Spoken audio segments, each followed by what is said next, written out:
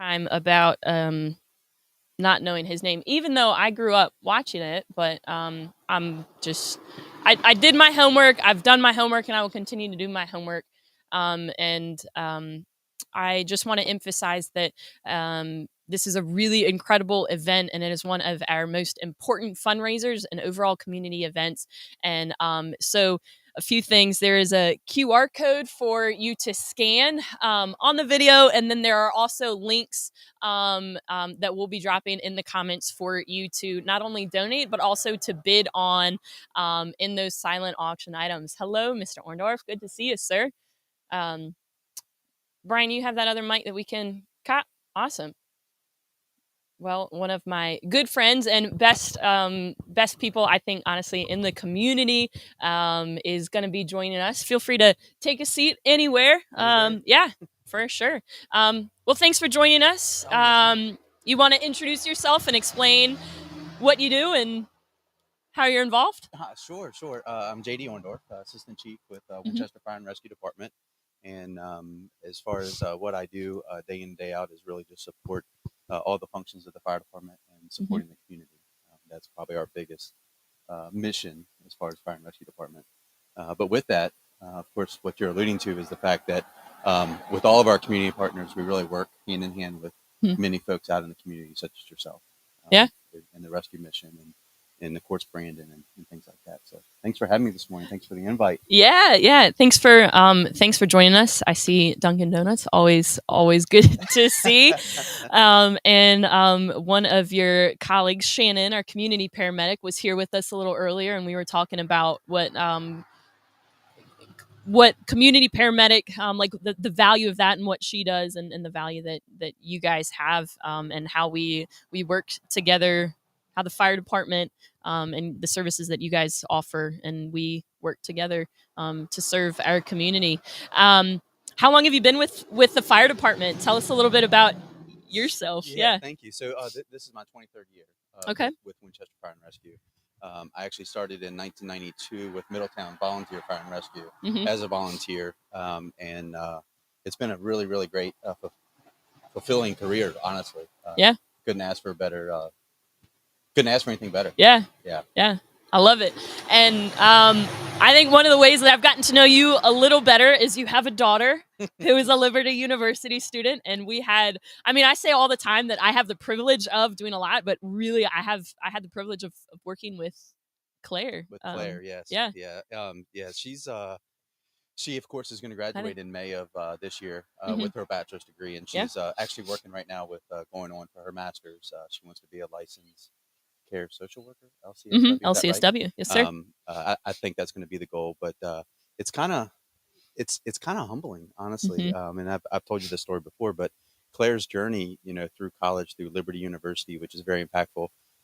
When she came back to Winchester to do an internship, and with you guys more so community service work, which is, I'm going to say mandated through the colleges, but they kind of drive that. But she ended up with you guys and learning.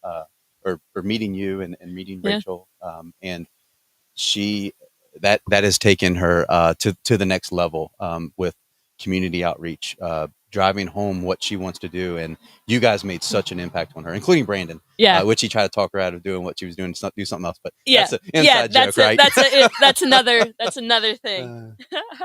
That's incredible. This past summer, she had a brief internship with. I found out through social media, a brief internship with our police department. And I got to say, I was a little jealous. I love our police department so much. But when I saw that she was kind of volunteering and serving with their Kids and Cops camp, I got a little very jealous, very jealous. Yeah, she also did a stint over the summer in the Juvenile Detention Center. Which incredible. Because, the children is where her heart's at. And that was, again, just one of those journeys that has been such an impact on her. I'm really excited for her future.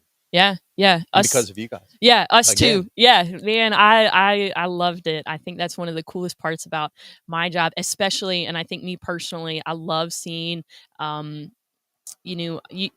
younger generation and college kind of age students who are trying to figure out what they want to do. And I think that's kind of what wound me up here is when I was in college, I thought that I was going to go to school for something far different and end up in an occupation that is very different in most ways than what I currently do. And I think that there's such value in what we do, and that you're still able to be in the healthcare field and in the missionary field without doing what I think stereotypically people think of when they think of healthcare or when they think of missionary work. And I think the work that we do here kind of blends that beautifully. And so I hope the same thing for Claire, that whatever she does, that she really loves it and she enjoys it. And she's welcome back anytime. We've emailed back and forth about it. And so yeah, so we're really excited to have her involved back in any ways that Yeah, and it's that kind looks of like. something another indirect impact, which she for years when she got out of high, not for years, but when she got out of high school, she talked about going to college, and then she talked about not returning to Winchester, Hmm. which was kind of funny. And as a parent, you're like, oh, you always want your kids to come home, Yeah. but at the same time, if she moves somewhere, maybe when I retire, and the wife and I we go wherever she goes or whatever. Hmm. But the funny story now is that she wants to return to the Winchester community. Yeah. She wants to give back to this community. Yeah. Not saying that that'll be the final, Yeah. whatever. But being successful, being impactful to the community is what it's all about. Yeah. And as a father, that is very humbling to know that at least this far in her journey, which I don't think she'll stray, but Yeah. she's been impactful, and she's just got that heart. She's Yeah. got that heart, as you've noticed. Yeah. Oh, yeah. 100%. So, kind of saying that? What do you think makes Winchester Winchester? I mean, like you've raised a family here. You've been a professional here. You and your family have given back and invested in this community. What do you think makes our community what it is? Wow, that's a big question. Yeah. Good luck. We got time. I'll be here for another I 12 can't stay hours. all night. I Yeah, know, I know. but yeah, honestly, it's the people of the community. Hmm. I know each community has their certain values and what their mission is and things of that nature, but Winchester is somewhat large, right? Hmm. And when I say somewhat large, probably a medium-sized city. Hmm. But just the people here, they're very helpful. They help to take care of us. They help Hmm. to take care of fire and rescue, police department. Hmm. Like we're all supported by everybody in our community. Hmm. Where sometimes you hear things, and especially right now in the news, things going on across the country. Hmm. That support is not always there, and I Hmm. think it's the people Hmm. that really make that vibe come to Hmm. come to life. Yeah. And I think that's why a lot of people end up moving here Hmm. and really enjoying it and staying for years to come. I do travel quite a bit. My other daughter, my youngest daughter, plays travel soccer. So Oh, neat. we're in Maryland, we're in down Virginia Beach, we're in Hmm. North Carolina, we're in all Wow. these different places. But um, it just doesn't feel the same when you visit those places. Like you don't get the same vibe. Yeah.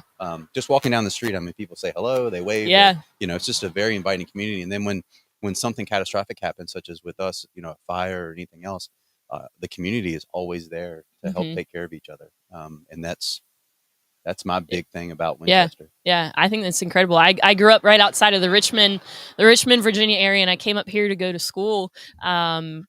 And I thought it was going to be 4 years, and I'm going back. And I honestly thought that I was probably going to settle down in the Richmond, Virginia area. And I felt very called to come back here. In fact, when I initially moved here, I didn't have a job. I ended up going back and working for my alma mater at Shenandoah, and then I started working here. And I agree with you. I think there's something really special and very unique about this area. I think the people make it what it is, and I love the outdoors, and I think that living in the northern Shenandoah Valley is gorgeous, but um, I think like the vibrancy of the community and the support that is weaved throughout everything in this community is huge and very unique. I love it. I love raising. I have a little guy, and I love raising him, and I love having a family here. I love calling these guys family. I love calling a lot of y'all family. And so I think I agree. I couldn't agree with you more. I think it's the people that make Winchester in this area what it is. And it seems like people that move here, they also make it the Mm-hmm. same thing. Like they just Yeah. become part of the fabric Mm-hmm. of the Winchester community. But yeah. Yeah. It's incredible. I love it. I feel like this is always like a good question to ask first responders. I had the opportunity to do a ride along with I think Shawnee Fire Department, and I asked them like, what is the craziest thing that you've seen on a call? So what is the craziest, or what is like one of the best things that you've seen? I'm assuming that you don't go on calls regularly now, but No. prior, Yeah, prior. what's like one of the coolest stories, craziest things you've gotten to be a part of? You know, it's probably easier to answer that question when you're first getting into it, Yeah. because when you get a little bit of experience, not age, Yeah, experience under experience. your belt, you kind of look at things in a different perspective. So for me, it's not so much what's the craziest call, but it's the impact you make daily Love it. running those calls. I've never, like, it's someone's tragedy, right? And I'm not like, Yeah. I'm not trying to say like don't Yeah. ask that question, but Yeah. honestly, it's hard to quantify to say that what's the craziest, what's the worst thing, or Mhm. what's the crazy Mhm. wildest thing you've ever Mhm. seen. But because we do answer 911 calls, and Yeah. and I joke with my sister-in-law, which is the chief of police, Mhm. Chief Behan. Yeah. I joke with her, whenever the police department can't figure something out, they call the fire department. So we're Yeah. the catch-all for anything that happens, that nobody else can answer or take care of. Mhm. And not that we have the answers either, Yeah. but they think we do. Yeah. But with that being said, like the biggest thing for me, just to answer your question directly, is the impact of running the call and making a difference in someone's life. Yeah. When I was in the field, we would get our common 911 calls where we would go repeatedly over a month or something of that nature. But when you really sit and think about the individual that's calling 911, such as some people might look at it as abuse, but Mhm. and some people call 911 and don't really need us as an Mhm. emergency, but they need something. They Mhm. call it for a reason. Yeah. And I took every opportunity. At least I feel like I thought I took every Mhm. opportunity, and I want to instill in our people to take every opportunity, to make every call a learning environment, whether it's for Mhm. us or for them or for the community. Mhm. And that, again, that just goes back to that community feeling and building that up. So Yeah. sorry, I'm not directly answering your Yeah, question, no, because I love it. that's a I think, hard thing to answer. yeah, I think that that's a great answer. Is really kind of taking a step above. Like, yes, you guys are in the industry business, but I think seeing things just from a different perspective. That a lot of the calls are at people's worst, but that potentially the best part about y'all's jobs is making an impact after that and during that and after that. Yeah, and it. I mean, the police department does similar, fire department does similar, but such things that make my heart happy is, someone has a heart attack and the guys on the engine or the ambulance or what have you, they come back and Hmm. mow the person's grass, and this happens across the country, just not Hmm. Winchester, but we are here for customer service. They are our Hmm. customers, and that's Yeah. that's the that's the part that makes me happy, is Yeah. just doing that day in and day out, even though I don't do it. But supporting the mission of our men and women of Winchester Fire and Rescue and getting that done. Yeah. And again, just you all being a partner in that with the rescue mission and the things that you all do, the things you bring forward. Of course, Brandon was one of our chaplains, and I'm sure the Hmm. fire chief will come in and gloat on him as well. Yeah. All those things, like, they're little nuggets, but they make Hmm. such an impact to the overall Hmm. community. I was watching you this morning when I got up, and you were talking about mental illness and Yeah. and all the different things, and that is like paramount in fire and rescue now, in Hmm. public safety, police Hmm. department, everybody, Hmm. military.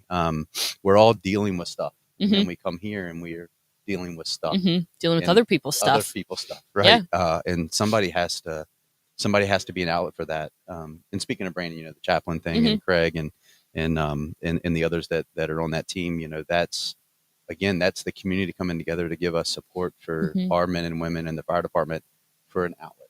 Hmm. And that's what we do. Like, Yeah. it's so weird when you really Yeah. sit and think about it and drill down to Yeah. the finite details of it. It's awesome. Yeah. It's awesome. It really is. I love it, and I love that Brandon was a part of that, because I think it helped the relationships and kind of the understanding that we are kind of all in this together. You guys deal with certain things, and so do we, and we're helping the same demographic. So I love that, and helping you guys, because you guys have your own set of traumas that you all deal with, seeing other people Right. in trauma, and so I think that that's what it's all about. I love it. Yeah. Yeah. Yeah. And it's, I don't know what else to say. I mean, Yeah. yeah, it's awesome. Yeah. Well, great. Well, thank you, sir. I loved having the opportunity to chat with you and learn more about you and the fire department. And we appreciate everything that you do and everything that your department does and represent. And how integral you guys are in this community. Yeah, thank So you, thanks. Lauren. And just to give back, not from the fire department, but from the fire department, and also just personally, what you guys do as a rescue mission in the community is so important. There's, I going to Brandon's going away party, I guess. Yeah. I hate to say that. Celebration something. Of time, whatever you want to call it. But going there and listening to what Brandon was saying and what legacy you're going to carry on as the interim, I believe. Yeah. Still an interim? Yes. Okay, so I didn't still want to interim. insult. Yeah. But so just carrying on that legacy and building that up, like the rescue mission has done tremendous things over the past time with Brandon and before that as well, I'm sure. Yeah. But just catapulting that and working part of the community, I can't thank you enough. Just to know that you're here for the people in the community. So thank you. Yep. It's an honor. Yes. Thank you, sir. Fist bump. Awesome. Good to see you. You too. Yep. You too. Thank you. Yep. Thank you, JD.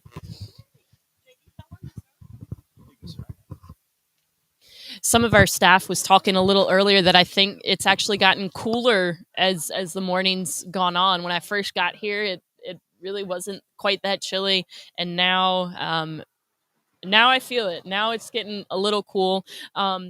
But you can save yourself from that if you walk down here wherever your office is. If you're downtown or in the surrounding area, do swing by and come join us. If you are watching with this live, and I'm just looking back and I see Paul's joining us, Maggie, Jack, and Nancy. Thanks for joining us, as well as Leroy. Hello. And Jordan, thanks so much for being a part. Good morning, Janice. Thanks for hanging out with us. And guys, just again, I cannot emphasize enough how incredible and how generous you guys have been to the rescue mission. And so when you give to the rescue mission, you're not giving to us, you are giving to an individual, and you are choosing to invest in that individual and see the potential that individual has. So guys, thank you for trusting me. Thank you for trusting our staff and trusting this organization to continue to serve our community. We really are grateful for it, and grateful for you guys.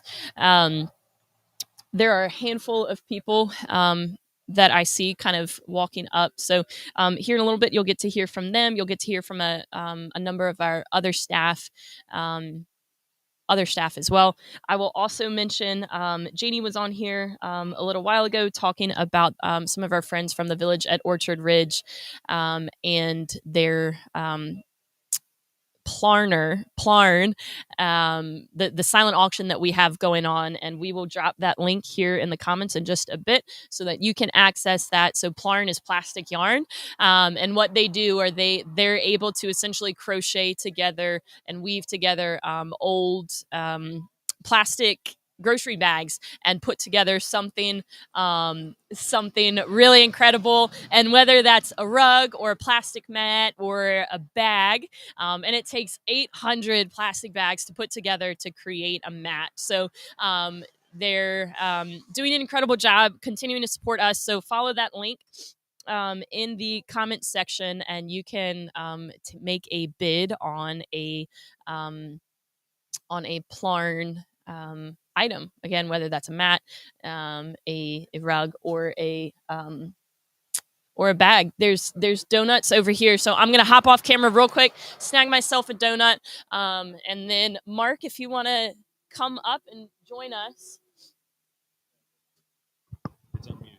I called you out, so now you have to. Great. Oh yeah. Awesome. We gotta. I don't even know what this is. Maybe it's just is it orange flavored? It's an orange donut. It's Good morning. It's for Halloween. Happy Halloween. Yes. Just a regular glazed donut. Mark, introduce yourself to anybody who may not know you, and if you want to explain. Mark Loring, I live here in Winchester. I'm Woo. on the Winchester Rescue Missions board. Pull the microphone up. I thought you said they could hear everything anyway. Okay. I'm on the board. I live here in Winchester with my family. 2 girls. High school, middle school. Life is good. Yeah, love it. How'd you get started? And this is a cool story. How did you get started with the rescue mission? It's a great story. I'll make it a long story. Once a year, the Virginia Municipal League, which is a nonprofit organization that helps cities and towns better govern their municipalities, they have a writing contest for 7th graders. And I had known this for years, and so for 5 years I told our daughter Elizabeth that she was going to write an essay when she finally got to 7th grade. And so when she got to 7th grade, she wrote an essay. And we only gave her 2 pieces of guidance: focus on one thing and listen to some podcasts. Yeah. And she listened to Brandon Thomas's podcast on homelessness, and so she wrote about homelessness. And she had to submit the essay through her school. So I did not read it before she submitted it. I read it when they called and said she won for the region. Wow. And it was about homelessness, and she did a wonderful job on the essay. And the folks from VML came in from Richmond, and they made a big deal about it. The mayor gave her a certificate. The rescue mission came in because it was about their mission, and kind of made her a little bit of a rock star. And that's how I got introduced to the rescue mission. And when I came off the planning commission last year, I was invited to join the mission's board. And so I say that my daughter got me this job. Love it. Usually I feel like it's kind of an opposite. Like usually your parents would get you a job, but it's the opposite. Elizabeth is highly successful already. Yes. And last year, her essay was up on the wall here at the rescue mission. And she's now in 9th grade. Wow. But her sister's in 7th grade this year, says that she's not going to write. She's not going to participate in that competition. Yeah. Well, her sister set the bar pretty high, quite high for her. So I'm sure she's capable of incredible things. She's got pretty incredible parents to lead by example. So, well, that's really cool. I love that you are a part of everything, and that's kind of how it came to be. So what kinds of things have you seen, and how long have you been with the board? A year? Thank you. Not even a year. Not even a year. Okay. I came off the city's planning commission in December, and January, February, I was appointed to the board. And it's wonderful. There are wonderful people in it, in the organization. Great mission. Regrettably, the mission is growing. The demand is growing. Yeah, very much so. What kinds of things have you seen in the last year that have changed, or that the rescue mission you think has adjusted to? Well, the big thing is expanding. The mission has acquired a new building in southern part of the city, and now on the path to renovate it and repurpose it for its mission. And that'll be exciting. Hopefully in the next year or so, we'll see progress with that building, but it's needed. Yeah, it absolutely needed. Very much is. If I'm honest, I cannot believe that we're almost 5 hours into this, and this is the first time, well, one of the first times that we're really talking about the new building. So this is a fun topic. One of the things that I think I know that we get a lot is, well, why isn't the new building open? And what's happening in it. And I think we can take this time to really emphasize that the building is needed, that the services are needed, and that we are very diligently working on it. I love the trucks that go by. Yeah, it's great. But this is probably the best place to set up here. Yeah. The new building will give us some greater opportunities and better venues, or quieter venues. But the new building is needed because the growth in homelessness has not stopped. It's continuing to increase. and and the building's a great find, but it's going to take some money to finish the repurposing of it, to change it. I guess in its previous lives, it's been a restaurant, and it's been a car loan building, and so there are a lot of things to adjust. Yeah, I heard that there was a disco in there at one point, which no hate, because I love 70s music, but it shows its age that it's a disco and not a club. Well, fortunately, the building's got good bones. It's got really great bones, and it's going to be a great facility. And it's got space. Unlike the building behind us, it doesn't have the inside space, and it doesn't have the outside space to give you a little breathing room. But again, it's going to take some time.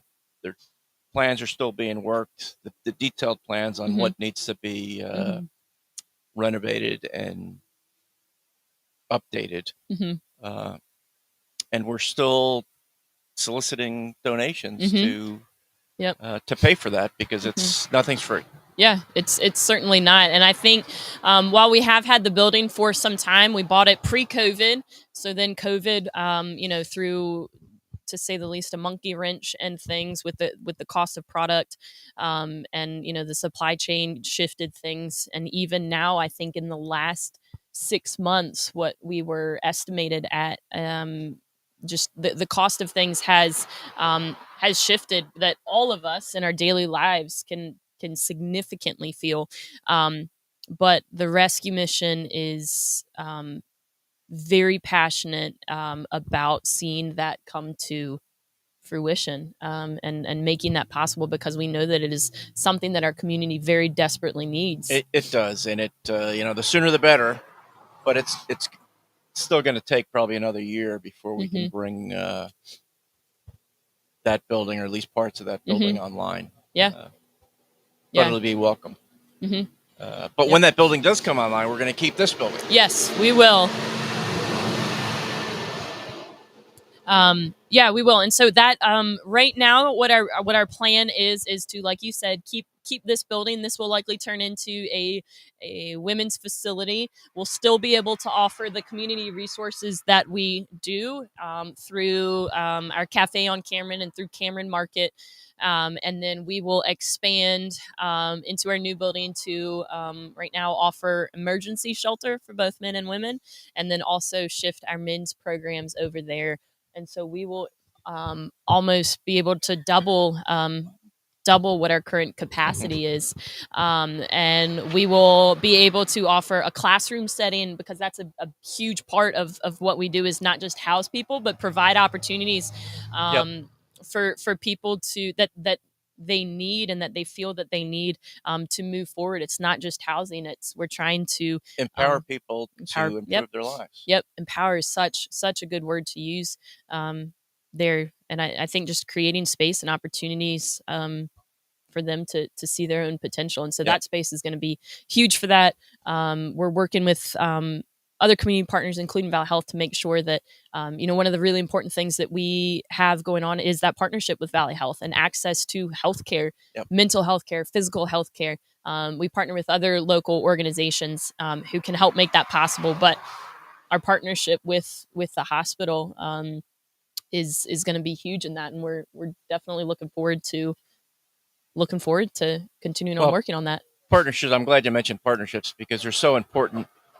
Because this is not a single fight. Yeah. It's not. The rescue mission cannot do what it does every day without the partners, both inside and outside of government. I mean, the local governments partnering, Valley Health, you mentioned, so important to what we do. And you've done a good job on that donut. I have. I'm trying to eat it, at an appropriate time, so that I don't get caught needing to talk, with half a donut in my mouth. But I think so far I'm doing all right. I'm checking who's live watching with us.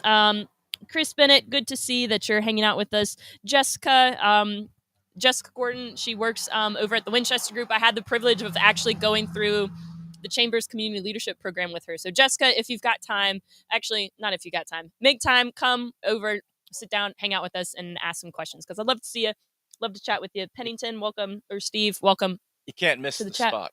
No, you can't. You can't miss the building. You can't miss what looks like a crime scene with the caution tape around the facilities. Thank you, Brian, for making this happen. We really appreciate it.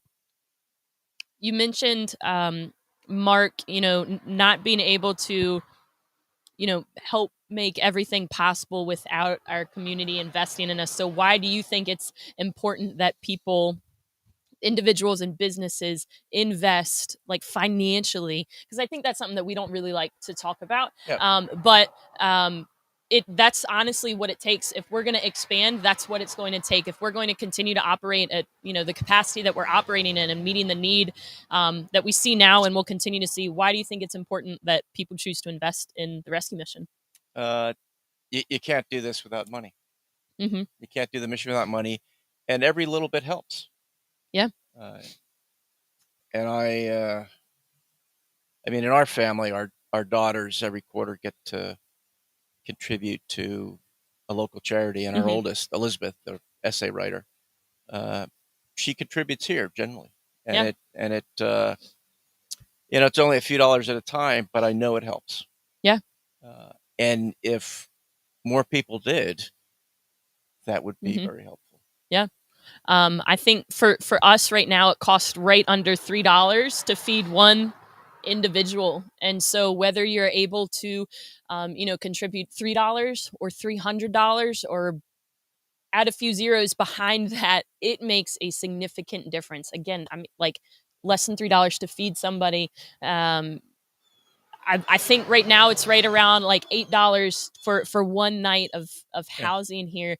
And so again, it doesn't matter what you're able to contribute. When you do financially support the rescue mission, you're able to provide resources directly to an individual and see that individual then have opportunities to transform their lives. And I would throw in the other side of that is not just financial support, but volunteer. Yep. We routinely volunteer helping to cook and serve dinners here, which is quite needed. And our daughters do it too, and it's I think it's very helpful for them. Yeah.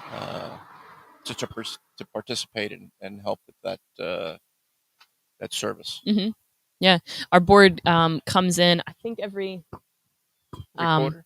Yep, about every quarter, and helps to prepare and serve a meal. And there's a handful of you guys who come in and volunteer in other ways. Peggy Purdue comes in, and usually her and her husband Pete come in and drive their own vehicle, and they actually go and pick up food donations for us almost every Friday. And so I'm incredibly grateful for our board support and our board's involvement and navigation of all of our history, but especially now through this transition and ongoing and forward as we get to tackle the new building and everything else that's still yet to come that we get to tackle and then celebrate. New building. And before I leave, I do want to publicly congratulate you on your new position. Like, very excited about the opportunities you're going to bring. Yeah. Opportunities and energy you're going to bring to the mission. Yeah. Which is so important again. Yeah. Well, thank you, sir. I'm honored. It's really a privilege to be able to step into some big shoes, but lead a phenomenal team and represent the incredible legacy that Rescue Mission has. And it's all about teams. It is. Like Brandon always said, that he's just the pretty face. I'm not gonna say that. I'm not going. That's true. Yeah.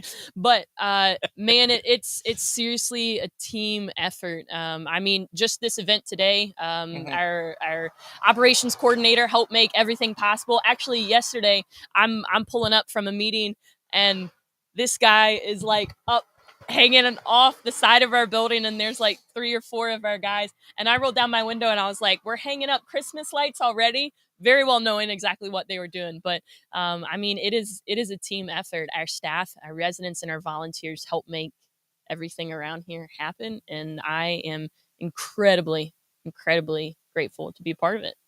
Well, thank you. Thanks for the opportunity to see you in the morning. Awesome. Thanks, Mark. Appreciate I'll see it. you later. Yep, will do. You want this? Cool. Cool.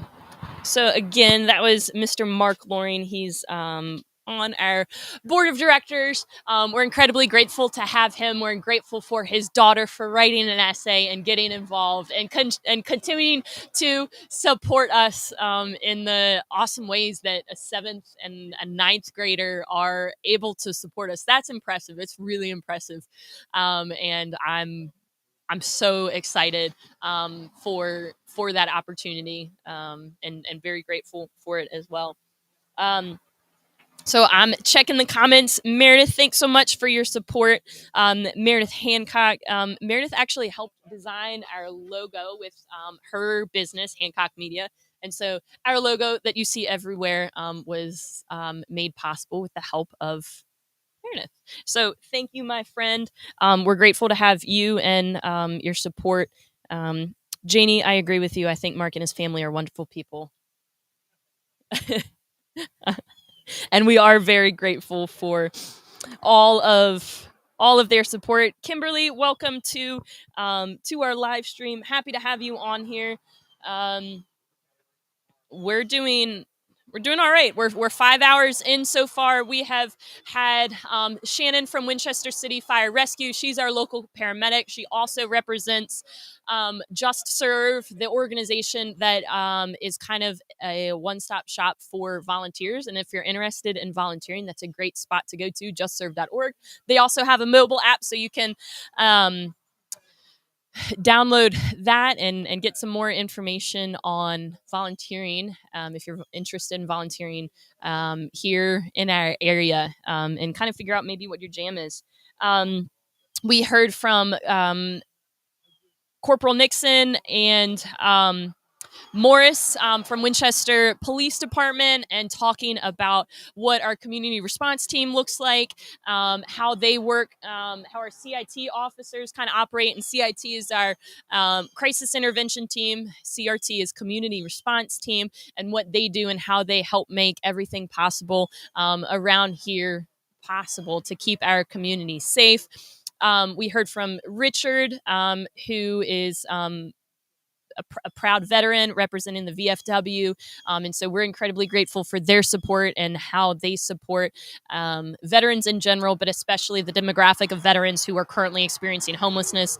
They're a great supporter of ours, and we're happy to have them a part of us. We got to hear from Mr. Bill Wiley and the work that he's doing both here local in our community and making a change overall in our region.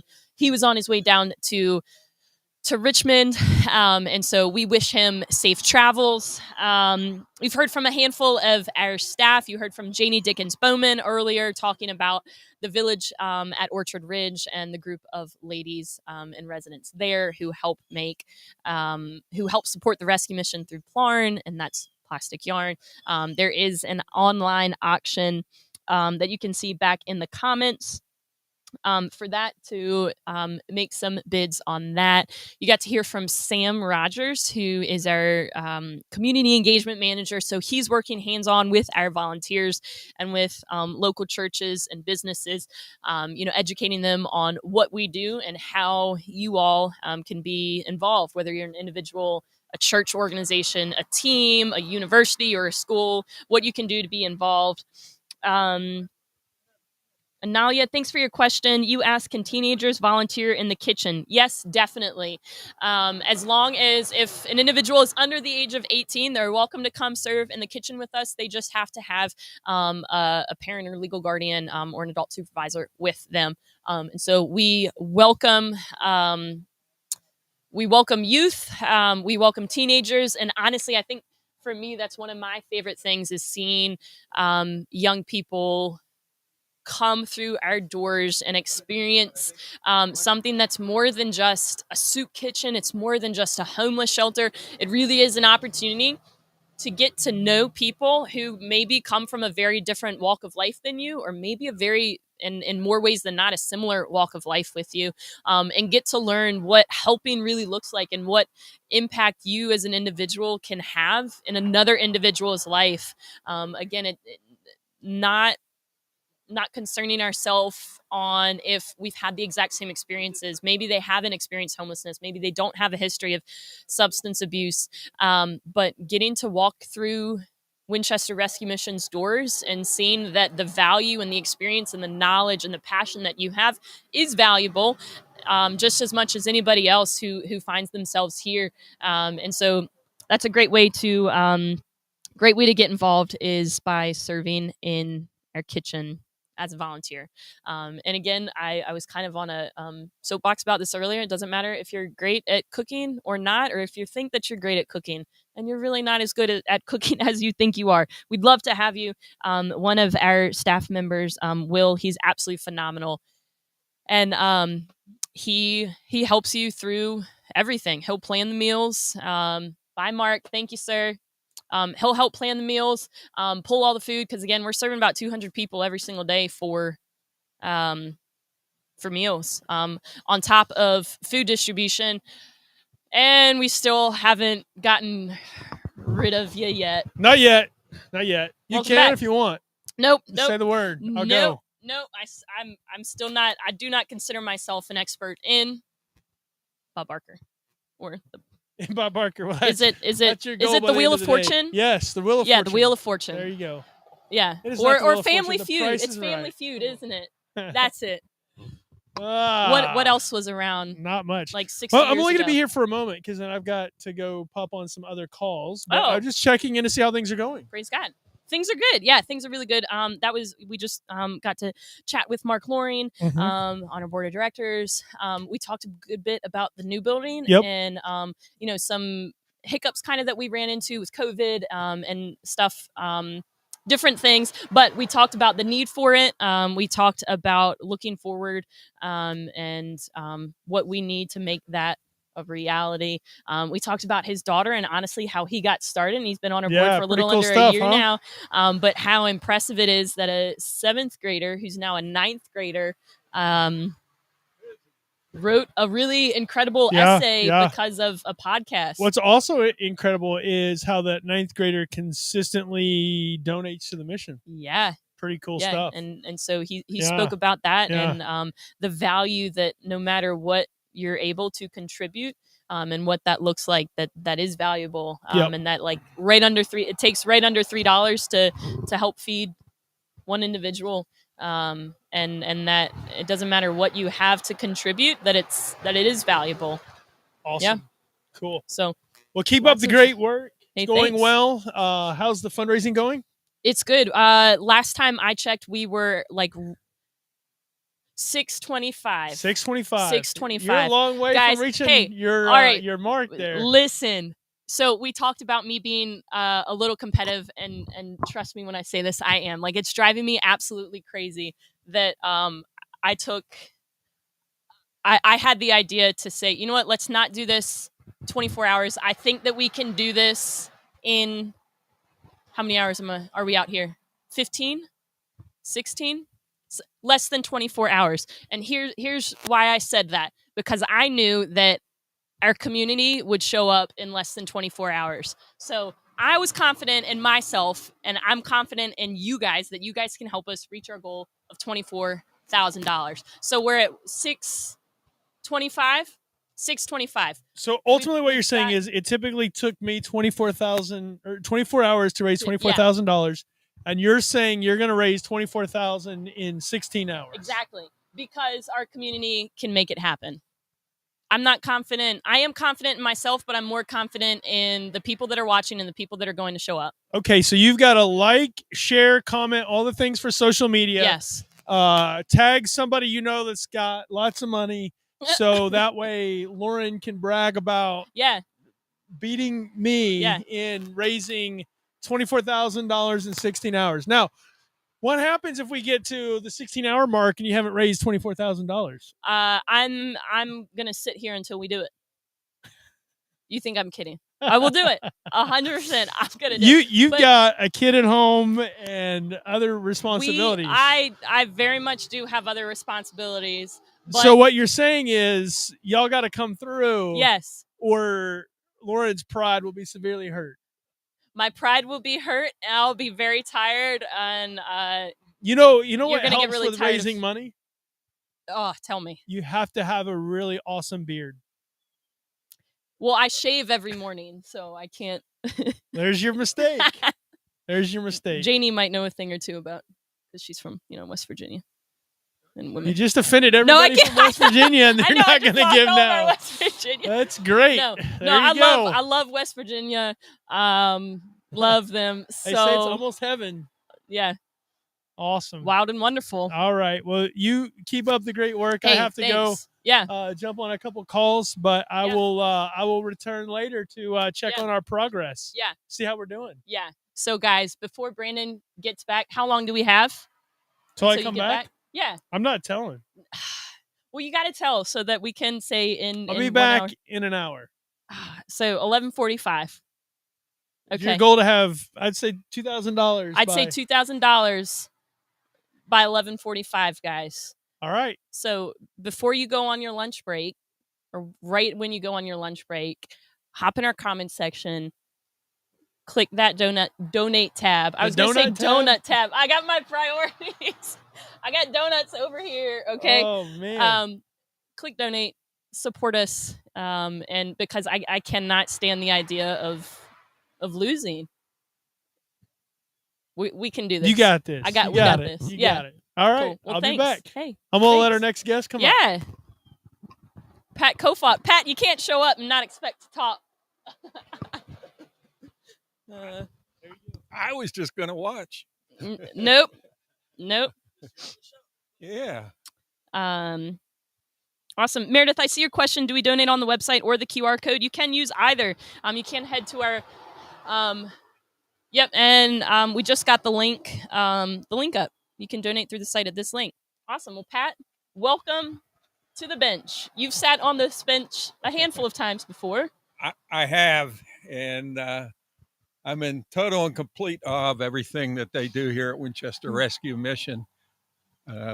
Honestly, I've never seen them ever turn somebody away in need. Yep. And they've worked nights, weekends, stack people on top of each other, but they do not turn people out into the cold and bad elements. And what I like and what they want to get to is they want to just not save people, but they from cold and bad weather and bad conditions out there, but they want to give people the tools they need to make their lives better and to find happiness. And I've been thinking about something, and maybe it'll become a motto, but I think people come to Winchester Rescue Mission to ramp up because they provide the resources and mentoring programs that will uplift people. So RAMPUP, ramp up at Winchester Rescue Mission. There you go. I like it. I love it. And you're involved in a handful of ways. You're on it. You represent our board of directors, and you're also a volunteer in a lot of different ways. Yeah, I enjoy. I used to pick up food in the truck. I enjoy cooking meals and serving meals.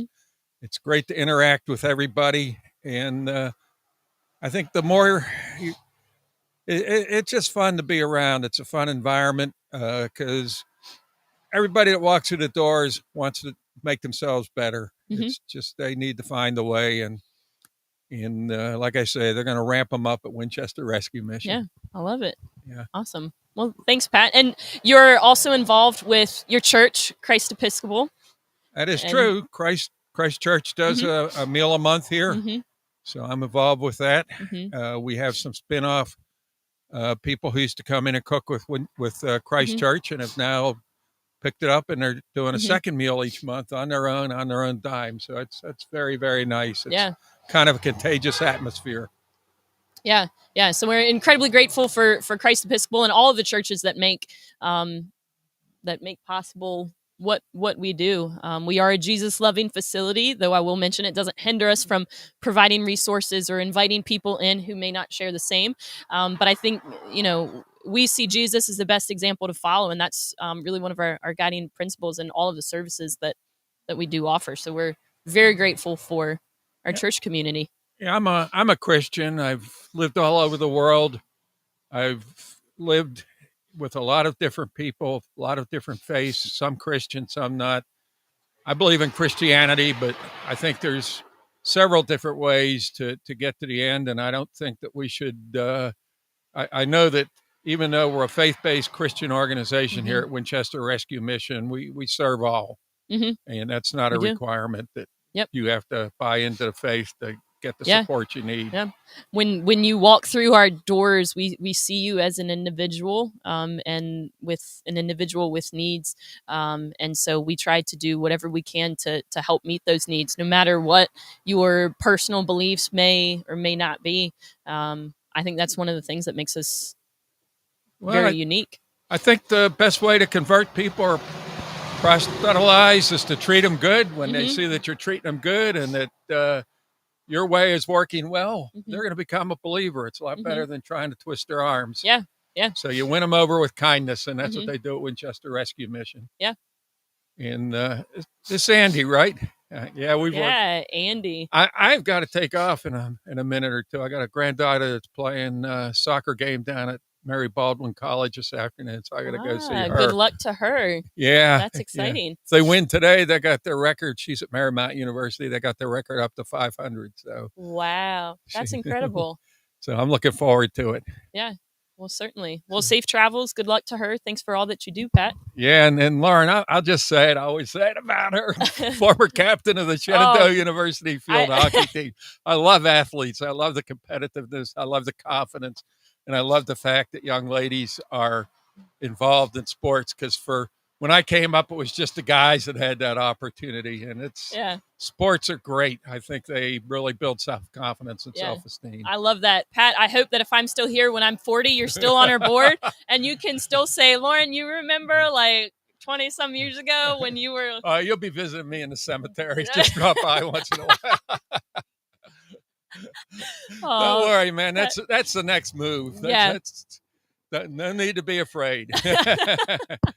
Andy, I'm going to turn it over to you. And well, Pat, thank you. Thanks Appreciate a lot for all you do, Lauren. Of course. And Brian, a shout out to Brian. Yeah, Brian made a lot of this possible. Awesome. Well, many of you guys, I feel like you don't even need an introduction, but I'm going to do it anyways. Andy, Gail is joining us. We're stoked to have you. Tell us a little bit about you and literacy and volunteers. We've been busy. We're tired, but no, we have classes going right now, so I just snuck out before heading down south for Lead, Virginia, but wanted to come by and say hi. I mean, you guys are our closest partner and neighbors practically. I can see the office. Every time I walk down I see you or Dolly in your window, I'm waving. Dolly appears. We should, I'll have Pam bring her up later for a cameo. We should have brought Dolly. Dolly's a... Yeah, so we're excited. We have the Dolly Parton Imagination Library for Winchester, Frederick, and Clark, and over 2,300 kids signed up, and we just did the math yesterday, 2 days ago. Over 42,000 books have been given out to kids birth to 5 since we started. That's incredible. My son is subscribed to it, and he loves it. That's one of his favorite things. He's always asking when I open the mailbox, he's like, do I have a book? And so that's absolutely incredible. And literacy is a big thing that we're advocates of here too. So can you share a little bit about why literacy is important for definitely. I mean, it really, so Literacy Volunteers started 38 years ago by 2 retired teachers to help those in town get GED reading skills, basic education that they just weren't getting in schools or didn't get for some reason. It's expanded a lot since then. In 2015, the United Nations deemed literacy a basic human right. So, and there with food, shelter, and freedom. So literacy really opens doors. So we see it help people get driver's license, help people get jobs, learn English, get skills, and then they help their kids. It breaks generational cycles of poverty. And then for the kids, if we can sort of install that love of learning early and love of reading and get them and reading and engaged and excited for books, the Dolly program, the books come in the kids' names, which for some is the only meal they get. And it's a big deal. And Miss Dolly reads enough of them on YouTube that even if you can't read to your kid, he can watch Dolly, or anybody watch Dolly, read the book on there. But it's really neat to see the adults and the kids and all ages. We also have computer classes now. On Friday, we'll have Tori, who's our partner from Just Neighbors with Immigration Legal Services, having an open house there. So drop in for anyone that needs any questions there. There may be a little bit of a wait, but she does a great job. That whole partnership, Aaron, Stephanie, Tori, the whole team at Just Neighbors really helped us. We've had over 35 new citizens almost every year since I've started. And many in the process. The government takes a little longer on a lot of things that I think we'd like, but it's been really neat to sort of do that full service. So for adults, we have classes in English, reading, writing, computers. We just got a text this morning we ended up helping a gentleman get his driver's license. So he has his learners, so now he has to get his hours, and then he should be good. And yeah, it's been really neat to see anything an adult wants to learn. We can either find a class, find a tutor, or help get them to the right resource. Yeah, I love that. And for those of you guys who are watching online, we dropped the link for literacy volunteers, so you can learn more about Andy and his team over there and what they do and the services that you guys offer. And Andy, you grew up in this area, I did. right? I left for a bit, but was here for a bit, in and out. My grandparents were here, so we came a lot to see family. But it's Winchester's grown up. It's really neat to see. And I mean, I'm doing Lead Virginia, which we should have your board send you next year. Really neat. So it's like CLP that the chamber does, but at a state level. So it's a group of 50 of us from around the Commonwealth that go to each region of the state and look at what's going on educationally, industry, sort of economic development, things like that. But it's really great at building social capital, which I know Winchester's done so well, where if like you guys need something or we need something, we can ask each other. But now we have sort of a network I can go for around the state, and it's been a really cool program. But we're heading to Bristol, down for Southwest Virginia today. So I'm stopping in before jumping in the rental car and driving. Yeah, forever. I was about to say you have Maryland plates, and I thought that you were. No, I live downtown, so no, it's a rental just to not put the mileage and save some money. But so it's a really neat program. We've done Hampton Roads, we've done Danville, which never been there. It's been a neat little area with a lot of up and coming Northern Virginia, Richmond, Southwest, and so it's been a really cool program with some really great connections. Yeah. That's incredible. And you mentioned the community leadership program, so I feel like that's a good opportunity for us to talk about. Because you're an alum. I wasn't that mean to you. No, it was great. The community leadership program. And so share a little bit about what that is and what that's. The community leadership program has been going for, you guys were 25? 30 maybe. Yeah, I think it was like right at 30. Yeah, so I was class 25 then in 2017. So this program's been going on a long time. The chamber puts it on each year. It's a way for people in the community to understand what's really going on in Winchester, Frederick, Clark. You'll go to Agriculture Day. You'll do so fun. Education Day. You guys got to play with fire trucks. I did not get to do that. It was incredible. We got to see the drone too. Yeah. It was awesome. They'll do SimSoc, which is a simulated society that we can't talk about, but I still show up and help with that one. So yes. Yeah. For those that know, but will be nice. And then it's a really neat way to make connections. I did it right when I moved here. I was still working for American Woodmark and didn't really have any connections in the nonprofit space. Now can pick up the phone, call you guys, call John Huddy at the library, working with still partners and classmates today to help the community. Yeah. I think it's really incredible. I think one of the most helpful things for me through going through it is while I'm, pretty familiar with the nonprofit sector and, some of the city, I think I walked away knowing and being more familiar with the public education system and the value that they have. I mean, everything from how they plan a snow day, which you guys could get real fired up in the comments section because we've all seen what's happening in Winchester Facebook page about why is it a school day? Well, we went there and we saw the transportation system, and it's a wildly complicated system. It's wildly complicated, and I just have the utmost respect for the people that make those decisions because there's so much to take into consideration. And there's kids, and there's so many different effects. That's why I like my staff of 5 that if the schools are closed, we're closed. It's real easy. And then some days if it's bad, we're not coming in. But we're lucky. There's no such thing as a literacy emergency. Thank God. Yeah. We're still in the human services sector, but a little less engaged and intense as you guys. Yeah. But still equally important. Definitely. Very important. And so it was like the banks and city management and navigating that. It's a behind the scenes look. Yeah. I'm not well versed in the arts, but we got to go visit the Barns at Rose Hill. Beautiful venue, incredible, great partners, and I mean, we got to go to Clark County, very just everywhere. It was absolutely incredible. And when I graduated, I walked away, and I want to humble myself before I say this, but much more confident in how our area navigates all sectors, business, government, nonprofit. And it's all interrelated too, which is sort of a big part. I mean, the chamber's always done a really great job at connecting businesses, big, small.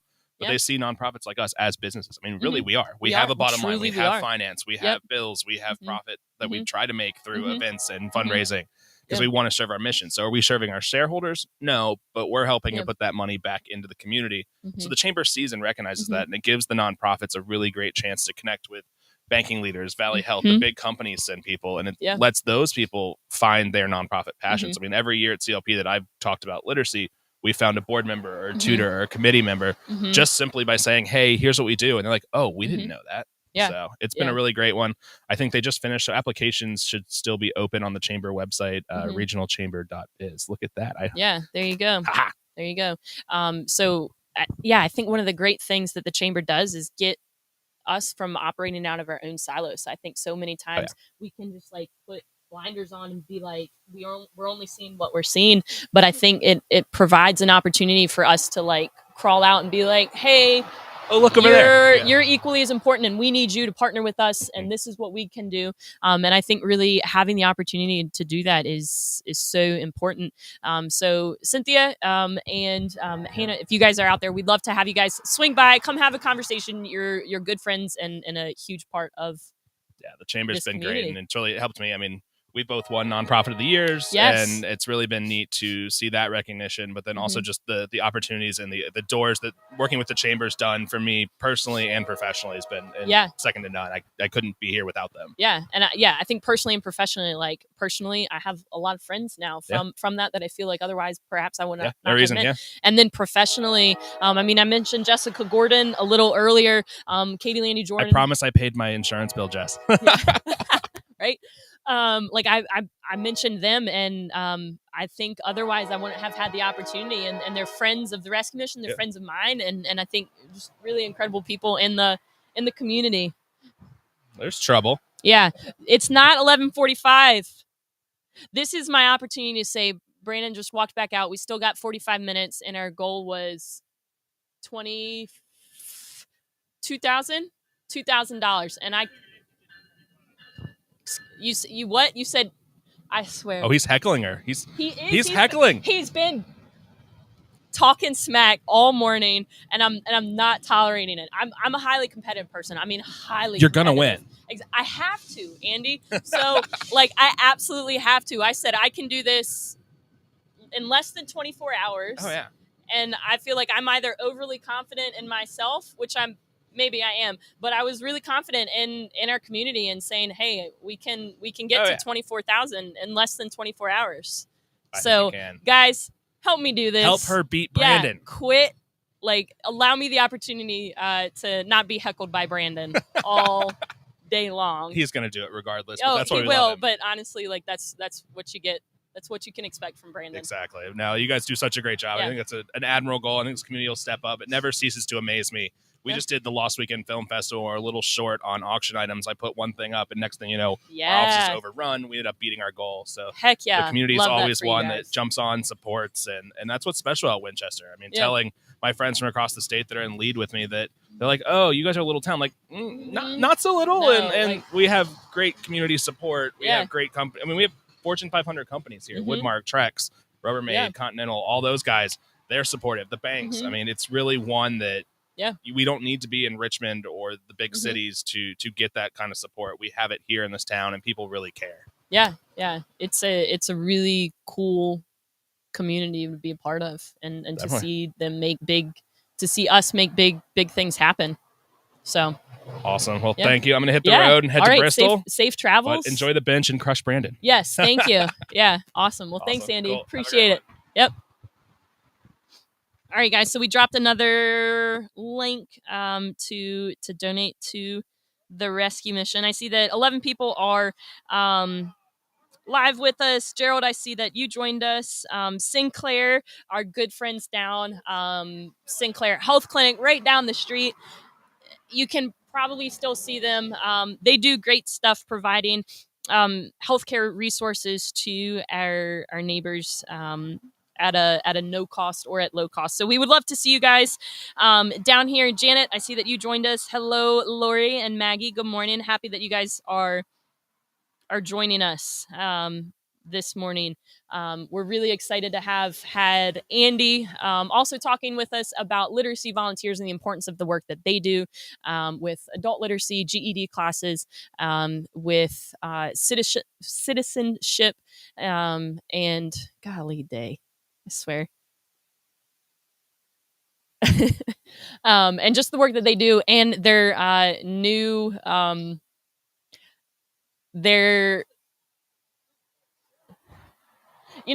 all these vehicles that are driving by are not distracting, but when you have your own staff members who are like whispering back and forth back behind the cameras, it's a little distracting. Good morning, Bob.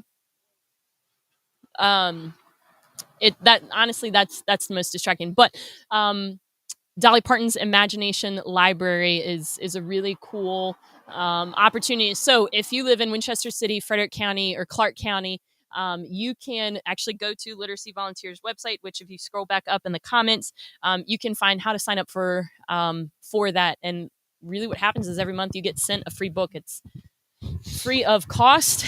And for children from 0 to, I believe, 5, you can get a free book every month. You're so old that your kids can't qualify for that, right? Correct. Wow. I'm assuming by all That's how I knew Bob Barker. Okay.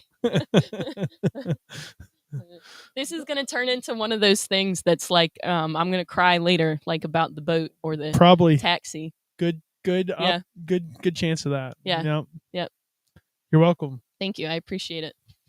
I really do. How was your call? Was it, I'm assuming, with Citygate folk? Yep. Yeah. Just discussing a whole bunch of stuff. Had a call in regards to meeting with some folks from Salvation Army. So cool. Yeah, pretty cool stuff. Yeah. Nationwide Salvation Army. Yep. Okay. Mm-hmm. Cool. Mm-hmm. Talk a little bit about what Citygate Network is, because I think we probably have a few people who are joining us who may not have heard this morning. What is Citygate Network? Why is it important? Yeah. What role do they play in what we do? So Citygate Network I'll start by saying this. When I first became the director of the rescue mission, and I really had no idea what to do. And when so most probably know this story, but I'll share the story anyways because I have a microphone. Yeah. So I became the director of the Winchester Rescue Mission. It started out as an interim thing. I was on the board of directors, and I was asked to step in and be the director on an interim basis. After a period of time, really felt called to do more than just be the interim. Mm-hmm. And so I approached our board at the time, had found an organization called, at the time, Citygate was called the Association of Gospel Rescue Missions, or AGRM. And what AGRM provided was best practices. It had an annual conference that you could attend that would help you understand best practices. It got you into network with other shelters across the country. It allowed you to, they had an accreditation process. It just really allowed us to know what we were doing and how to do it better. So I went to my first AGRM conference in Dallas, Texas in 2017. And little did I know how much AGRM at the time, now Citygate, would absolutely change my life and the life of the Winchester Rescue Mission. So we got involved with Citygate. We learned best practices. We learned what others were doing across the country. We even learned how we could innovate and rely on other resources from other shelters to take our innovation to the next level. And so Citygate really is that. Citygate is a network of shelters across the country. Best guess is it's the largest provider of homeless shelters in the country, or of homeless resources in the country. Most cities that have a Citygate affiliated mission, that is the largest provider in that city of homeless services. Very true here in Winchester. And so what I get to do with Citygate now is I'm the director of leadership, learning, and programs. I get to spend time working with other shelters across the country, developing their leaders. I get to spend time curating the curriculum that will be taught in the, for different shelters across the country, as well as working closely with our friends in DC on policy, advocacy, and just overall change towards how we better serve folks with that are experiencing homelessness. So it really is an honor to be part of that, and to take something that was a fun thing to attend and learn from, and now get to be part of contributing to it. I am extremely excited. Yeah. We're really excited for you. And despite the heckling, I know I think the Winchester community in general, but especially our staff, it's kind of a bittersweet thing. But I think one of the things that you said is that you've taken what we've done here and been able to accomplish here and see change here and be effective here, both in individual lives and how it affects the community overall, and take that, learn from that, and take that essentially to a national level. And you mentioned DC, and I think this is one of the things that I'm really excited for you for, because I think that you're so good at this, is talking about policies, because what you say over and over again is homelessness is not a poverty issue, it's a policy issue. And I think you've taken the time to really learn and become an expert in why is it a policy issue? Why is it not a poverty issue? So can you talk a little bit about certain policies that you see? We'll let this truck go by. Certain policies that you see that hinder people that we work with to success, that keep people in a cycle of homelessness, or and we talk a lot about mental illness and policies that hinder or do not help the people that we get to work with. Yeah. So there are lots of things. One of the policies that we see all throughout the country, and really no exception here, something I learned here is a lot of our zoning laws and rules that prevent shelters from existing. In fact, Winchester's no exception. Winchester does not have a zoning allocation for a homeless shelter. And that's pretty true in most communities. So one of the things that I get to currently speak into and work with is a legislation that would change that nationally, that would make it known very clearly that communities need shelters. Again, one of the things I hear in Winchester, and I'm not picking on Winchester, this is a truth everywhere, that we don't have a homeless issue here, that we're attracting people from other communities. And so there's actually a faction of people who don't want to see us be successful here at the Winchester Rescue Mission, because their belief is if we're successful, we will attract people from other communities. And that's just simply not true. What we're seeing, the homelessness that we're seeing in our community, is a product of our community, because the homelessness that we're seeing here is the same type of homeless they're seeing in Leesburg. It's the same they're seeing in Harrisonburg, Martinsburg, all the burgs. This is an issue that everybody's seeing because it's policy. It's mental illness issues, right? We don't have support for people with severe mental illness. We don't have a lot of things in place to support these folks. And so homelessness is happening in every community.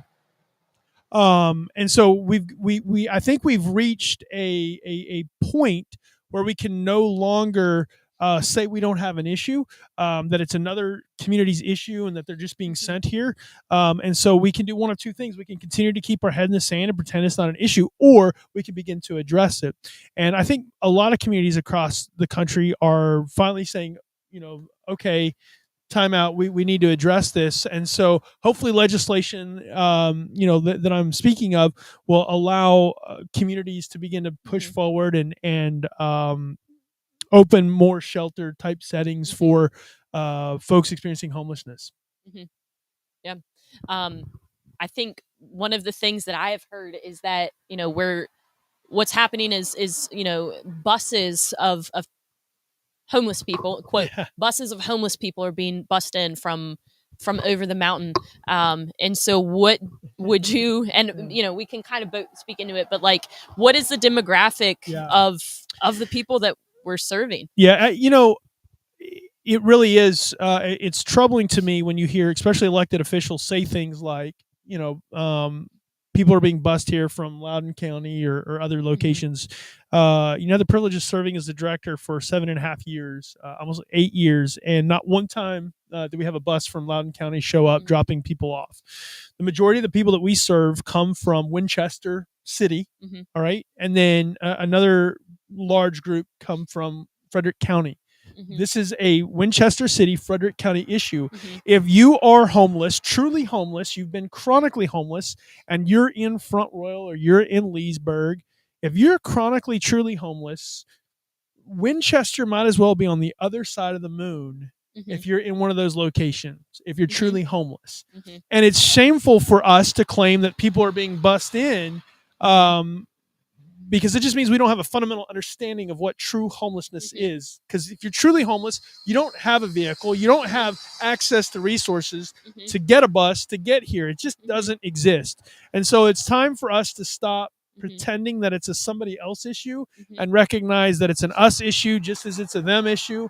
And our best path forward is to create innovative ways to solve the issue, because other communities are also looking at ways to solve the issue, because they're recognizing now, finally, that this is not an issue of another community. This is our issue, just as it is a Martinsburg issue, and so on and so forth. We all have this issue because it's policy, and we need to address it. Yeah.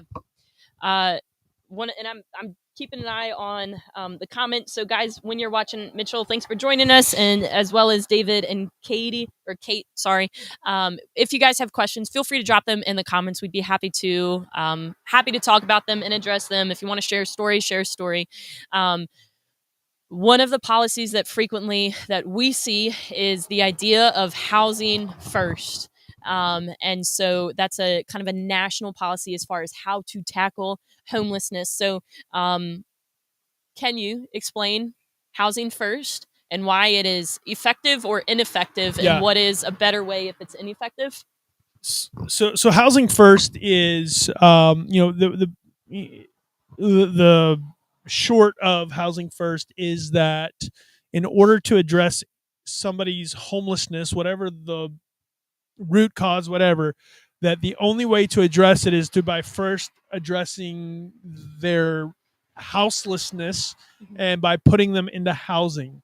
And the way that housing operates is it has to be lease-based, which means services can't be required. And so they'll use terms like permanent supportive housing. And the idea is that we're putting somebody into housing and we're offering supportive housing, but we're not requiring it. And oftentimes that support is lacking or not present. And so the federal policy to address homelessness now is housing first. While housing first in some instances does work and is effective, in most instances it is not. Because again, most people are not experiencing homelessness because of one issue. We love to, and the way that, and this is not picking on the federal government. This is actually picking on just human nature. We're always looking for a silver bullet to address homelessness, right? And the thing that I've learned by far in the last 8 years at the Winchester Rescue Mission is that there is no silver bullet to solving this issue. This issue is very complex. It is so many things that have caused this. You're looking at 60 years of bad mental health policy. The closing of mental institutions without a plan. So you got 60 years of bad policy there. You have bad policy as far as how we are going to address homelessness. You have the opioid epidemic. You have the war on drugs. All of these things played a role in creating homelessness, and we cannot address this issue with one singular solution, be it housing first or whatever you want it to be, shelter first, whatever. It's not just one issue. And so we have to become more innovative. We have to become more resourceful in creating different policies to address it, because it's not a one-size-fits-all solution. Yeah. I think one of the wildest things that I've heard is our friend Andy Bales, who's currently the CEO of Union Rescue Mission out in Los Angeles. He spoke into housing first. And so if you guys are familiar with the homelessness essentially epidemic out in LA, they're like ground zero for it. As Andy says, it is they're guessing about 80,000 individuals in LA County on the streets. Yeah. 80,000. Yeah. Twice the population of Winchester. And I mean, like in a small square mile like area. And so, anyways, Andy has said it is the worst man-made disaster of like human history. It's absolutely wild to see. In fact, you in 2019 when you did the rescue ride from here to LA, you saw it firsthand. Yep. You were driving. I mean, there were 13 people on bikes who drove through Skid Row and got to see it, and it's absolutely terrible. But when he was talking about Housing First, he said only 50% of the Housing First housing units are actually full. Being used. The other 50%, they're vacant. And the 50% that is being used is run essentially by drug lords. And so it's an in and out terrible situation. It's just an ineffective way to holistically address homelessness. Yeah. Homelessness is, again, it's complex, and our response has to be complex. Our response has to be educated. It has to be resourced. This haphazard, one size fits all, just is not getting the job done. Mm-hmm. Yeah. And that's every community. So we can't point to other communities any longer and blame them. We have to start looking at our own community and saying, what should we be doing to address this? Yeah. Yeah. I agree 100%. I'm going to snag one of these coffees that Mr. JD Orndorff dropped off for us. You want one? You good? I'm good. Okay. I'm good. This is the third coffee for the day, and it's not even noon yet. You so better, you got to pace yourself. You got to pace yourself. Yeah. This is first time, so we'll see. Lessons I've learned doing this. Yeah, you got to pace yourself. Take it easy on the coffee. Yep. I'll just drink this very slowly. So I've real quickly mentioned the rescue ride, and one of the questions that we have gotten over the last few weeks is, are you going to do another rescue ride? So what does that look like? I mean, with the motorcycle that was donated by Gross. Never happened. Never happened. Let's clarify that now. Never happened. That's the only reason I do homeless ministry is for the free motorcycles. For all the free things. No, I absolutely think that, there's something was very valuable about the rescue ride and something that I would like to do again. It's just a matter of timing and, resourcing and all of that. But I would see in the future that a rescue ride is a good thing and should happen again. So we just have to figure out the details. Yeah. I'm definitely excited at that opportunity. But it's not a easily planned or no. It takes. I don't think folks understood the work that went into that, and the logistics. It is a lot. Yeah. An incredible thing. It opened incredible doors. We as a shelter benefited so greatly from that endeavor because we learned so much from so many places. I think the innovation that we were able to create here was because within a short time frame we saw so many shelters with so many different things going on that we were able to kind of pick and choose and create the thing that worked the best for our community. So incredible value to it, but again, it's just quite an undertaking to pull off. Yeah, very much so. I think Mark, Lauren, and I were talking about the new building and the plans for it, and we've got a big, a good bit of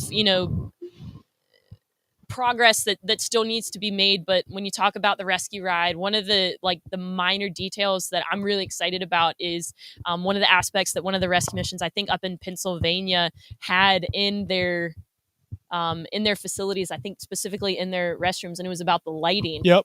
So that's one thing that we learned from a rescue ride and that we're going to incorporate into our new building. You want to talk about that?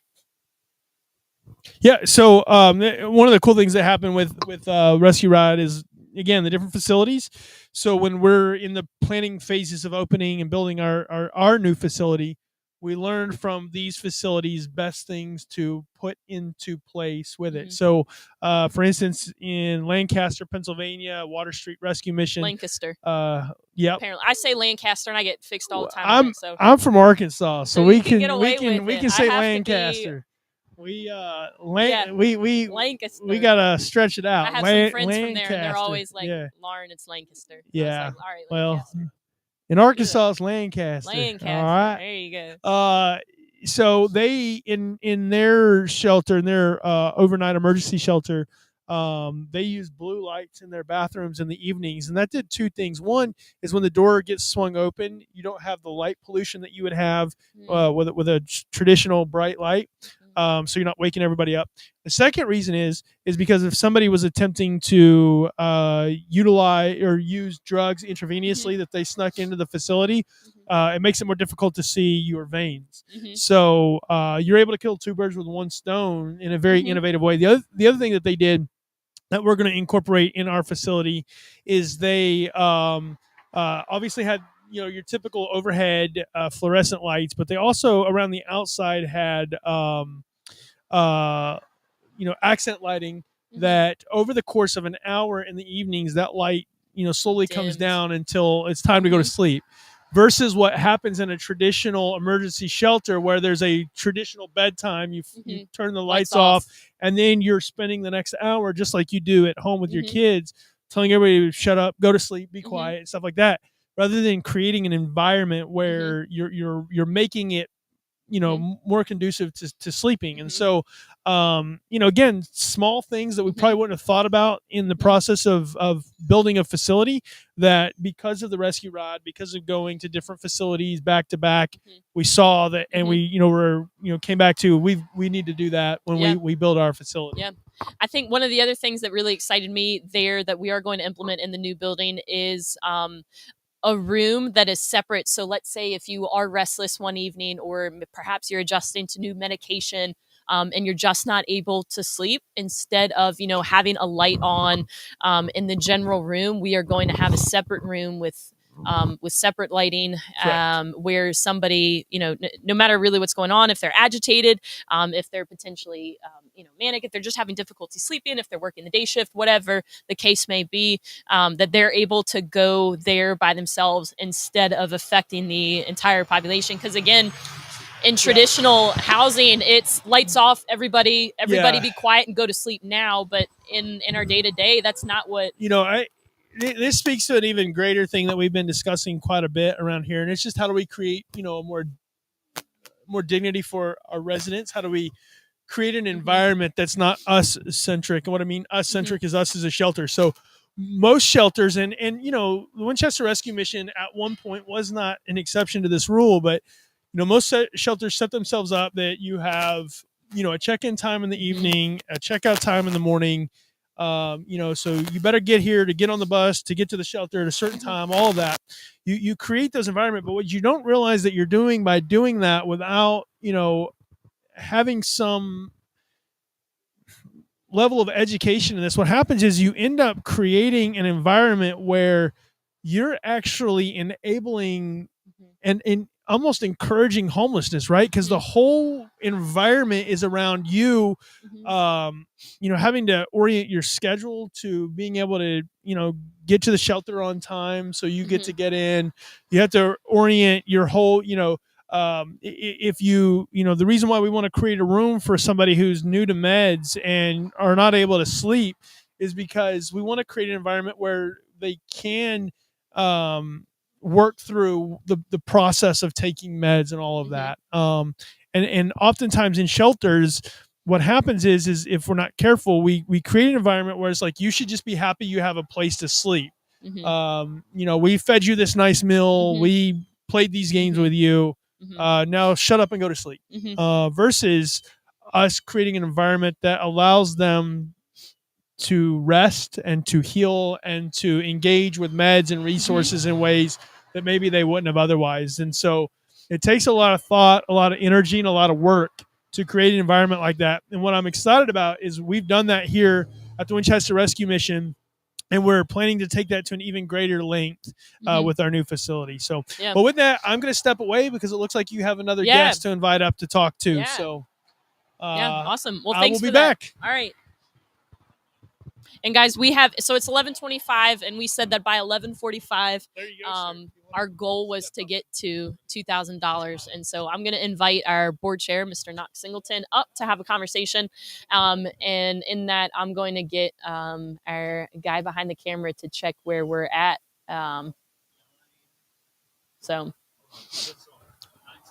Okay, so we're like right at $1,000. 1,026. We have to get to 2,000 in the next 20 minutes. We said 11:45.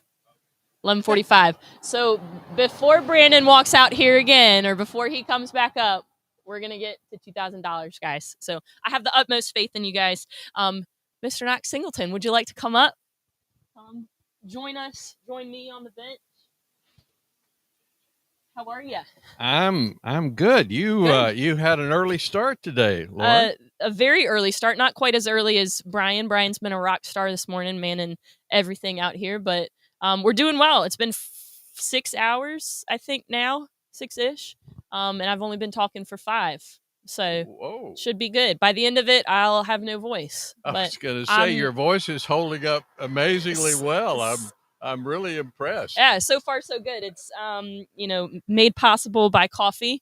I think Starbucks and McDonald's and now Dunkin'.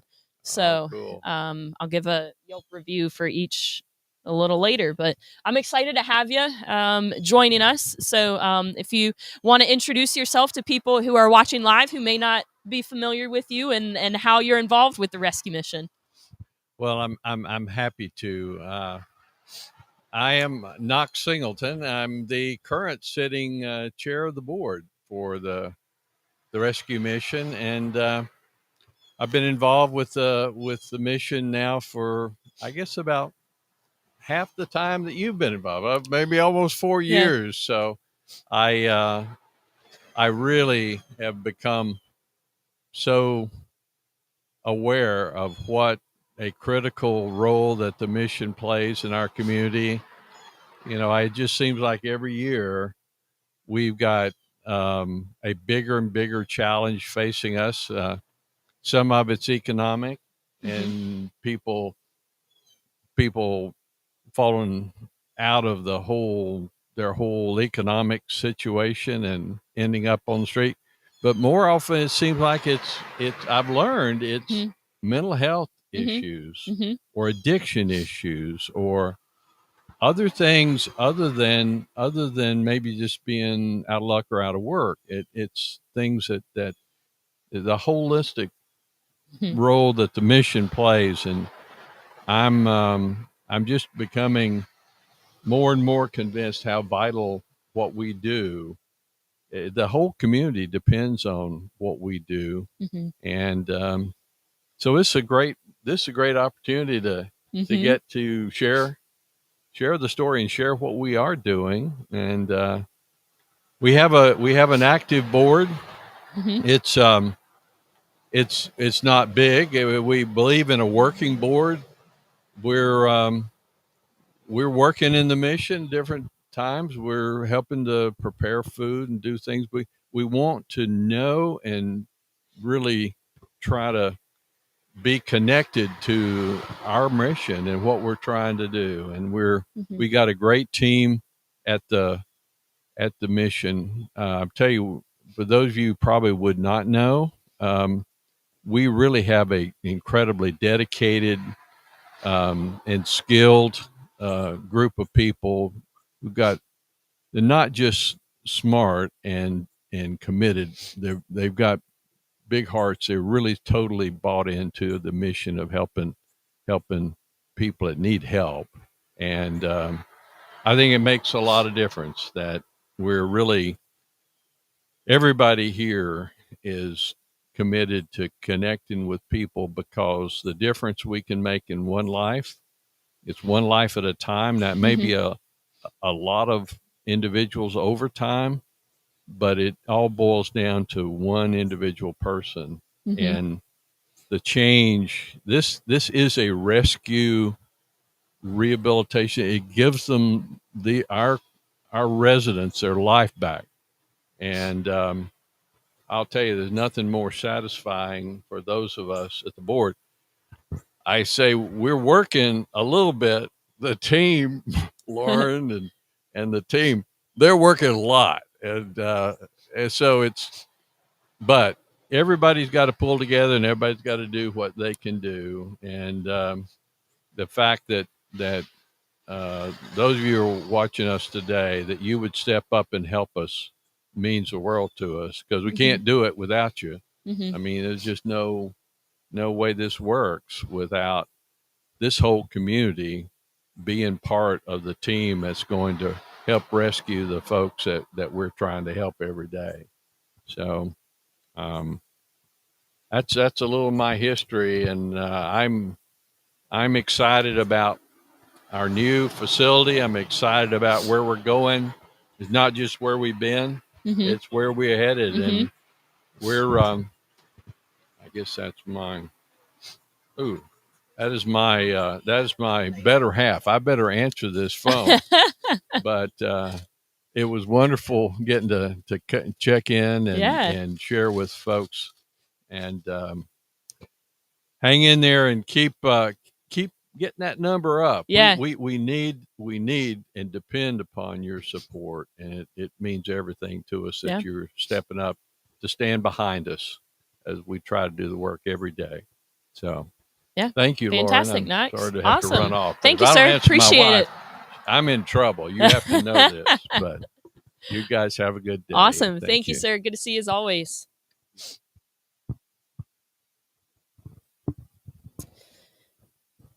All right. I'm going back to check in on some people who have been joining us. Leroy, thank you, sir. It is a pleasure to know you, and even greater of a pleasure to call you friend. Thank you for your kind words. It's really such an incredible honor to serve here at the rescue mission and to know you. So thank you, sir. Jay, thanks for tuning in from down in Daytona. I hope you are enjoying yourself down there. Kimberly, thanks for following along. Same thing. Maurice and Patricia and Deborah and Della. Hello, friend. It's great to have you guys. Great to have you guys watching along and learning more about the rescue mission, learning more about the people that we get to serve, about the community that helps make everything happen, from other leaders, first responders, our board members. Really, it is such a team effort, and we've hinted at it before, and you've got to meet a handful of our staff, but I can't emphasize enough how incredible this staff is, how passionate they are about serving at the rescue mission. And we've got guys who help staff our welcome desk overnight. We are a 24/7 facility. We are staffed all throughout the day, all throughout the week, every single week of the year, and our staff makes that happen. And it's really such an incredible privilege to learn from them. And I think a lot of times people see this role as the leadership role, but what I can't explain enough is that we have an incredible team who is compiled of really great leaders who are experts in their field. I hope Rachel Rivera, I've had the pleasure of knowing her. She actually started as a volunteer, and I've had the pleasure of knowing her and now working with her for a number of years. She came in as a volunteer, and I consider her an expert in what she does, and she's always continually learning, as well as Rob. He leads our programs team. He has his bachelor's in social work, and he is absolutely incredible. And so and everyone else, Sam in our community engagement team, Will in our kitchen, Janie being a community expert. I feel like in anything, if I've got any question about anybody, including the guy that's getting ready to come up, Janie can rattle off just about anything and everything about somebody. She is your community guru. And so we really have an awesome staff that I'm so honored to be a part of. I feel like the next guy that I'm inviting up doesn't even need an introduction. Come on up. We're excited to have you. You do. Yep. What's up? How are you? I'm good. How are you, sir? Hey, welcome to the bench. This is not your first time here, but it is my first time here. No way. Yes, this is your first. I'm a rookie. I feel like I have to we have to make Brandon aware of this. That I was waiting for you. I got you. I was waiting for you to show up. We're gonna let Brandon Thomas. Brandon's second string. Yeah, exactly. Come on. He's old news. Yes. Old news. Well, never. No. This is great. I feel like I've arrived now. Exactly. I've been party watching has you all morning. started. You're doing a great job. Hey, thanks. One of the hardest things to do is fill dead air, and you're making it seamless here. Hey, thanks. So. I appreciate that. You got to tell Brandon that because he's been heckling me all morning. But we likely have some people who are not from our local area who may not be familiar with you. So introduce yourself and tell us a little bit about. Hello, Cynthia. About you. Yeah. And the Reader's Digest version. My name's Jay Foreman, a local guy. I'm a author, speaker, and a corporate trainer, and I do some leadership teaching at the local community college. Heck yeah. You dabble a little bit in everything. Oh my gosh. Speaking, here's Janie. There's a whole lot more stories that could be told about this guy. Yes. Janie and I worked together once upon a time. Yes. We're gonna keep it on the up and up. I appreciate that. And happy anniversary. Thank you very Your much. wife deserves a medal. She's punched her ticket to sainthood. 26 years. So wow. Yep. Today? Yep. Today. Happy anniversary to you. Thank you very much. Wow. So, or as she likes to put it, one day closer to death do us part. So it's all good. It's all good. Well, thanks for coming. Yes. We know you could talk, so you're going to stay here and talk for like 45 minutes. No. Nobody wants that. You can talk. You can talk with the best of them. Well, between the two of you, we could make it 24 hours. That's My right. goodness, we don't need Brandon. This should just be like a daily morning show. Exactly. Right? Yeah. Like the new Regis and Kelly. Yes. I'm dating myself. I don't think that show's even on the air anymore. Hey, you know what? I actually do know this. Brandon was giving me heck earlier for not knowing Bob Barker. Oh, really? Here's the thing. Here's the thing. I know him. And then I was like, oh yeah, the Family Feud. I was like the Family Feud guy. And he was like, Lauren. And I'm totally just joshing with him. But it was like one of those moments when you get caught off guard and it's like, you know this person and you just it's like a term or name or phrase and you can't think of it. And that was it. Right. He caught me at a bad time. And now he's like roasting me for it. But you have to know him from Happy Gilmore though. No. Now I'm showing my lack of age. Oh my gosh. Never mind. Yeah. All right. So yeah, author, leader at Laurel Ridge Community College, and I can't remember the very first time that I had the privilege of meeting you, but I know one of CLP. Them, was it CLP? Was that our first? I'll never forget a face. I remember. That's the first time we met. Yeah, and that was just over a year ago. Yeah, and so Andy Gale was up here earlier, and we were talking a little bit about CLP, and you were talking about leadership and servant leadership and what that looks like and what that means. And so much of that stuck with me. And one of the things that also stuck with me was like, if Janie were to take a picture right now, there it is. That's the one. Yeah. I teach, I have a whole bunch of things I think are important. I try to teach. Yeah. The one takeaway everybody has from any class I teach is that if somebody gets ready to take a picture of you, strike this pose, right? Yeah. Because then when the picture comes out, it looks like you're saying something very important. Yeah, here, Janie, you want to take a picture and we're going to make it look like we know exactly what we're talking about? We'll prove how this works here. Prove like we know what we're doing. And so amongst many of your other very incredible things. Here we go. Janie's getting a picture of us. Okay, nice. Fantastic. We both look super intelligent. Yeah, exactly. So now it always looks like do. Okay. It's the biggest lie.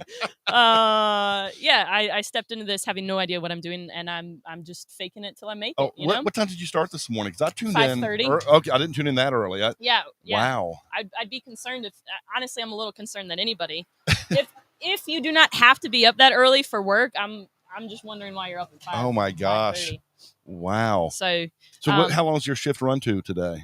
We'll be rocking and rolling this evening until like 10:30. This is you straight 11 through? o'clock. Yeah. Oh my gosh. I'm allowed bathroom breaks. That's nice of them. Snacks and more coffee than I'd like to mention. I think I'm on like 2.5, and earlier, I was like, and not because I'm scared. I don't mind talking, but I think I just consumed too much caffeine too fast. That'll do it. Like, Oh so my it's gosh. in years past, we've done Brandon, I think the first two he did for 24 hours. Okay. Wow. And so he was on like that whole time. Like obviously bathroom and like eating, walking kind of things. Right. And we've decreased it a little bit, and so this time we start at 5:30. We're going until about 10:30 or so, or until I lose my voice, and Oh my or we just gosh. get shut down. But the thing is like, not only is this a really cool community event, and we get to sit down with really great leaders, community leaders, nonprofits, and whatnot, but it's one of our biggest fundraisers. Great. And our goal is $24,000. And in years past, we've been able to hit it. And so I am maybe either a little too confident or cocky. And I said, you know what? We can do it from 5:30 until 10:30. Yeah. And I said, and I'm like, Brandon, watch this. Yes. Yes. And so now we have to still hit that goal in.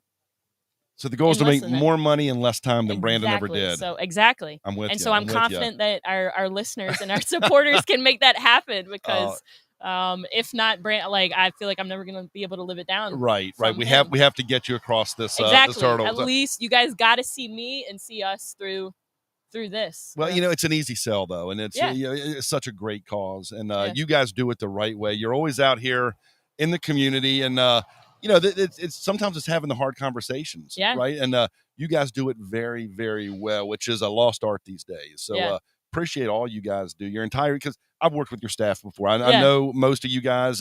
You do a fantastic job. It's the right people in place for a very, very worthy cause. So and all kidding aside, we appreciate what you do. Thank you for that. Well, thank you. Yeah, we really love it. It's very needed, and I think all of our staff is very much called to it, and our volunteers as well. Our volunteers help make so much of that possible. So if you had like so many cars driving by and hitting the horn and waving all day this morning. Yeah, we've we had Winchester City Public School bus stop by, and so I'm just waiting for one of our bus drivers, our local bus drivers, to actually swing back by. So if any of you watching know any of the bus drivers, I'd love to sit and have a conversation, try to figure out who that was, because I'd love to say hey.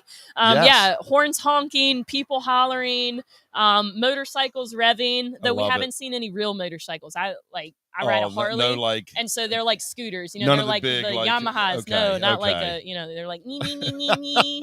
And I'm like, scooting along with one foot. Yeah, exactly. Okay. Like, you might as well be on a bike. Do we have to be on best behavior now? No, he's not in charge now. That's right. Old news. That's right. He doesn't even get FaceTime anymore. No. Time. No. Oh my gosh. Kick him out. He's moved on to bigger and better things. Wow. No, this is fantastic. I've seen you've had what, 5 or 6 folks show up, but that's just what I saw. Maybe more. Yeah. We had our maybe about a dozen or so. Okay. We've had our community paramedic Shannon come. We had Mr. JD Orndorff from the fire department. Yes. We had Corporal Morris and Nixon from police department swing by. Nice. Officer South. A handful of our board members, our staff. I saw some of them. Okay. Mm-hmm. Yep. Some community, just community members in general who had some questions, talked about some needs that they felt that they had in the community. Andy Gale, another kind of local celebrity, right? He came by, swung. I'm sure ratings ticked up when he was on here. Something like that. We talked about Dolly, and that Dolly needs to make an appearance, because I feel like she's also kind of a local celebrity, as just a piece of cardboard. Yes. And so she needs to make an appearance.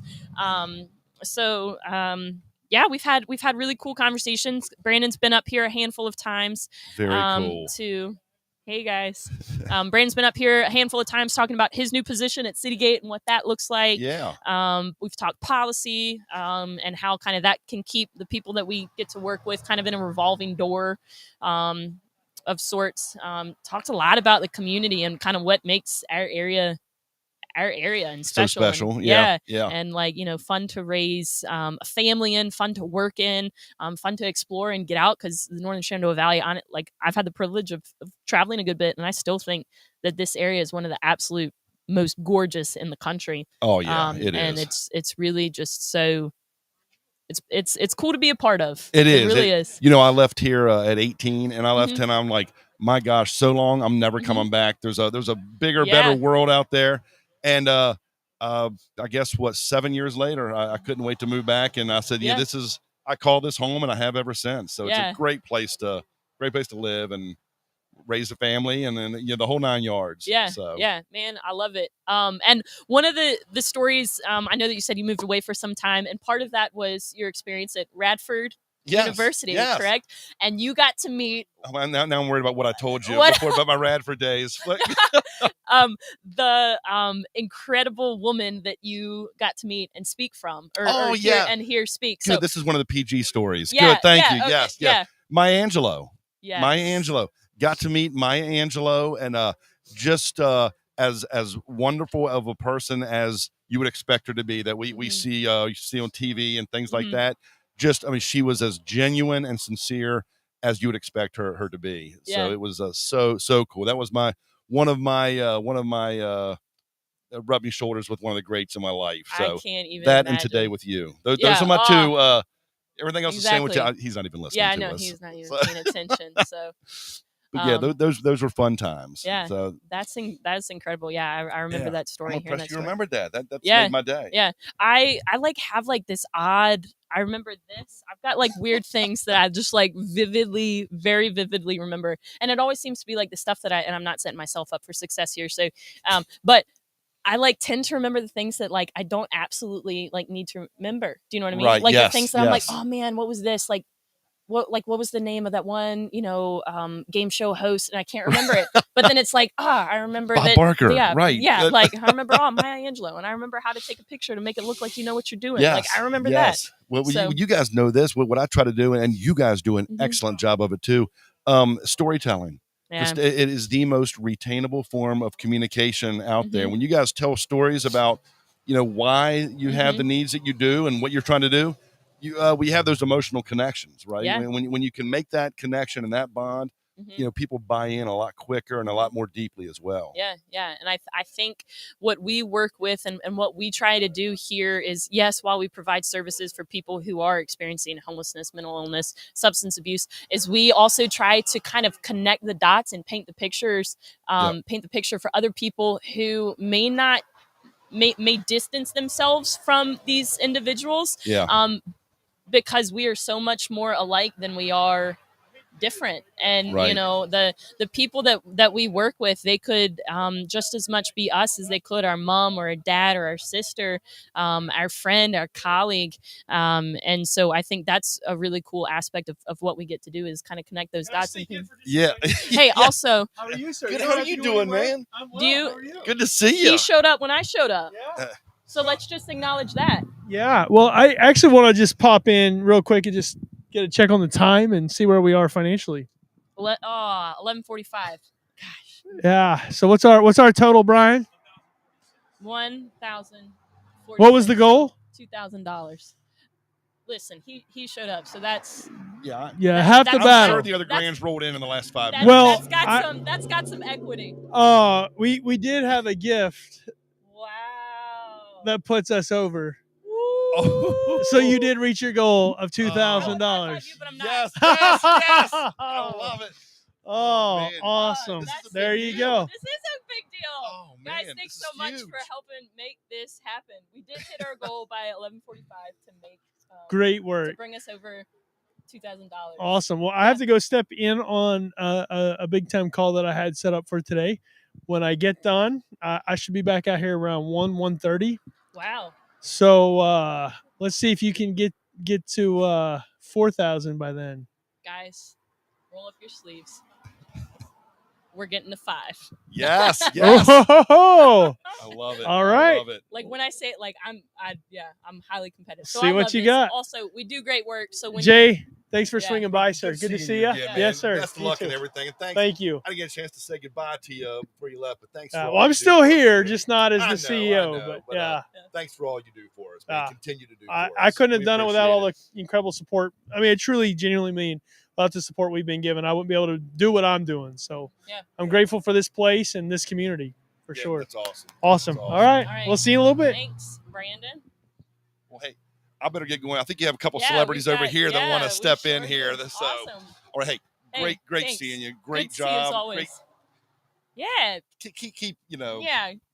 knocking it out of the park here. Yeah, he's going to start asking me more questions, and that I'm not going to know. So you guys got to continue to show up. It's all good. Yeah. Thanks for awesome. everything. Yep. Good seeing you. Thanks. Good to see you guys. What's up, guys? Feel free to come on up. Oh, well, awesome. Well, thank you guys. We really appreciate it. This is huge. Yeah. Thanks. Yeah, come on up. Awesome. Yep. And Brian's going to give you that microphone. Good to see you. Brian, I'm going to give you that. Awesome. For people who are watching, if you don't mind, introduce yourself. Tell us a little bit about you. Yeah, so it's really good to see you this morning, Lauren. So I'm Robin from Family Promise of Northern Shenandoah Valley. So we're a newer nonprofit here in the Winchester area.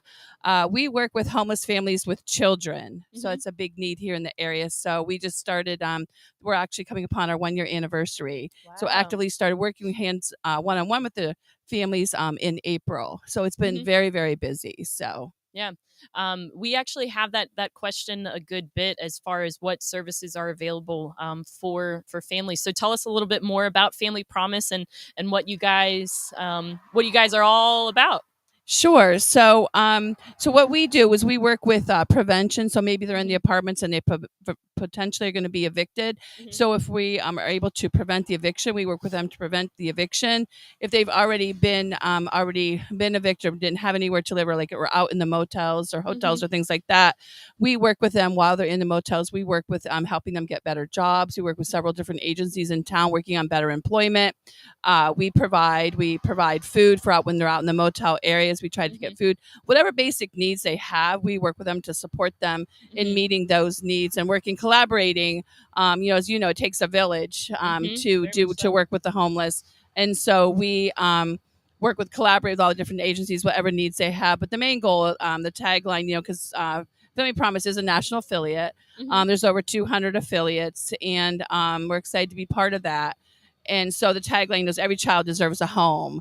So that's our main goal. And we work too closely with the school districts, the city of Winchester, Frederick County, with the homeless liaisons, working with the families, trying to still figure out where everybody is located at, and trying to really work with all of the families that are homeless at this time. Yeah. And do you see a large portion of families who are kind of teetering at that aren't quite homeless, but may be? I know our friends at United Way, they frequently use the term ALICE, and that's asset limited, income constricted, but employed. Do you all work, or do you see a large portion of families who are kind of on that line? We do see quite a bit of that. And one great thing about Family Promise is that in those situations, if they go to to United Way and Valley Assistance Network, and apply for assistance, one of the things that we are really proud of is that the very first step that they have with us is, of course, they do an intake with myself. And the very next step is that we meet with a financial counselor. So they meet with a financial counselor and myself. And that's really where we see just the basic financial budgeting and how to handle the money that you do have. Everybody's been challenged with that. So before any financial assistance is given, they need to sit down and, have financial assistance counseling with us. And then once they're in the motels, we continue that on an ongoing basis. They meet with myself and the counselor on a regular basis. And then when they get into their own housing, we also go in and we do case management within the homes with them. So one of our biggest needs, of course, like for a lot of them, is affordable housing. So we're really looking for landlords too. We do have a couple that have come on board to help us when they have openings. They let us know right away, and they work with us and our families, which has been really great. And one of our success stories this morning, we had a young girl that had a daughter, and then she was on limited income, disability. And whenever she would have the money, she would get a motel for her and her daughter. Well, when she couldn't have, that money runs out pretty quickly through mid-month, the daughter would go back and stay with the grandma. But the young girl was actually living by a tree at one of the local pharmacies here. So I'm really excited, though. I wanted to share that success story with you. That's awesome. We were just at her signing of getting her apartment. So we just did the inspection, and she'll sign her lease tomorrow morning and get into housing. Yeah. So wow, that's incredible. I love to hear that. Yeah, it was a really great, really great story. We've had several other, we've had other families. We probably had close to, since I started in April, we're probably at about 80 intakes that we've had of homeless families with children. Wow. So I don't think people realize the breadth and the wide, Mhm. wideness of it here in Winchester and Frederick County. Yeah, yeah. And something that we get sometimes is that these people who are experiencing these things are not from our area, and even so, like with families, we've been told, like, it's not a problem, and if it is a problem, they're not from our area. Do you find that these families are, from Winchester, are from Frederick County, are in our school systems that are experiencing these? Yes, there's many of them. There's like right here, right here in our school, in our local school systems. There's many homeless families with children or about to be homeless. Yeah, yeah, and it's a tough thing to see. I have a 4.5-year-old little guy, and I cannot imagine. And frequently, we'll have individuals who walk in and they're seeking shelter, different services, and we can certainly point them in the direction, such as to you all, or other services. Froggy's Closet, Abacare for women who are expecting, and different things. And I think that's a really incredible opportunity that you guys are offering to families in need. And so I'm really excited for you guys and for the future. Another one too is New Eve Ministries has been really great. New Eve. So we had a girl that was actually living in a car that was pregnant, and then she was able to get into New Eve Ministries. But we want to thank you too, because a lot of families come here to get the food, like get the meals, or they come to get the groceries. And I also, I'm a part-time day manager for Watts. So I appreciate all that you guys do for the homeless, the men and women. I've had a lot of interactions with your, your staff and the people here, and they've been really great in helping, with different things. We just need more beds for the homeless. We really, really do, So I had a girl, I was working late last night at our office is located at Market Street Church, and it rang, and there was a homeless woman, looking for a place to stay for the night. And there just was no, it's really sad when we say, well, Winchester Rescue Mission, but it's full. Well, where else can I go? And there is nowhere else. It's none. It's just really sad, the lack of beds that we have and the lack of shelter, for the homeless in this area. Yeah, we have capacity right now for about 45 individuals. When Watts, and I think this year it's November 5th that they're November 4th, and it's essentially November through March. And there's a capacity of 35 beds. Correct. Based on just the churches that are supporting Watts, and so that's 45, 35, 80. Did I do that math right? Yeah. 45, 35. That's 80 beds. I don't know why I'm looking at you. That's 80 beds. And from the last count, I believe when we did the point in time count, it was around 300 people in our area who are experiencing homelessness. And we only have about 80 like physical beds November, even that we can get documentation for. And so likely that number is much higher than that. So there is such a need for more housing and for more services. And I think that that's really important as to why, the work that you guys do and our partnership, with Watts and CCAP and us and why the work that we do is so important, and understanding that there's more work to be done. There's a much higher need than what we're able to even currently provide for. So yeah, and like you said, we try to give education to the community. So tomorrow we're actually having a lunch and learn at the Our Health Campus Center from like noon to 1:30 that we invite the public or anybody that wants to come out, to learn more about Family Promise and how they can get involved to do the good work here in the community. Yeah, that's something that I say and we say here a good bit is the best volunteer is well educated, and the best donor is a well educated donor. And I think that that's incredible, is to educate our community on really the issues, like as to how many people are experiencing these kinds of things, the reasons why people are experiencing these things, how to best serve and best practice for providing services for members of our community who are in need of these services. And so I love the idea of, hello, Mr. Capone. Well, that's officially the loudest one. I think that might beat the train.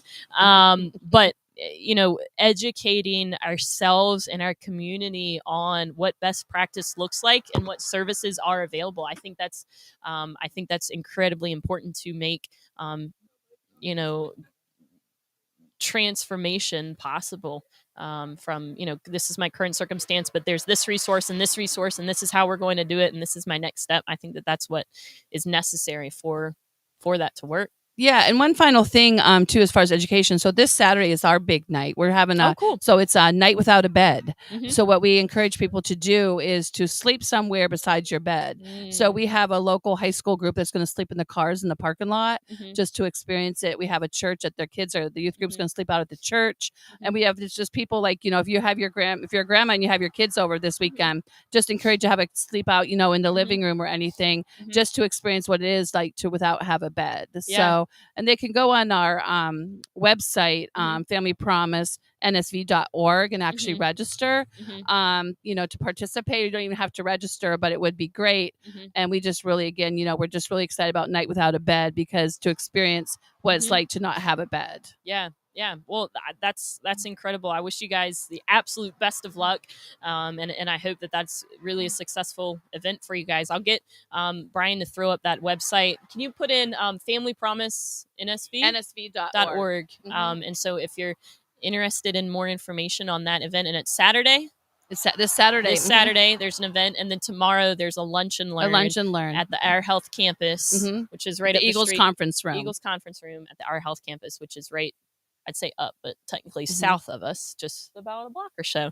And so if you guys are interested in that, that's definitely a great way to learn more about you guys and what you guys do in the community as well. Yeah, I remembered seeing it on Facebook that you were having. I saw your little advertisement for the bench. I thought, I got to stop by. And then I'm happy coming back from the signing for the one homeless gal. And I saw you. I thought I should just stop by and say hi. And I just want to thank you, Lauren, for all that you're doing, and continued great success here at the Winchester Rescue Mission for everyone. So you're doing an awesome job. I really appreciate it. Thank you so much. Yep. Thanks for joining us. Thank you, ma'am. You can hand that off. All right, guys. So we just put the link for Family Promise of the Northern Shenandoah Valley in the comment section. So if you've got questions or want to learn more, that's a great spot to get more information. We'll see you soon. Yep. Thanks. Watch your step. Hello. Hi. It is good to see you. I don't know that we've formally met. Have we not? I'm Nancy Mosolewski. Well, maybe I've just heard so much about you that maybe I do. I think I know you, but maybe I just haven't met you. I wanted to introduce myself to you the other night, and I didn't have a chance to. Well, I'll give you. Probably have met before. But anyway. There you go. Well, reintroduce yourself, Nancy. I'm Nancy Mosolewski from the village at Orchard Ridge, and I run a group called the Plerners. And our job is to take waste off the street. And one way we found it able to do it is we recycle plastic bags and make them into. First, we started with sleeping mats for people who are experiencing homelessness. And we branched out to make these totes, and we sell them, and then we donate the money to the rescue mission. So we've been doing this for 5 years. Yeah. And I wanted to show you that hot off the press is our newsletter for this month. And no way. Wow. So there's a big article in there about how we got started. That's incredible. One of the first, I guess Brandon was the first person who came and spoke with us about the mission. And he was the first, this was the first organization that we gave mats to. And I can remember sending out a whole big mess of mats with him. Yeah. He gave such an inspiring talk. I don't know what made me do it, but I recorded it and I still have it. Oh, wow. From 5 years ago. Wow. We have a little shared drive on our internet that people can access. And so that's one of the things we have on there. Yeah. And we have given to other organizations. We give to, hi, Janie. We give we make nap mats for the daycare centers. Wow. And we have given to CCAP for a while, but lately we focused entirely on the mission. Yeah. And all of our products that we sell go to the mission. Yeah. And they're selling like hotcakes. I've got in the last week and a half. Thank you so much. $100. Wow. So this is incredible. We're now up to, I think, $3,250 that we've donated since last May. Just in selling these totes. That's incredible. And we make little mats too that we sell, but mostly it's these totes that are really popular. Yeah. This is the cutest. I knew you were going to say that. I love it. When you walked up, I said, "Look at this side this is bag." Our newest product, and it has been literally selling like hotcakes. People will come up and say, "I want 5 of them." I would say that right now. Like, I at least want one. So if I can put in a special request, I will happily contribute to the. I will happily contribute to it. That's incredibly cute. I love that. What a great idea. Yeah. And it has a little button on it, and then we put a little carabiner inside. Yeah. Hook your keys. All your knickknacks, all your necessary, your snacks, and going around town. Donuts and. Yep. Exactly. Water. I love it. That's incredible. And so Janie was speaking a little earlier, and I read in here that it's similar to crocheting. It's like a crochet-like method. Yes, it is crocheting. These are crocheted. Everything that we make for the totes is crocheting. But as you will see in the article, there are several men in our group as well, and one of them built a loom, and so we are weaving sleeping mats as well. Wow. So the sleeping mats can either be woven or crocheted. I love it. I think it's ingenious, and I think it's a win-win-win. It's low waste, and you're able to reuse items. You're able to reduce. I mean, I can remember that like slogan: reduce, reuse, recycle, and you're doing all of that with that. Plus, we have people in our community that are very creative, and it's a fun thing to do. How cool. To stir their creative juices. Love it. And to give people something to do. Some people come on Saturdays and just get together, and it's kind of like a big quilting bee. So where do you get all the bags from? I know here comes JDB. Here I come back in. I know. My friend Nancy. Now, Nancy, I built you up a little bit because we're doing this special auction. So, folks, please go to the link and keep bidding on these fabulous items that we have listed in our little experimental bid auction, which is exciting for this week. But I built you up, Nancy, and the Plarners because of the fun names. The whole Plarning process takes several steps. There's the gatherers, and there's the smoothers, and there's the cutters, and there's the ballers the loopers that make all the yarn balls, and then the fifth stage are who? The hookers. The hookers. The hookers do the crocheting. When I told them that, they thought I was making it up. The things that the people at Orchard Ridge get into these days. Absolutely. And here's the best part of it. We have a men's group that gets together on Saturday morning. They won't let any women in there at all. And they smooth bags and they tie bags. So I call them the looper dudes. Man, I love that. Yeah. Oh, my gosh. Yeah. See, we have a good time.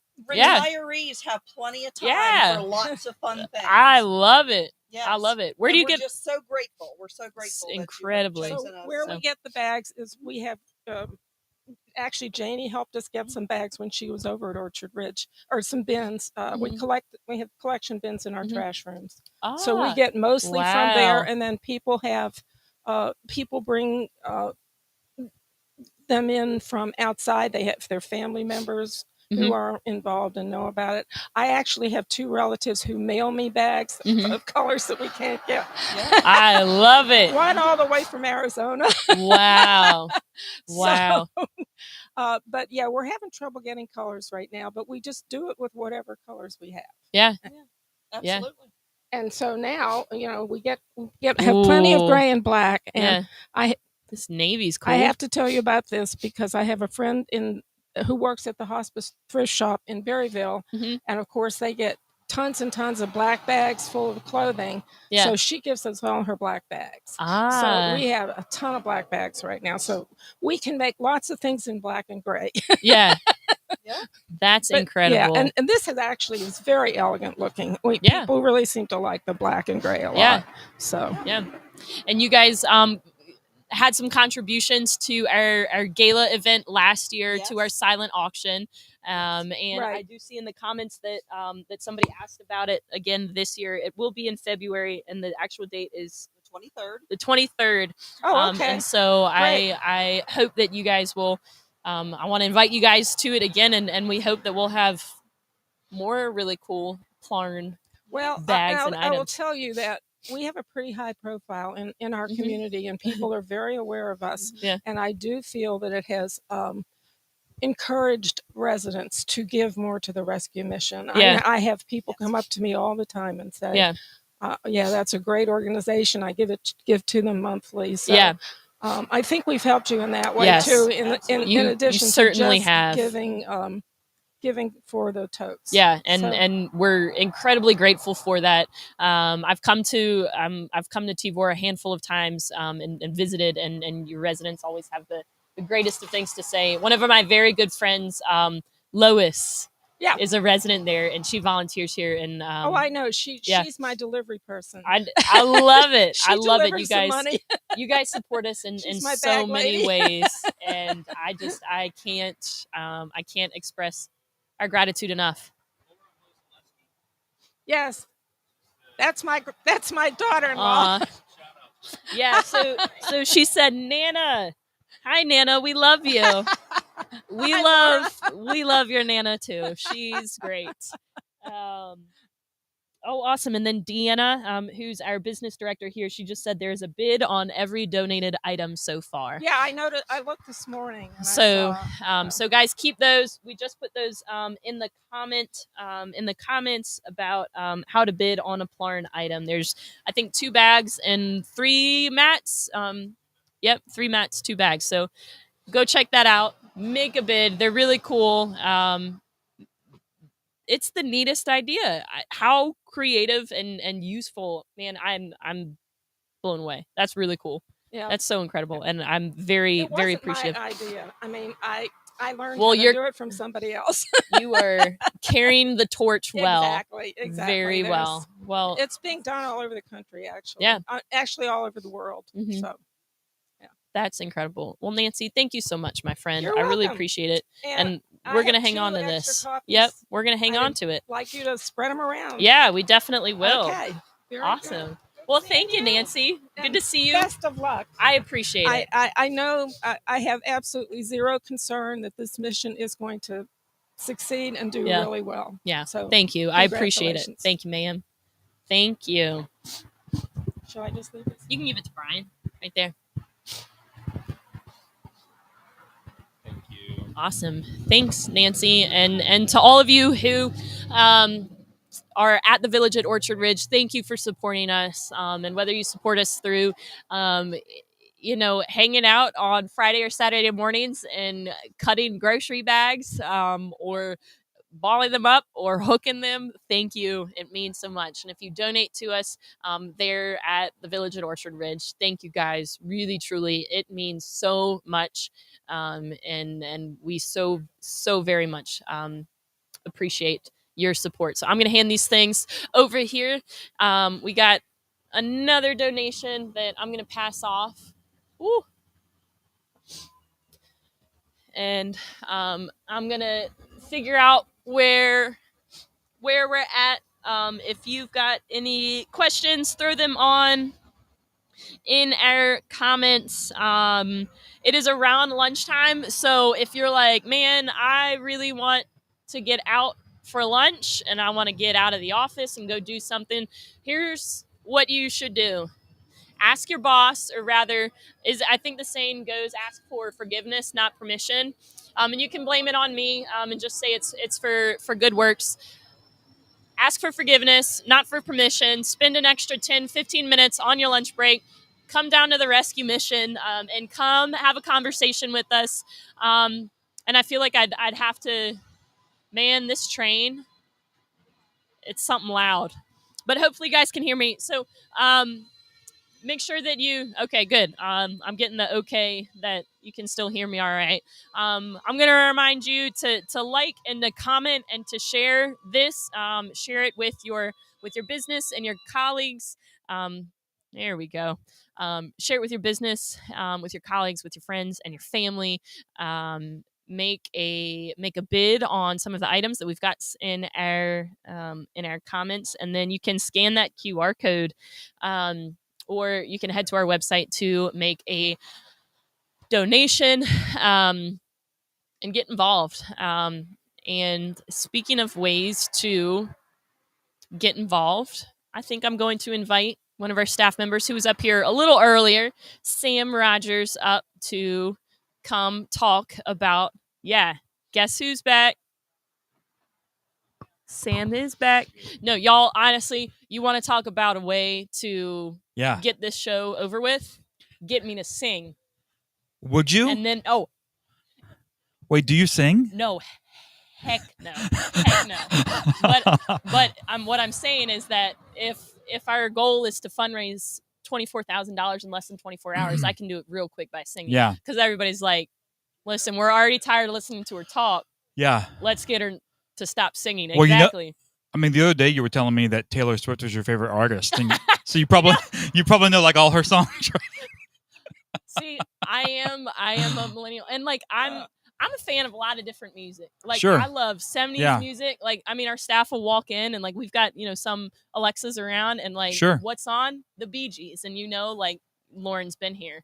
I'm a big fan of country music. I like Taylor Swift. I like a little bit of rap. I'm a little all over the place. Yeah. But I go through these phases. And so actually it's funny. Recently I have been in a Taylor Swift phase. So interesting. I'm working I was just joking, but now the truth is coming out. Yeah, the truth is here. Yeah. I would not go as far to say as I'm a Swiftie though. Like I'm glad. I'm not spending. Yeah. Cars are loud and cars are fast here. They are loud and fast. Yeah. Like I don't even know how much ticket costs are to Taylor. Just something outrageous. It's like whatever it is, it's too much. Probably. It's way too much. It's money that you could use to support the important work of rescue mission instead. Exactly. So right. To you Swifties, that's right. Just turn on the radio, save the money, and help us out. And here's the thing.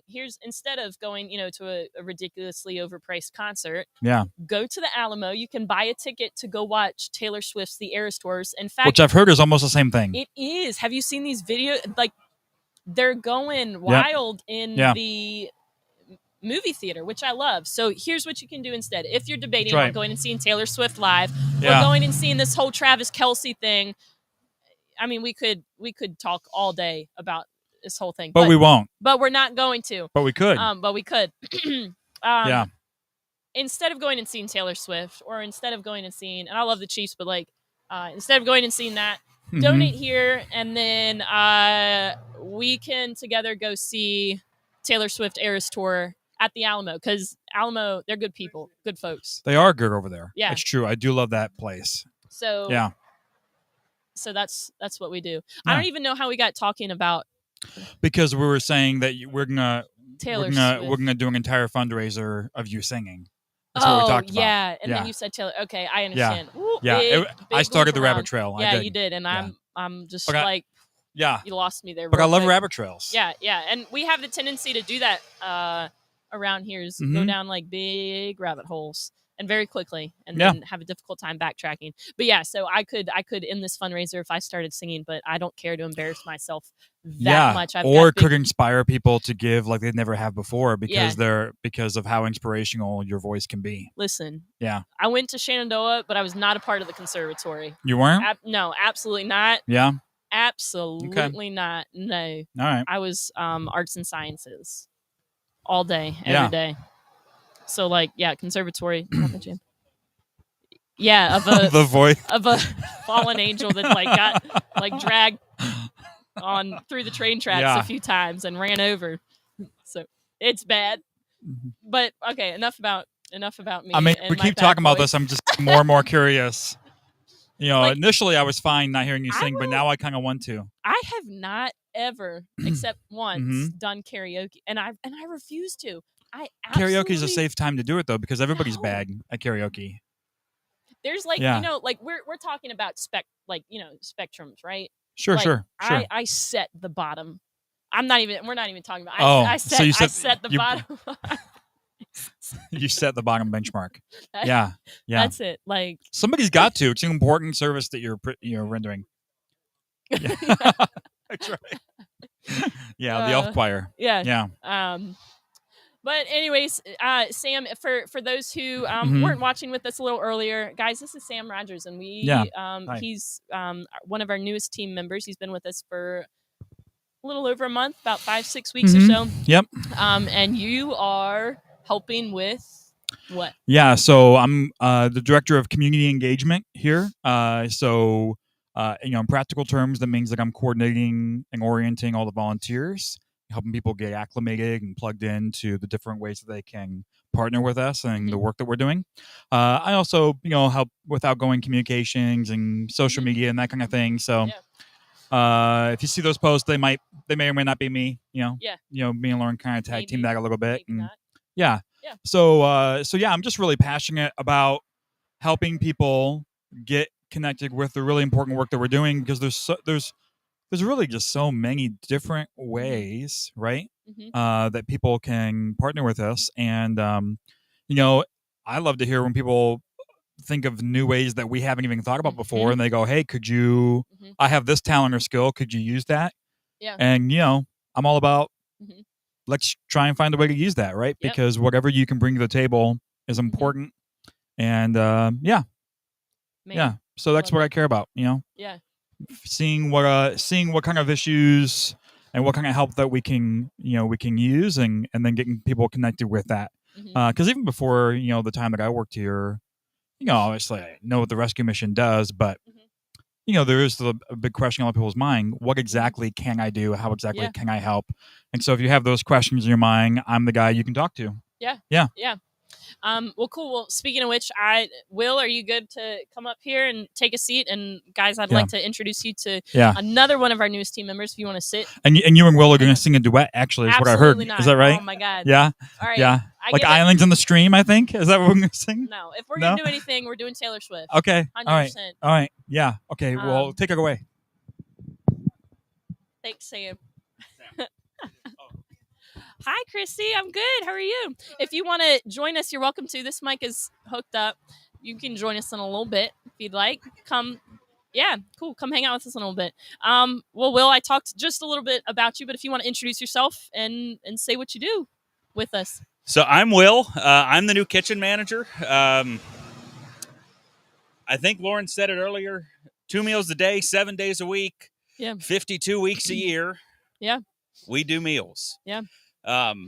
My job is to plan and coordinate those, make sure that Bye, Nancy. that meat and other products are being pulled so they can be used by the volunteers that are coming in to help me prep.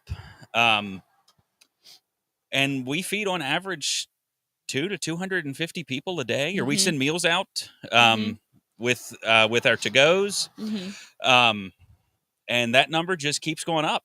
So, if you're interested, I'd love to work with you. Even if you have no kitchen experience, I can show you a little bit. I can show you the ropes. We have a good time. I can tell you that. Yeah, man, it's a whole lot of fun. I spoke a little earlier about so many of our current staff started as volunteers, and a lot of us started actually in the kitchen. Myself, Brandon, Chris Bennett actually started as a volunteer in the kitchen, and I think a lot of times it's kind of intimidating with the idea of like, oh my gosh, I've got to do dinner for like 100 people, or I've got to do a lunch for 100 people. Like, how am I supposed to do that? So walk us through a little bit of the process as far as what to expect if somebody wants to come in and support us by volunteering in the kitchen.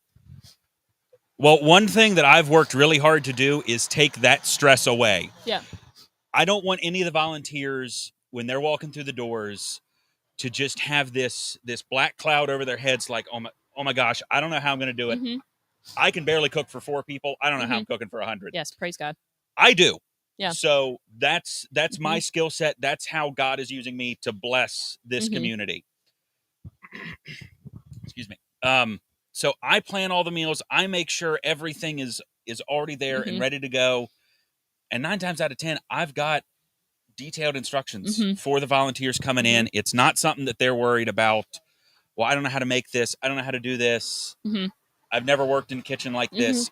I'm there. I walk you through it. I show you everything that you have to do so that you can turn around and show love to the community that's coming in. Yeah. Because a lot of times the people that we're serving, this hot meal is the one source of dignity that they have. Because when they leave these doors, they're looked on as less than.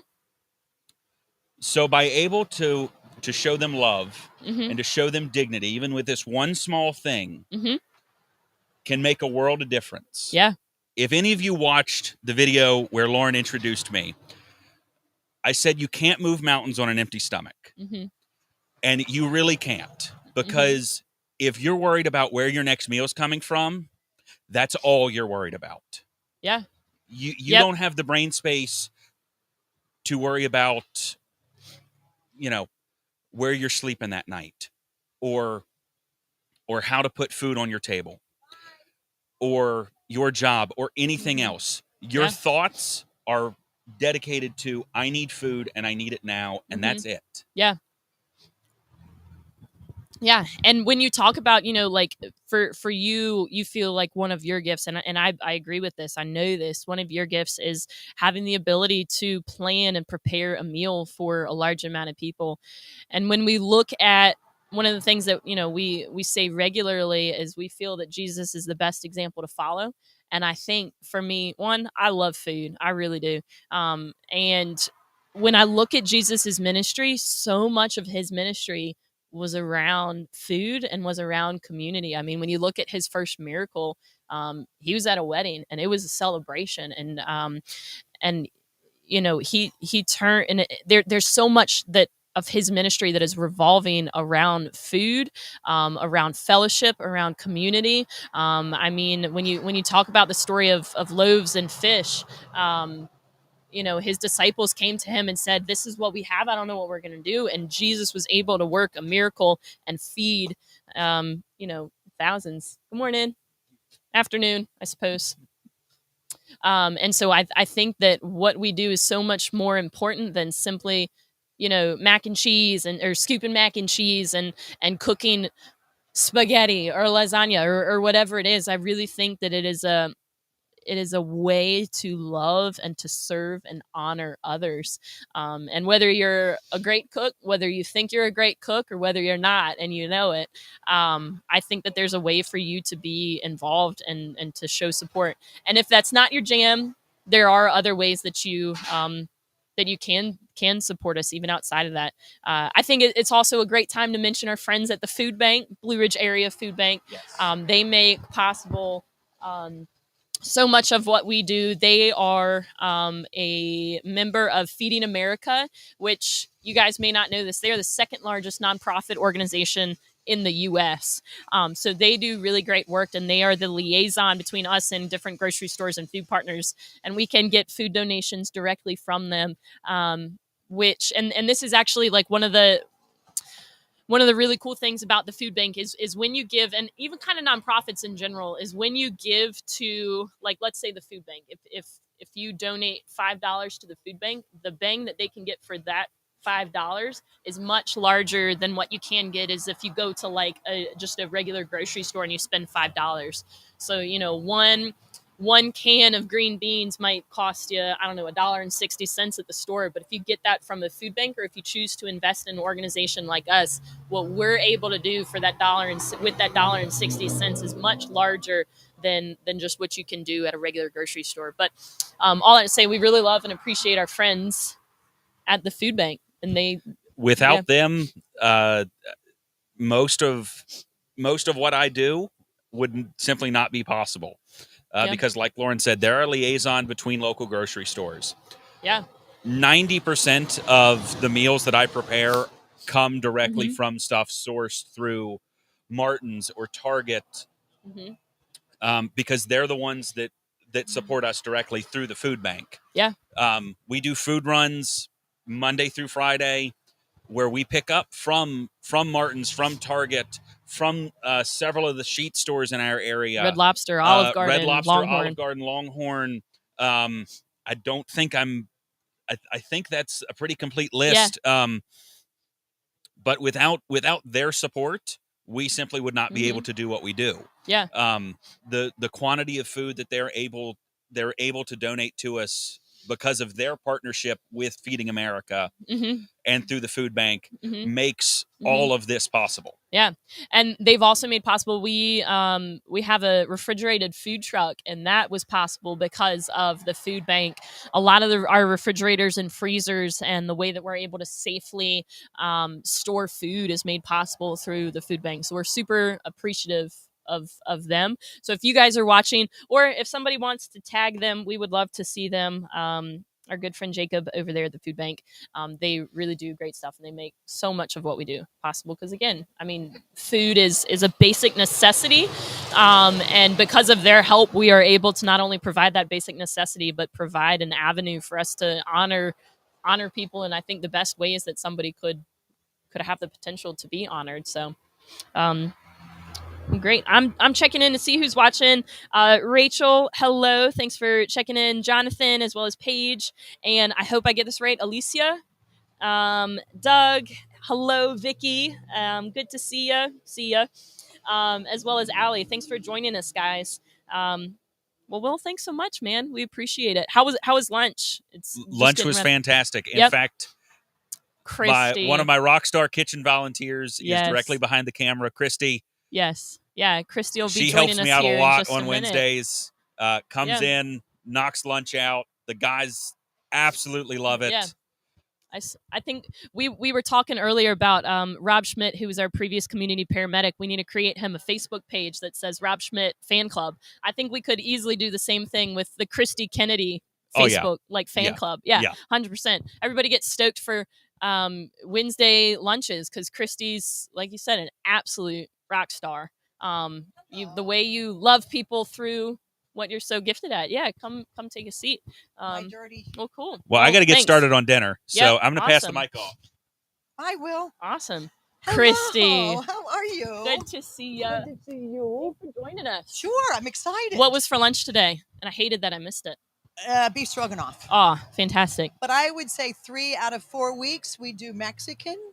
Praise I God. make my own salsas. It's great. So that's a popular Yes, thing. always. Jack. Yeah.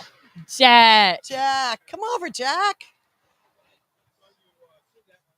I did. Yeah. Well, rescued her. So how's it going? It's good. It's really good. We've been going for do some math, Lauren. We've been going since 5:30, so I think I'm 7 hours. How long are you going into for? it? 10:30. 10:30 tonight? This evening. Yes, ma'am. Oh, good for Yep. you. Yeah. Woohoo. All right. In years past, it's been 24 hours, but I just told Brandon that I could raise more money faster than he could. So y'all, seriously, you got to show up for us. So Christy, tell us a little bit about how you got involved and why you're here and what you do, because I love it. And Jack, you are welcome to join us if you would like, sir. You can come on over. Yeah. And that mic works. You're welcome to sit, though. If you want to sit by your booth thing, I'm happy to. This is my husband, Jack Kennedy. Yeah. Who helps me out in the kitchen.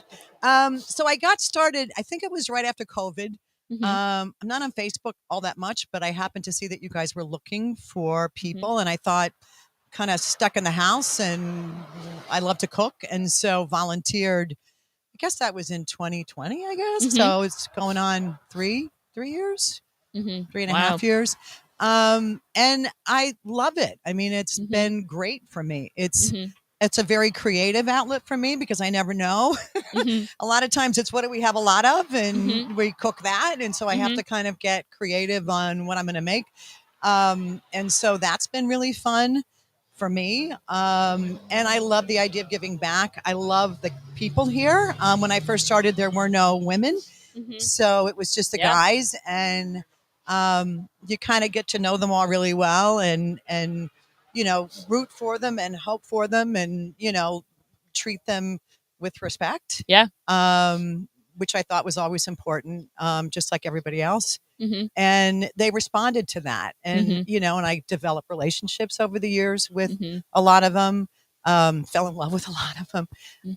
And so that was really great. And then the women moved in, and that was even more fun because it kind of changed the dynamic and opened things up a little more. I think softened things a little bit. And so being able to cook for them and getting to know them has also been really great. And I just love the environment here. You guys are all really committed to what you do. and that makes a difference to me. Yeah. I think I told you this the last time we talked, but I have a lot of hospice training, as does Jack. And I remember you guys took in somebody who was on hospice, Buddy. I don't know if you remember Buddy. Yeah. And, you know, you guys sat with him, took care of him, made sure he was well taken care of. And, you know, when he passed, I happened to be here cooking that day, and you guys all came out and he's got food for Lauren. She's starving. Guys, listen, this beef stroganoff we made today. Like 24 days, not even 24 hours. Anyway. Yeah. Here, Jack, feed me. No, I'm just kidding. He'd already eaten a ton of it, trust me. Anyway, it was a hospice situation, and it was you and Janice, and I don't remember who the other person was, but when the person actually passed, when Buddy passed, you guys all came out with him, with the funeral people who would come, and you were all singing. And that really touched me and really brought home why I love volunteering here, because your hearts are in it, and that makes a huge difference to me. Yeah. To know that you guys are that committed and that open and that respectful, and that you love what you do so much. And so it made it easy for me to come here every week, you know? Yeah. Yeah. I think that's one of the really incredible things about this place is it grows on you, and the people grow on you. Yes. In ways that you would not Never expect. expect. I never expected myself to be doing the things that I do, but I've learned so much, and I think I've learned a lot more grace and patience and how to honor people and what that looks like. And I think, as unfortunate and as kind of heartbreaking as Buddy's story was, I think at the same time, what a great victory it was to be able to be there with him and share that with him and share that with our team, and really be able to celebrate the gift of humanity and the shared experience in that. Hi. Hey there. Good afternoon. Good. How Doing are you? well.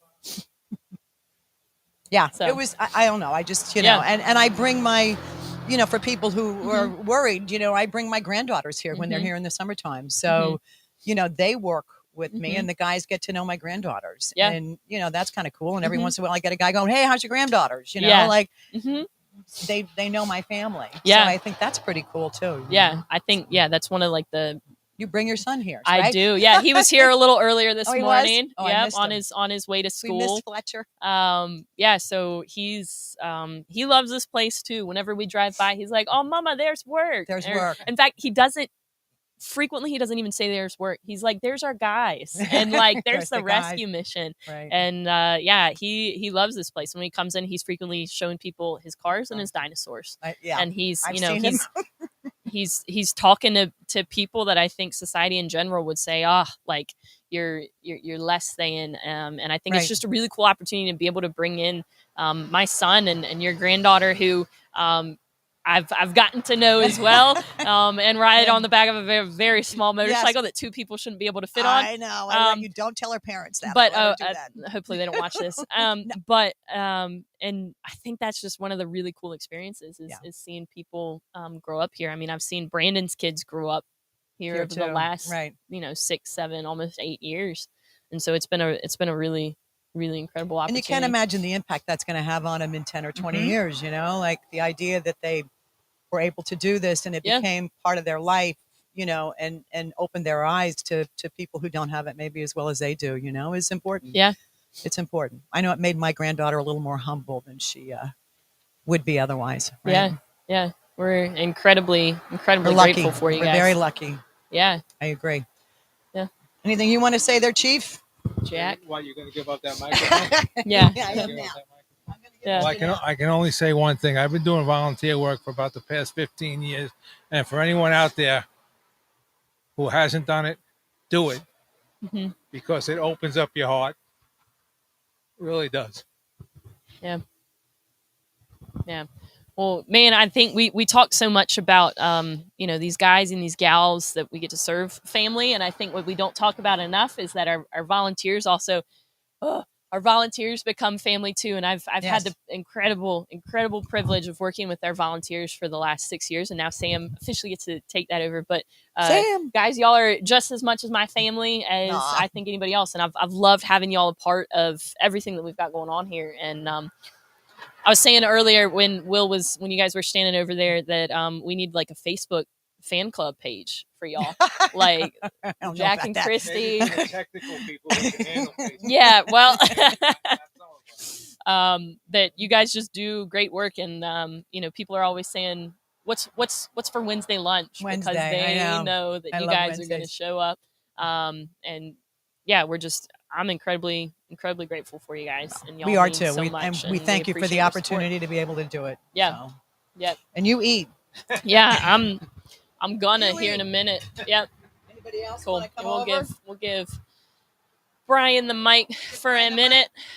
We're going to yeah. Thanks, guys. We'll see you guys next week. Yeah, Janice mentioned I miss Wednesday with Christy and Jack. So Janice, yeah, Christy says she misses you too. Well, guys, thanks so much for continuing to support and continuing to keep an eye on us. I see that Veronica, you joined us. Thanks so much. Janice, thanks for following along.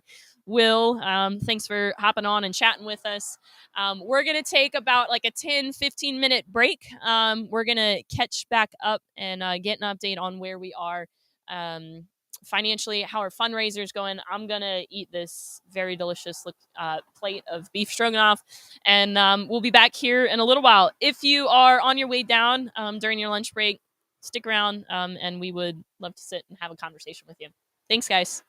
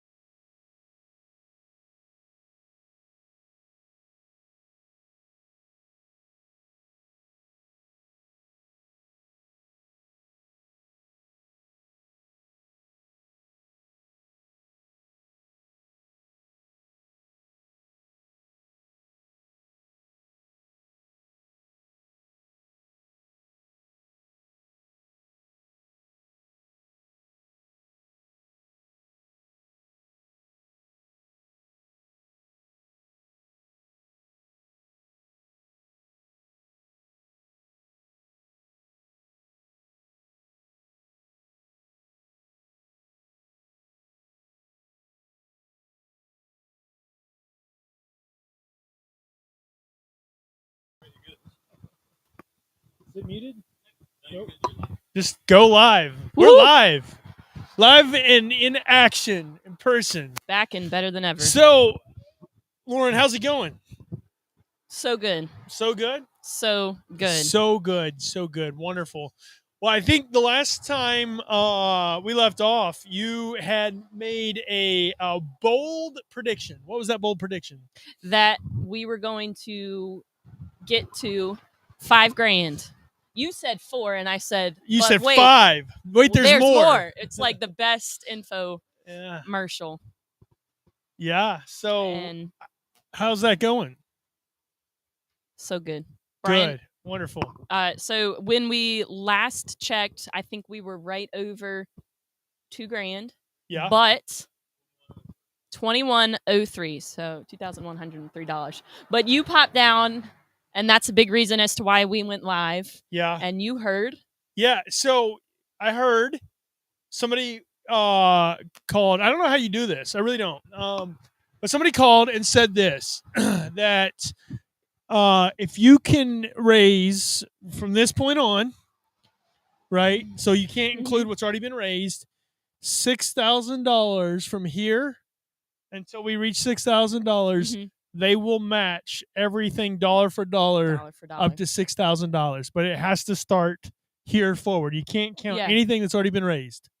So we've got we have the potential to raise $12,000. Correct. Wow. All right, guys. Yep. So you guys watching are able to make that happen, and you guys are the only thing that are able to make that happen. So let's make it happen. Yep. We've got $6,000 turns into 12 if we raise it. If we raise $6,000, I have the utmost faith that we can do that because we were able to raise $2,000 in the amount of time that we said that we would, and I'm confident that we'll be able to continue to do that. We're going to get to 6. Yeah, we're going to get to 6 and then we're at 12. And then we're at 14. And if my math works, we're at 14, so then you're only 10 away. Yeah. How about this? All right. How about it? It's great. It's fantastic. Awesome. Yeah.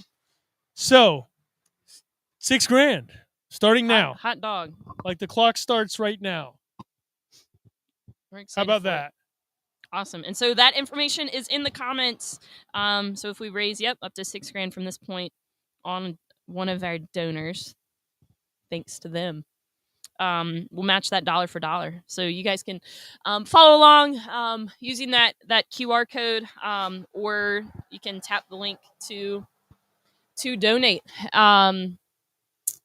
We've had some pretty cool people swing by, and I see that we've got a handful more people who are going to swing by. Jason Van Huculum from City Schools. Yeah. Jason Craig from Valley Health. Yeah. Jason Van Huculum last year was one of the best of all the bench events, was one of the best interviews we did. Yeah. So you definitely want to make sure that you are somewhere where you can watch the Facebook Live when Jason Van Huculum stops by. If I know Jason, I'm sure we're going to talk about, I'm sure you guys are going to talk about the state of homelessness in the Winchester City Schools. Talk about what they are seeing and how they're responding to the need. I think that that is one of the must see moments of conversation from a bench. Yep. And what about Jason Craig? Jason's just a really cool dude, you know? Yeah. Who doesn't like Jason Craig? Yeah. And if you don't like Jason, it's because you haven't met him. So you don't know who he is. Literally it. Which is another reason you've got to stay and watch, because you absolutely want to get to know Jason. So Jason will be here in a bit. Yep. Yeah. So Jason is coming in another hour or so. And then Jason Craig is, and then Jason Van Huculum's coming around like 4 o'clock ish. Don't miss the Jasons. That's the bottom line. Jason's right? between 2 and 4. Yeah, Jason's. Yeah. So who's Jason Craig for those that don't know Jason Craig? So Jason Craig works at Valley Health, and what he does is help connect. He's helped look at our community and figure out what resources are offered here in our area from all sectors, the nonprofit, the business, the government, and figuring out what resources are available for people in need, especially, the the demographic that Valley Health is serving, which in all honesty is all of us. We come through all walks of life, and what are the major needs that we're missing the mark on, that are our biggest needs. In fact, I saw Jason Craig yesterday at the Nonprofit Alliance of the Northern Shenandoah Valley, and I think I'm really excited to talk to him about our community needs assessment. Awesome, that's great. And so he is going to be talking to us about that report that they did. And the needs that our community has. And so he is a guru on all services. He's going to love that you called him a guru. Yeah, he probably is. I'm talking him up a lot. When he does come, you need to ask him about his golf game. Yeah. He and I played golf together, and more importantly, get him to tell you about my golf game, which is pretty impressive. Okay. It's awesome. And he'll tell you all about it. He'll tell you were getting ready to say it's how awful. Incredible I am at golf. Yeah. Yeah, I don't want to steal the opportunity from Jason to talk about my golf game. So I'm not gonna talk about it. I'm gonna let him talk about it, because I'm not one to brag on myself. So I'm gonna let him do all the bragging on me. That is the biggest lie I think I've ever heard you speak from your mouth. Oh, come on! You do not brag about yourself. No, we need to write that down. We were just talking about creating the bloopers. We need to say I leave the bragging to others. So just let Jason come and brag about my golf game. Is that what you do at this level? You just play golf and yes, and brag about yourself. Is that it? Yep. Wow. That's it. That's what you get to do when you get to that level. Yeah. That's incredible. Well, we have another guest, so I'm gonna step to the side and let you have a good time without me. Yeah, we'll raise more money in less time. Yeah, Sarah, most likely. Sarah Williams, who's on staff with us, she said liar. Sarah, you hurt my feelings. Well, it's a good thing I don't have a heart. Okay. Hey, Woody. Good to see you. Awesome. Well, guys, I'm really excited to introduce and invite Mr. Dan Hoffman up to the bench. And I'll let him introduce himself, tell you guys what he does. We're incredibly excited and privileged to work with the city of Winchester and all of the things that they're able to do and the ways that they're able to do it. So without further ado, here is Mr. Dan Hoffman. Hello, sir. Good to see you. Hi, Lauren. Hi, Lauren. How are you? I'm good. How are you? I'm good. It's such an honor to sit on the bench with you. Oh, please. No, I'm just tired of sitting with him. What's up? Did something drop? Oh, your wallet. That's important. My wallet? Nope. Oh, this is Brandon's. If anyone want it, here, I'd like to make a donation.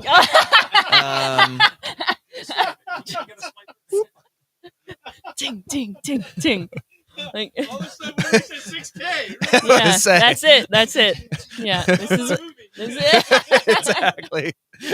No septic system for Brandon. Like, that's it. Well, Dan, yeah, really excited to have you. This is not your first time at the bench, is it? No, I think I've stopped by at least once in the past. Okay. Yeah.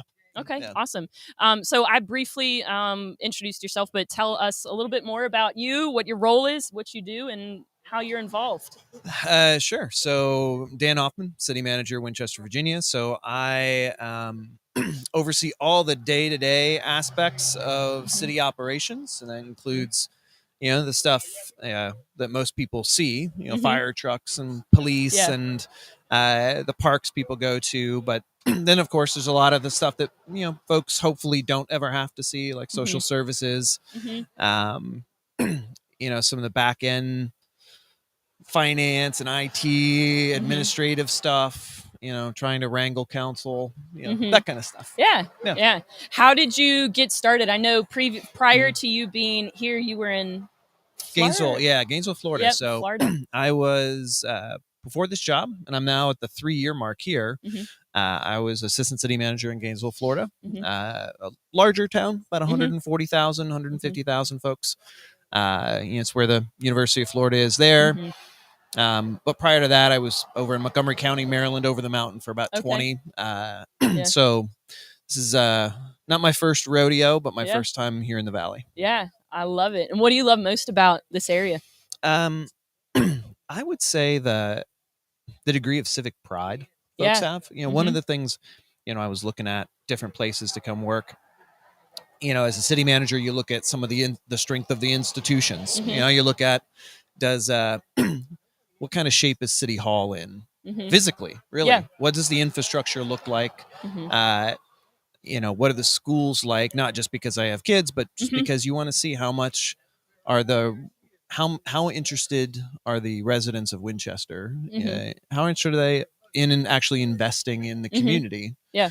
And clearly this community has demonstrated a strong interest in investing in its institutions, whether it's having a beautiful high school like Handley, or supporting nonprofit institutions like the Rescue Mission. Knowing that there's a community that believes in those things, that believes in the greater good. That's the kind of thing I look for. Yeah.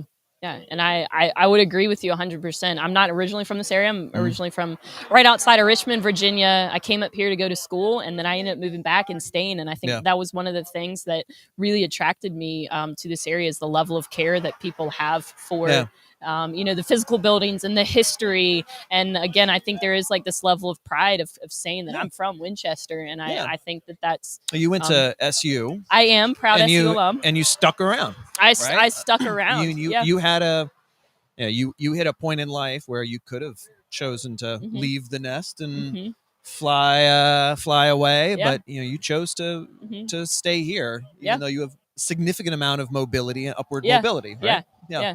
And I love it. A lot of I came here initially when our lady shelter opened in February of 18, and when that started, I had no idea what I was doing. I didn't go to school for any of this, but I think what I found over and over again is that frequently we're not always called into things that we're qualified for, but we're certainly qualified for like the things that we're called into. I think over time that comes with it, and I've loved it. I really have. It's been an incredible journey. And I think the first time I think that I met you, and I was talking, I can't remember who I was talking to earlier about this, but the first time that I met you, I think it was in your office, because I knew somebody who was on our police force. Yeah, you had some stuff going on. And I had just recently started like this kind of side business, side hustle of a flower farm and of composting, which is still happening. And so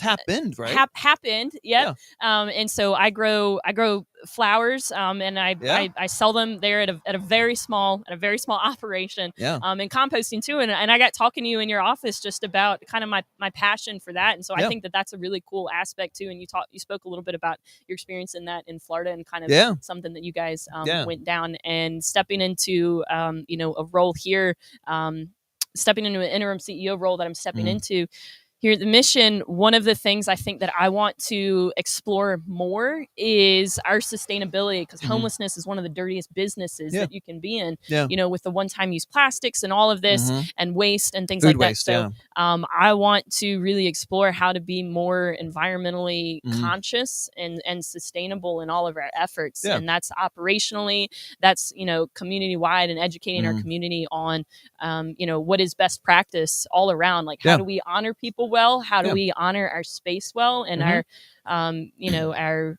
physical area? How do we do that in the best ways that we can? So. And the Rescue Mission has always had its management down packed. I mean, I can safely say that I've definitely, in my time in other jurisdictions and in this jurisdiction, come across nonprofits that struggled with the basics, right? Making sure that they were on a solid footing fiscally, making sure that their operations and the populations that they worked with to serve, that there weren't the ripple effects, the unintended consequences. And you guys have we've never had to worry about the Rescue Mission, whether it was related to littering and garbage from clients, or crime issues or drug issues. It's a testament to Brandon and the staff, of course. Yeah. That we've not. I've never had one discussion in City Hall among staff like, what are we going to do about the rescue mission? It's always been or hey, that this problem is happening and it's the rescue mission isn't doing what they're supposed to be doing. No, you guys have always done what you're supposed to do, and that shows. We appreciate that. Yeah. I am actually currently working towards my master's in public health. And so one of I'm in my first class right now. And one of the things that we're looking at is how different sectors of government work in the nonprofit world as it pertains to public health and the role that, local, state, and national government plays in overall public health and in community health. So with you guys, in city government, how do you guys take into consideration public health? And public health, is Valley Health and emergency services and protecting communities. So how do you guys prioritize? And I feel like this is a very vague question, but no, I know exactly what you're talking about. How do you guys prioritize, our community's health overall? So one of the most important things, this is why we love when residents or nonprofits get involved early upstream in the policy development, because that's really where the city and our city council, that's where they operate at the policy level. We do have some direct service component. Of course, the police play, police force play a significant role in that. Fire and rescue plays a big part in that, but social services, but there's so many other community partners downstream that can either be hindered or benefit from the policies we set and that the city council sets in City Hall. And setting policy is cheap. It's, if you want to think about the degree of impact you can have for the lowest amount of money, setting a policy that helps all of our downstream providers either do their job better or access funding. Those are the kind of things that we as a city can do. Those and that kind of discussion, we're always happy when the nonprofits come together at discussion. In fact, we're about to have a city council retreat, and one of the things we're going to be talking about is public health, community health. Love it. With all of the city council and with a lot of different providers sitting around the table. The rescue mission is going to be one of them. And to kind of hear, first off, what can we do upstream at that policy level to actually improve downstream services? Yeah, I think that's huge. And I think that it's really important for us to understand that, and listeners and just people in general to understand the integral role that we each have to play, and that's government. And I think a lot of times people look at government to fix everything, but I think it's also important to understand that the educators have a role to play, nonprofits have a role to play. Local businesses have an equal role to play, just in different ways, and that's interpreted differently. And maybe some, and for the individual, maybe your role, maybe you have the means, and it just makes more sense in your life to write a check. No one's going to say no to that. That's great. Yes, great. But and some folks, their way of participating, their way of helping, it might be just by getting involved. Showing up at a meeting, at a city council meeting, showing up at walking by on a sidewalk like this, or volunteering time. There's we always, in the nonprofit world, we always talk about people's time and treasure. It doesn't have to just be the treasure part, right? It can be influencing or advocating for policies that help organizations like the Rescue Mission. Yeah, I agree. I think that's something that we say a good bit is time, talent, and treasure. And you have different ways to do that. And I think even through different seasons of life, is that there are times where you can invest more and maybe not so much. But I think understanding the role that you do have and, the impact that you're able to make, not just for yourself and your own family, if you've got kids, and how you can help, our school systems. Brandon and I was saying that Jason Van Huculum is going to be here a little later. And so we get to hear more about him and our school systems. But no matter kind of what stage you're in, I think that you've got a huge role to play, whatever that may look like. So I'm excited. I think a lot of times it's also easy for people to see, servants like yourself, and think, well, I can't do that. It's not, I'm not going to be a nonprofit leader. I'm not, and that's okay. Yeah, 100%. You don't have to come work for the city. You don't have to go be a police officer. You don't have to, take nonprofit wages. Yeah. You can absolutely still contribute. Even if you have no time. Yep. Even if you have no talent. Yeah. Or even if you have no treasure, there's always a way. There's something 100%. And I think that's one of the things that, like, I personally, and I think our organization is very passionate about is, and I spoke to that a little earlier, is really trying to figure out who you are as an individual, what drives you, what fires you up, what really bothers you in our community. Figure out what that is, and then find an expert in that field and invest in that. Teach yourself about that, invest in them, because, maybe your jam isn't, homelessness. Maybe it's puppies. So like SPCA, 100%, they're needed and we love them. Maybe it's access to low-cost healthcare. Sinclair Health Clinic down the road, they're great. Valley Health has a foundation, and so maybe it's, public health is it's an ecosystem of different systems. It's a system of systems, yes, right? 100%. Ecosystem's a great word. And just to say that, it may be homelessness, direct service for homeless. Maybe that's your thing. Yeah. But I love what you're saying, and I love that kind of that approach that the rescue mission's always taken, which is, we don't need to be the only game in town. We don't need to be everything to everybody. We don't need to be someone's only philanthropic outlet. Yep. So when you guys started building the new facility down on Valley Avenue, you set a survey out first. You actually asked folks, what is your appetite for this? You actually asked the public, which was smart from a financial perspective. Yes, 100%. But it was also good just to gauge where does the community stand on this kind of thing. I think how does the community feel? What does the community feel that they need? I think that's a huge thing, is asset-based community development. Is like what already exists, what does not exist, what are the holes, and I think Jason's going to speak into that even more. And where can we help best? Because if we are simply reciprocating things, if we're duplicating things, or if we're like just creating something new that our community really doesn't need and is not going to benefit from, then we're doing everybody a disservice. It's not being good stewards of the funds that are donated to us, or the people that are investing their time in us either. And I think that's really important, and something that we are consistently reminding ourselves of is what is best for the people that we serve in the community that we're serving in. So, absolutely. Yeah. Well, awesome. Well, what else you got for me?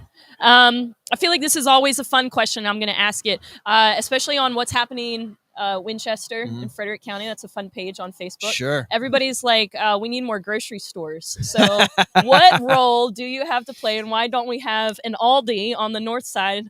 It's funny. I give a whole talk on how we don't actually pick grocery stores. Well, I would. Oh yeah, exactly. And you can see I've gotten it a lot. So I think you're gonna. So first off, what is the city's role? Yeah. We can't pick or make a grocer show up. There's the private sector. The free market does have its role here. And we do have a significant number of grocery stores, and a lot of times they're just not the ones people want to go to. Yeah. But that being said, we have heard that repeatedly from the community. Yes. And whenever we see a opportunity to maybe bolster or foster the private sector's ability to bring in a grocery store, we're at the table. Yeah. We're currently at the table, and I'm hoping that sometime before the end of the calendar year, we're going to be able to make a very good announcement. Yeah, that people awesome. get very excited about. So we're actually pretty close. Okay. So then people can settle down on that Facebook page. Yeah. Well, but then we're going to find something else to get. As soon as we get the grocery store, people will want a different grocery store. You're going to solve all the world's problems by bringing an all-day to the north side of Winchester. Shoot higher, guys. That's shoot what. higher. I can't. Oh, no. Yeah. It will. It may not be in Aldi's, but it's going to be something I think that people really like. Okay. And then last question: what is something that like a civilian, a Winchester citizen can do to, you think, be like the best citizen that they can be to support you guys in government and make this area the best that it can be? So I'd say just show up, really. And and show up might be a council meeting. It might be one of our Saturday mornings at Rouse where we have a 2-hour educational forum on a particular topic. This Saturday, actually, at Rouse from 10 to noon, we're going to be letting residents know and educating them about how the new micro transit program is going to work, which will have an incredibly positive impact on the entire community, but particularly those who depend on WinTran. A lot of your clients. Yep, 100%. It's going to be really transformative. And it's one of those elements of the system. You know, people might not necessarily, when they think of homelessness, they might not think of transit. But this is going to be one of those, again, a policy change that's going to have significant positive impact on vulnerable populations. So come show up. Really, I mean, what can I say? Show up. Come learn about those things. Show up at a city council meeting. Tell us when we're doing something you really like. To be honest with you, we always hear about the stuff people don't like. There's always the very loud, minority. But when there's something that you want us to do more of, when you like it, recently we've with some resources from the last budget, we're putting in a lot more crosswalks. We're improving existing ones, doing raised crosswalks, and we're getting a lot of positive feedback about it. And that's great. It's more information to tell, so that I can tell council, listen, the public loves this. We need more resources. We need to do more of this thing. So tell us when you see stuff we do like, so we can do more of it. Jim Barnett Park, gorgeous. Exactly. And like I have noticed that as well. I mean, down on Valley, these sidewalks as well, and I think Jim Barnett Park here in the city is, and literally a stone's throw across the tracks here. Tens of millions of dollars in investment along Kent Street. So, I mean, there's a lot of really positive stuff, and we want to hear from folks. Yeah, that's great. Excellent. Well, thank you, sir. I appreciate nice seeing it. You again. Thanks for talking with me, and I look forward to continuing to chatting with you in your new role. Working with you, yeah, me too. Awesome. Absolutely. Well, thank you, sir. Take care. Appreciate it. And we've got a handful of people. Emily, if you want to come join us. Oh my gosh, I'm gonna die. Hey girl. All right, Brandon, you get to take this over. I'm taking the baby. Oh my gosh, she is so sweet. Well, introduce yourself and your newest little one. Yes, I am Emily Wendell. I am on City Council in Ward 2, which is right where we're located. And this is my daughter, Olivia. It's her 5-month birthday. Oh, happy 5 months, girlfriend. Yeah, she goes everywhere with me. We're just embracing taking the baby everywhere. I love it. I have 4.5-year-old little guy, and I can remember those days well. I can remember coming to this event with him, coming to the rescue ride kickoff with him, and it was always a lot of fun. And Emily, you tell us a little bit about your background, because I really love your background. Yeah, my background is, I guess, a little unconventional at this point. I was a teacher. And that's my thing. Like, my passion has always been teaching. I taught middle school. I taught in the city here. I taught in Loudoun. And then I've taught high school special ed. I have my master's in educational leadership, and I'm almost finished with a doctorate. No way. I did not know that. I know. Congratulations. It's my undercover, my secret mission. But I'm almost there. So this time next year, I should be nearing the finish line with a doctorate in education. Yeah. But I ended up running for council because I had a really good teacher mentor who reached out to me, Tim Mondell. And he said, we need somebody fresh and new on the North End to run. And he's just the type of person you can't say no to. Yeah. So I took the challenge. And this time last year, I was knocking doors like crazy. And just getting out and meeting everybody I could in the community. And it paid off. Yeah. That's incredible. Yeah. And you also have volunteered with us. I can remember having you at our welcome desk, and you would help out in our kitchen as well. And so we really love having you a part of this community. Yeah, I've loved learning about everything that you do here. I met with Brandon when I first was running for city council, and just kind of talked to him about what you do here. But I felt like I would learn a lot better if I volunteered and was more present. And it's hard sometimes to find an hour or two, but it's always worth it. And whenever I leave, I'm like, I need to be back there more often. Yeah, man, we love it. What do you think has been one of the coolest things that you've learned with your service as a city council member? Oh, and maybe there's so a lot. Much. Maybe there's a lot. So maybe not coolest, but you know, one of the most impactful things, or impactful. I would say at the local level, it's just like listening to people and just little things that you can do that have a huge impact on their lives. Like local politics, I think we get caught up in those national issues, national elections, but it's a local government that has the biggest impact on our everyday life. Yeah. Like I had somebody that needed a child at play sign. Yeah. And it seems like a little thing, but when it got put in, they were so grateful. Or like a tree that's just bothering somebody's property. And when that's fixed, it makes a big difference for them. Yeah. Yeah. I love that. And are you still teaching? I am not. Do you think that you will? I think I will teach again. But it's just not my time. I knew as soon as I got pregnant, I wanted to be home and I wanted to be with my daughter. So I'm working from home with Delegate Bill Wiley. I heard he was on here earlier. Yep, he was. He came and said hey this morning. Yeah, I've been working with Bill on and off for about 9-10 months. So I helped him while he was in session, and then recently just kind of stepped in to help with like communications and things like that. And then I also run Dolores Oates' campaign. Okay.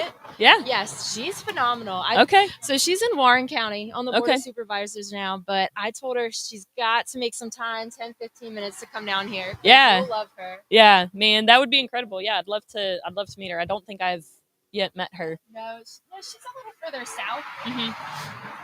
And she wouldn't represent Winchester, but I was like, either way. Yeah. That's incredible. And what do you think? I'm like, as a fellow mom, like, what's your favorite thing about being a mom? Oh my God, I love all of it. Yeah. In 5 months, man, they're like, I feel like every age is like every stage and age is like so much fun. I don't know. The first month was not so fun. It's like I miss like the newborn smell. Yes. But like the ridiculously sleepless nights, like I really love and value sleep, and so we sleep all night. Wow. I'm somehow very fortunate. But we do not nap. So I was gonna come down this morning, and then I was like, I'm gonna work really hard to get her to nap. And it has clearly not yet happened. No. Yeah. No, it's not. Yeah. And I don't think it will. Yeah, she's more interested in the microphone than anything that a nap has to offer. Yeah. Oh, yeah. 100%. She doesn't want to miss out on anything. Yeah. Oh, my goodness. And you said she's 5 months today? What a fun age. I know. She giggles. Oh, my gosh. It's great. We just started food. Yes? Yeah. Oh, my gosh.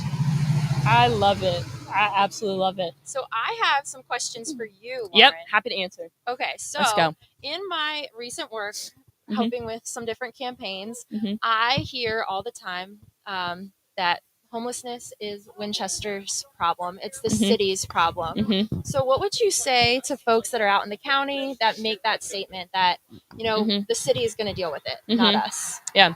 I think that when you look at the demographics, so when we interview somebody that comes in need of services, one of the questions that we ask is their last known address. And I don't have the exact percentage off the top of my head, but it is definitely something that I can pull. But a good percentage of the last address that people had was from Frederick County. Some of them are Winchester City. Some of them are Clark County.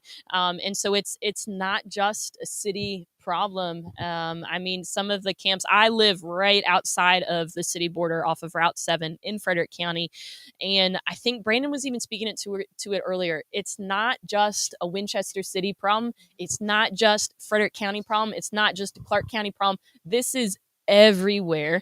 And it is up to all of us to address it. And so, I mean, I can't look at, Winchester City Council and say, you guys created it, you guys fix it. I can't look at, Frederick County board and say, you guys fix it. Or you guys created this, you guys fix it. I think it's us owning up that we have a certain responsibility as, elected officials, as people who are called into this kind of ministry, as people who are called into, the medical, like if you're a medical professional, we are called to serve. And part of serving is educating ourselves on what actually is the problem. And I think when we turn the blind eye to things that we might not like, I think that does not only us a disservice, but it does the people that we're called to serve. So like I'm not going to pick on, Frederick County or Winchester City or Clark County. I think what is so important is to say, guys, we have a serious issue, and it's going to take a lot of investment to make it happen. But the first thing that has to happen is us to say, hey, we're not busing in people from Loudoun County. It's here to stay unless we really take things seriously. So Frederick County's got, has some ownership and some, we've got to have some skin in the game as much as the city, as much as, surrounding areas. Yeah. And I don't think that's picking on anybody. I think it's healthy to just reiterate that again, this is not just the cities. This is everybody's mission to tackle. Yeah. 100%. Now, if you could point to a city council and say, all right, here's what we need, what would you do to put you on the spot? All right. One of the things that I think is really difficult to navigate, and it's not just Winchester City, it's other cities and communities around the country, is a lack of zoning and kind of a lack of how do we navigate a service like this? Because how we see it and how we know it is that we are just an integral part as a hospital is, as a school is, because this is homelessness is like a pandemic like across the US. And so the services that we provide are just as important as Valley Health is, as city schools and county schools are. And so I think creating policy that, respects everybody that has a part to play. And, the idea, there is this idea of NIMBY is not in my backyard. And so saying, you know what, we do have a problem. Like homelessness is a problem. It really is. It's not cost effective. It's not environmentally friendly. And honestly, and what I think is like the biggest thing is that these are people's lives. And so we have to create policy that honors these people, that honors the rest of our community. And so we've got to create some policy and some amount of room for organizations like us to build facilities that can help solve or help address and hopefully help solve some of these issues. I think there's a lot of red tape that I think we can all take a seat at the table and say, you know what, we understand where this red tape came from. I don't think anybody's malicious in anything. If you look back probably at a lot of the policies were created, it's not like we're like, you know what we want to do? We want to make everybody's life really difficult and just, make lots of money off of everything. So I think that if you look up, I think that you can find, kind of a root as to why this exists. But I think things have changed and we've got to create some policies, and some room for organizations like ourselves to address homelessness and houselessness and supportive services for this. Well, and if I could, I would suggest if you're an elected official or you serve in any capacity, come in and don't just walk around or walk through, but volunteer. Even if it's just an hour, come in the kitchen and there's somebody that will help you if you don't know what you're doing. But that's how I've started to understand better that this is a service, like you said, like Valley Health or like a school that is so integral. And you'll see it differently when you actually step foot in to serve, not just to look and kind of peek around. So I hope you don't mind me inviting people, but I would definitely hope that folks that hear this come on out and volunteer, even if it's just an hour or two in the kitchen. Yeah. Well, thanks for that. We really appreciate it, and we could not do what we do without you guys there in the city, or without our volunteers. So thanks for everything. Absolutely. I appreciate it. Thank you for all you're doing. And you have a line. So it seems that we do. Yeah. I none of them will be as cute as I know her, it. but Not at all. Honestly. We had Maggie, a dog, up here earlier this morning. Oh yeah. And then so between Maggie and Olivia, right? Yes. Between Maggie and Olivia, day has been made. I brought my dog a couple times when I was at the front desk, and man, that's the key to striking up some good conversations. Exactly. Bring the dog back. So if she does take a nap, let her nap, and you can bring your dog back. Okay. Awesome. Well, thank you, Emily. Thank you. Good to see you as always. Nice to see you. Bye, baby girl. Right. You ready? Awesome. Well, thanks, guys. All right, as Brandon, if you guys were listening a little earlier, one of the Jasons is here. Hello, Jason, Craig. Good to see you. Thanks for joining us. I feel about following something as cute as that. Yeah, she set the bar entirely too high. Yeah, exactly. Like 5 months, man. That is such a cute age. I know. How are you? I'm good. Yeah, I'm doing all right. You doing all right? How many hours in are you now? I'm not great. 8, I think. 8. 5, 6, 7, right. 8, 9, 10, 11, 12, 1. 8. I didn't go to school for this, okay? No. I did not. So I'm just glad. I don't like spreadsheets. I don't like numbers. I can use them when need be. Fair. But 8 hours, and we've got like 9 more, 8, at least 8 more to go. So we're almost halfway there. I'm almost halfway there. If I can raise 24,000. If not, I told them I'm not leaving, and you guys got to put up with me until we hit 24,000. Got it. So, okay. yeah. So what's going on? Just same old. We've had This a lot is of my really second year on the curb. Heck yeah. Well, we're stoked to have you. I'm honored that I get to sit on a bench with you. I like it. We've had a lot of really cool conversations. So far, our community paramedic Shannon. We've had Mr. JD Orndorff from Fire and Rescue. We had Corporal Morris and Nixon from the police department swing by. Officer South from the police department as well. Mr. Bill Wiley swung by, and a handful of other volunteers, our staff, just talking about a lot of what we do. Dan Hoffman from the city swung by, and he and I were talking a little bit about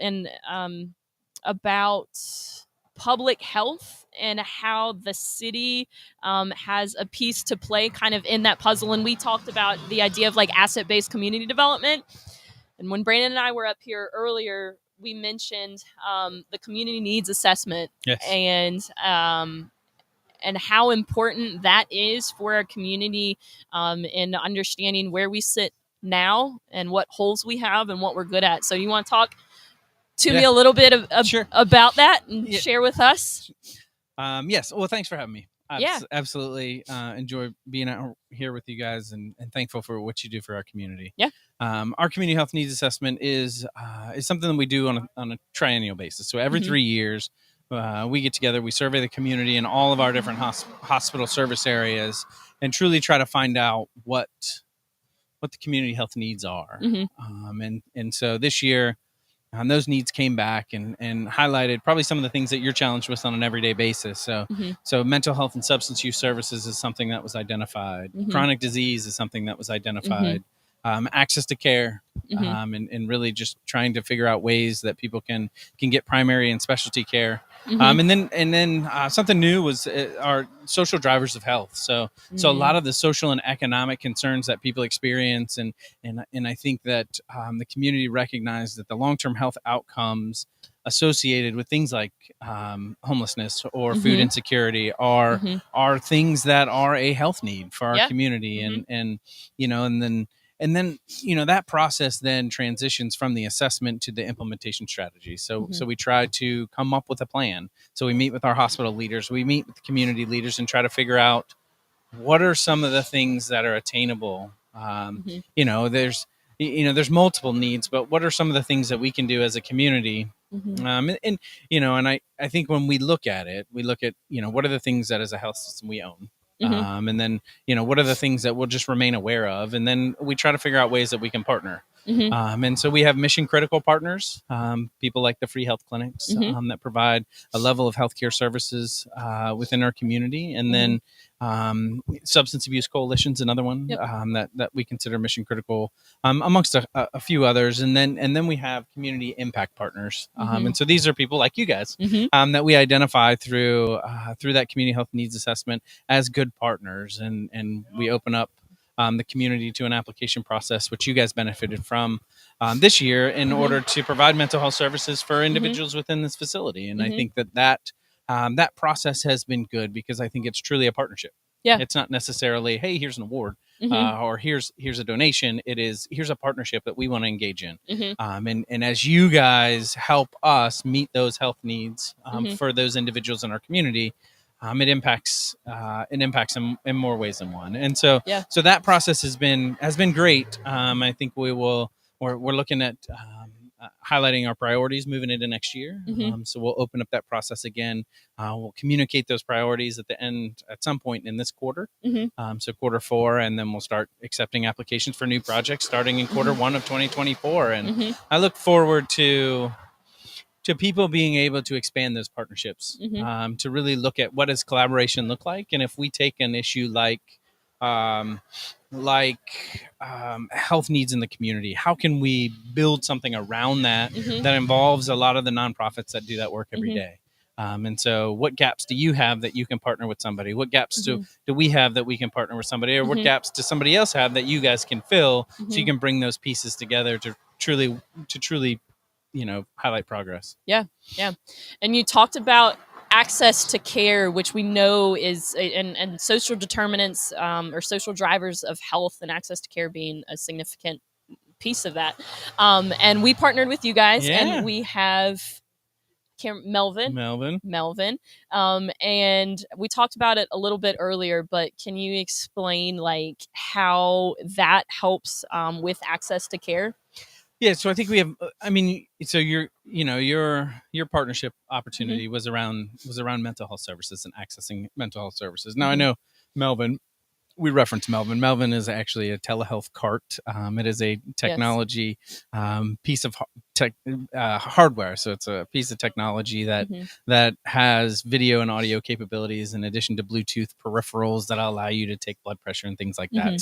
So Melvin actually connects to one of our offices and can allow for access to care to a medical facility from here. And I know that that's been a work in progress. And I think in addition to that, you had the ability to use mental health services. So access a network of mental health providers that aren't necessarily ours through technology. And I think that technology is a way, when you have access to internet, you have access to the services that you can increase in areas like medical or mental health. Yeah. And I think it's been exciting to see the possibilities. And I think that we will continue to figure out how we can connect those services better, how we can serve those individuals. And I think Maria, another thing that, another person, she's been awesome as a partner, is a community health worker that has been able to work with the rescue mission, work with Watts to help individuals that are in these living environments to connect to care and to facilitate that appointment, which I think is awesome, because some people don't have that trust in healthcare. And I understand, I understand that is a barrier. And she's been able to connect with these individuals, kind of talk to them at a level in which I think they can start to trust healthcare more and start to engage in their health journey to establish themselves with primary care, to get some blood work done, to realize what medications might help them in their chronic disease journey. And I think that's been a wonderful asset as well. Yeah. I think that a lot of the individuals that we work with do have this kind of distrust for the healthcare system for a variety, a plethora of reasons.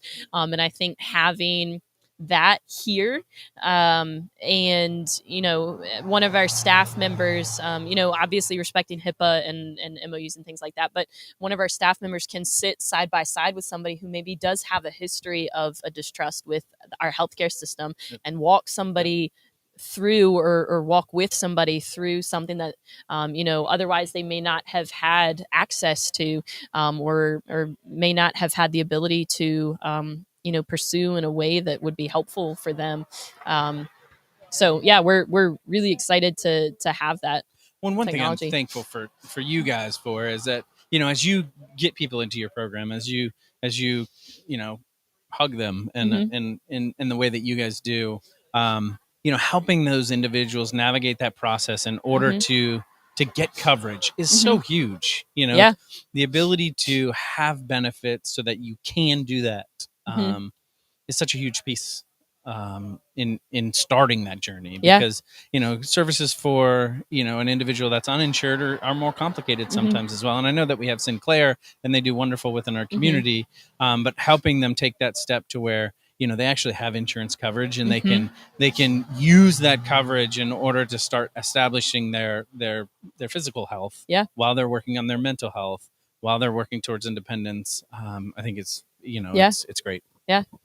And then last question, just because I like picking on Brandon, how's his golf game?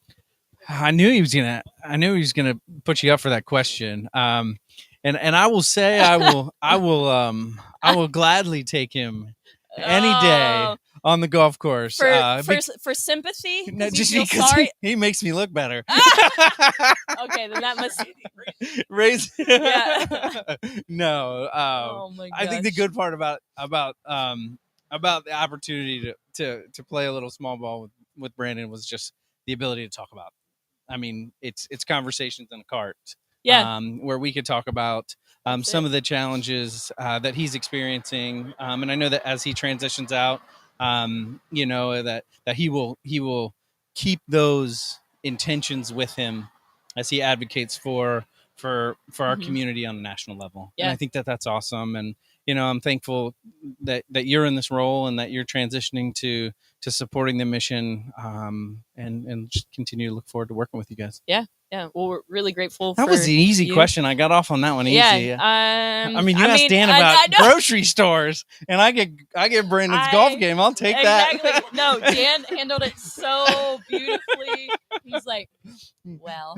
And I was like, oh, come on, Dan. Come on. I think it's hilarious. Every single time that I see that, like on Aldi on the North End, right? Yeah. And I was like, do we even know like how that even comes to be? Like but everybody looks to the city to fix problems. No, and they've been great partners. Yeah, I mean, the city's been great partners in a lot of the work that we're trying to do and trying to support all these social and economic needs that affect the long-term health. What they're doing on the North End here, what they've done to support some of the efforts around affordable housing to kind of relieve some of that pressure. I think it's good that they're having those conversations, and I know things take time. I mean, it's just like some of the things that we do when we're trying to increase behavioral health care capacity within the community is not something you flip on a switch. It's something that takes time and takes work and it takes collaboration, and glad to have partners like you guys. Yeah.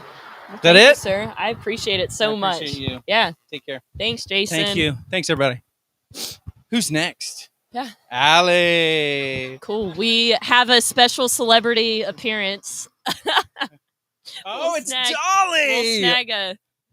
Look at that. Hey, come hang out. Look at that. There she is. There you go. We'll see. So much. Good to see you, Jason. How are you? Good. How are you doing? I'm good. Perfect. She is in the shot. Beautiful. Brian, can I get you to snag a picture real quick? Thanks. Jason, thank you, sir. Bye. Cool. We'll snag a picture. Cool. Awesome. Allie, how are you? Good. How are you? I'm good. Good to see you. Yeah, you too. Tell us a little bit about yourself and why you got to bring Dolly down. Yeah, I'd love to. So my name's Allie. We know each other. We do. But I'm with Literacy Volunteers, and I joined over the summer actually to help with their campaign for grade level reading.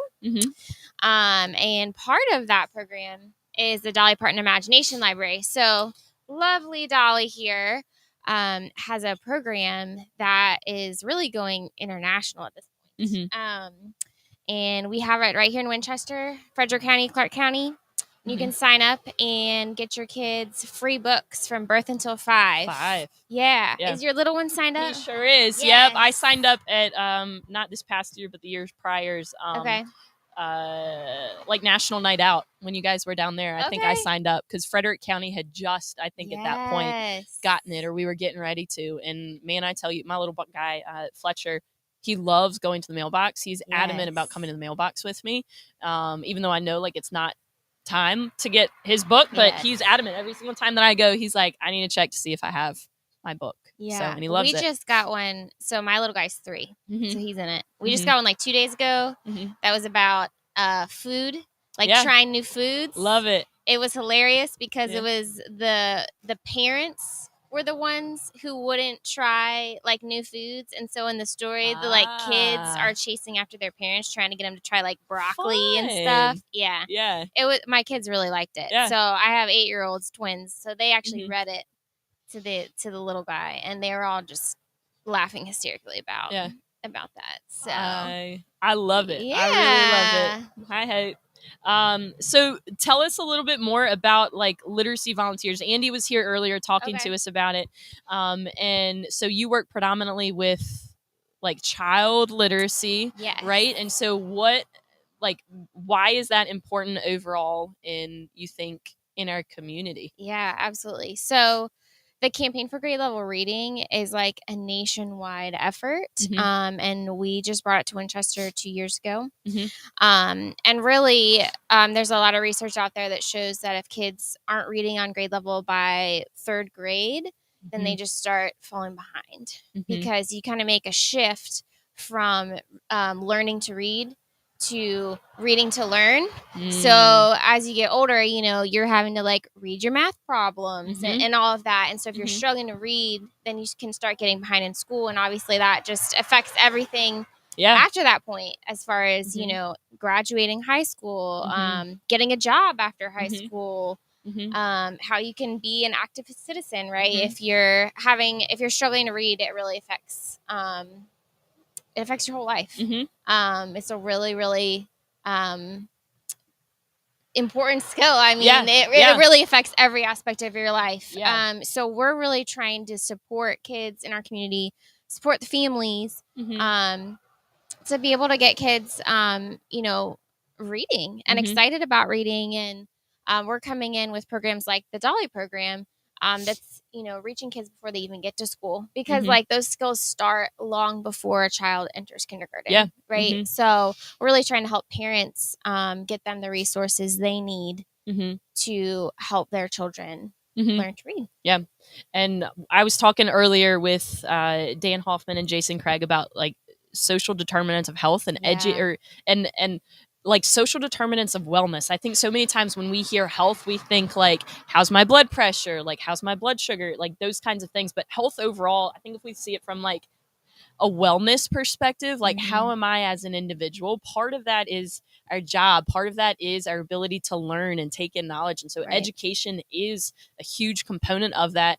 We have, and I'll say this, we have residents with us who are incredibly well educated. They have master's degrees, bachelor's degrees, doctoral degrees, and they've got great experience. But when you look at, the statistics of things, statistically speaking, a lot of the people that we work with, you can see kind of these holes in things, and a large hole in that is education. And so you guys do great work in adult education and in GED classes, and I know it's not English second language, it's no longer called that, but you guys do offer different services, and I think it's absolutely incredible work. And I think it's important for us to remember that plays a role in, again, like overall wellness, and it starts at a very, very young age.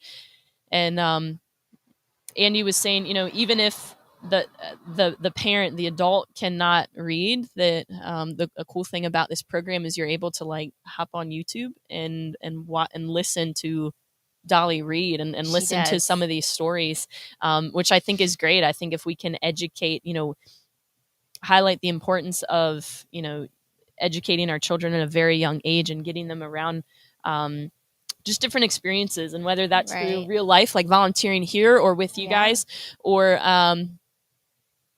by friend, or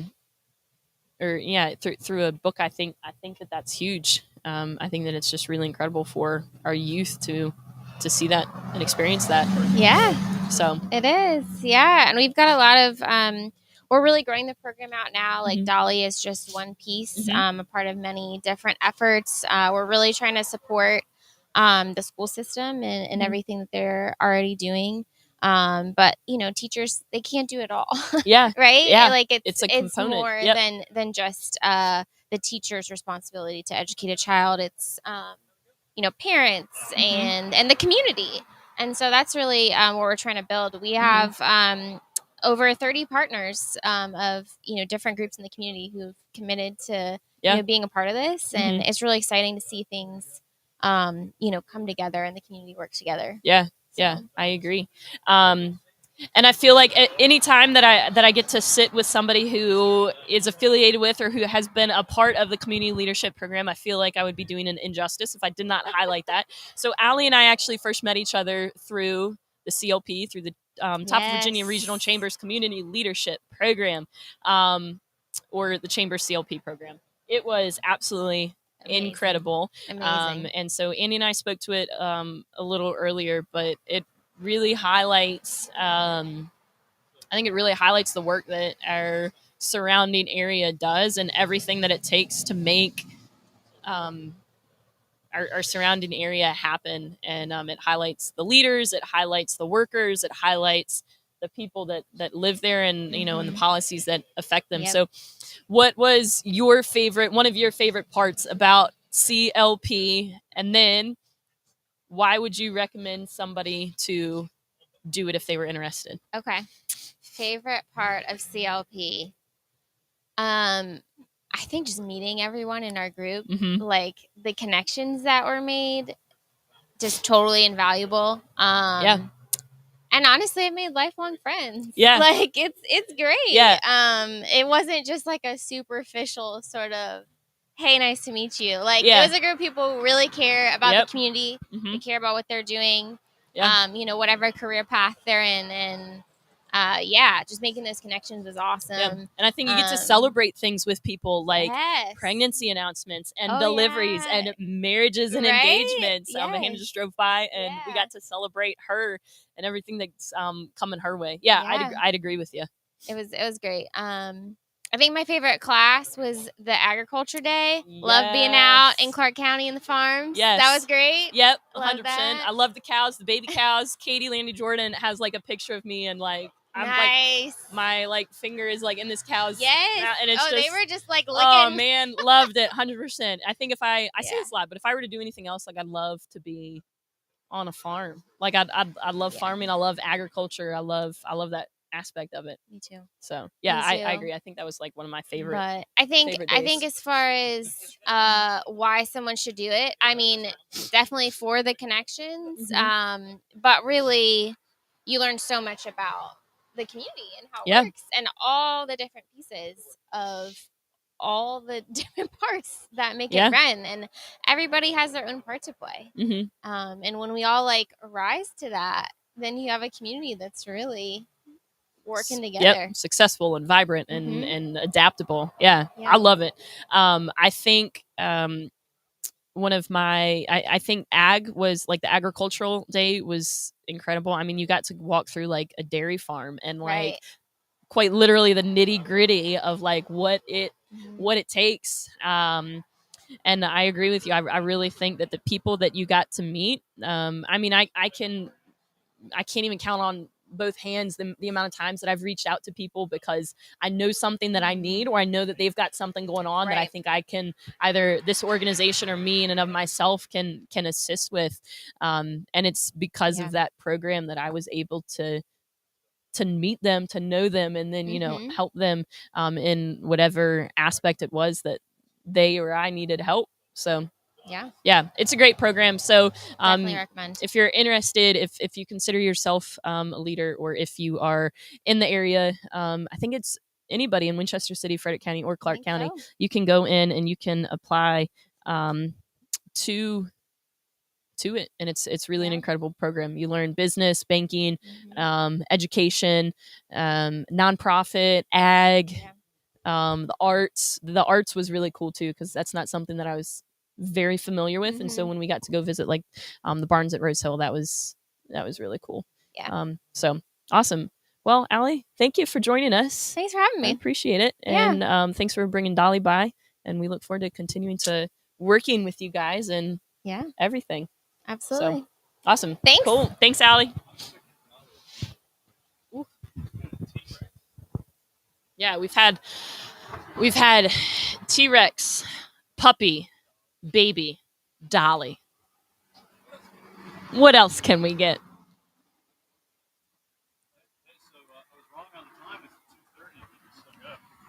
Okay, I may. I will see. Do you want to come? You want to come up, and then Mike, we gonna bring you up, guys. It is absolute honor to introduce Mr. Rob Cups. Hello, Lauren. How are you today? I'm so good. I'm like starting to get not even tired, but like my eyes, it's like I've just been like they've been open for too long. You seem kind of giddy. I'm probably getting to that point. A little punchy. Like I'm probably a little more tired than I want to acknowledge, and yeah, so it's gonna hit me here in a little while. How long are we keeping this up today? 10:30 at least. Okay. We've got 24,000 to raise, and I need to. Yeah, exactly. So I told Brandon. Thank you. Yeah. Thank you so much. Yeah. That's amazing. Yeah. But wow. we got to hit it. We have right now, when we last checked, it was like maybe 2,200. Then Brandon hopped out maybe hour and a half, 22. Yeah. So we're at two. Yeah, who gave $4? That's outstanding. Yeah. And so that's amazing. And then we found out when we hopped back on live, Brandon came out and said that somebody had called and given us a $6,000 matching grant. So for outside of that, like 2,000, a what?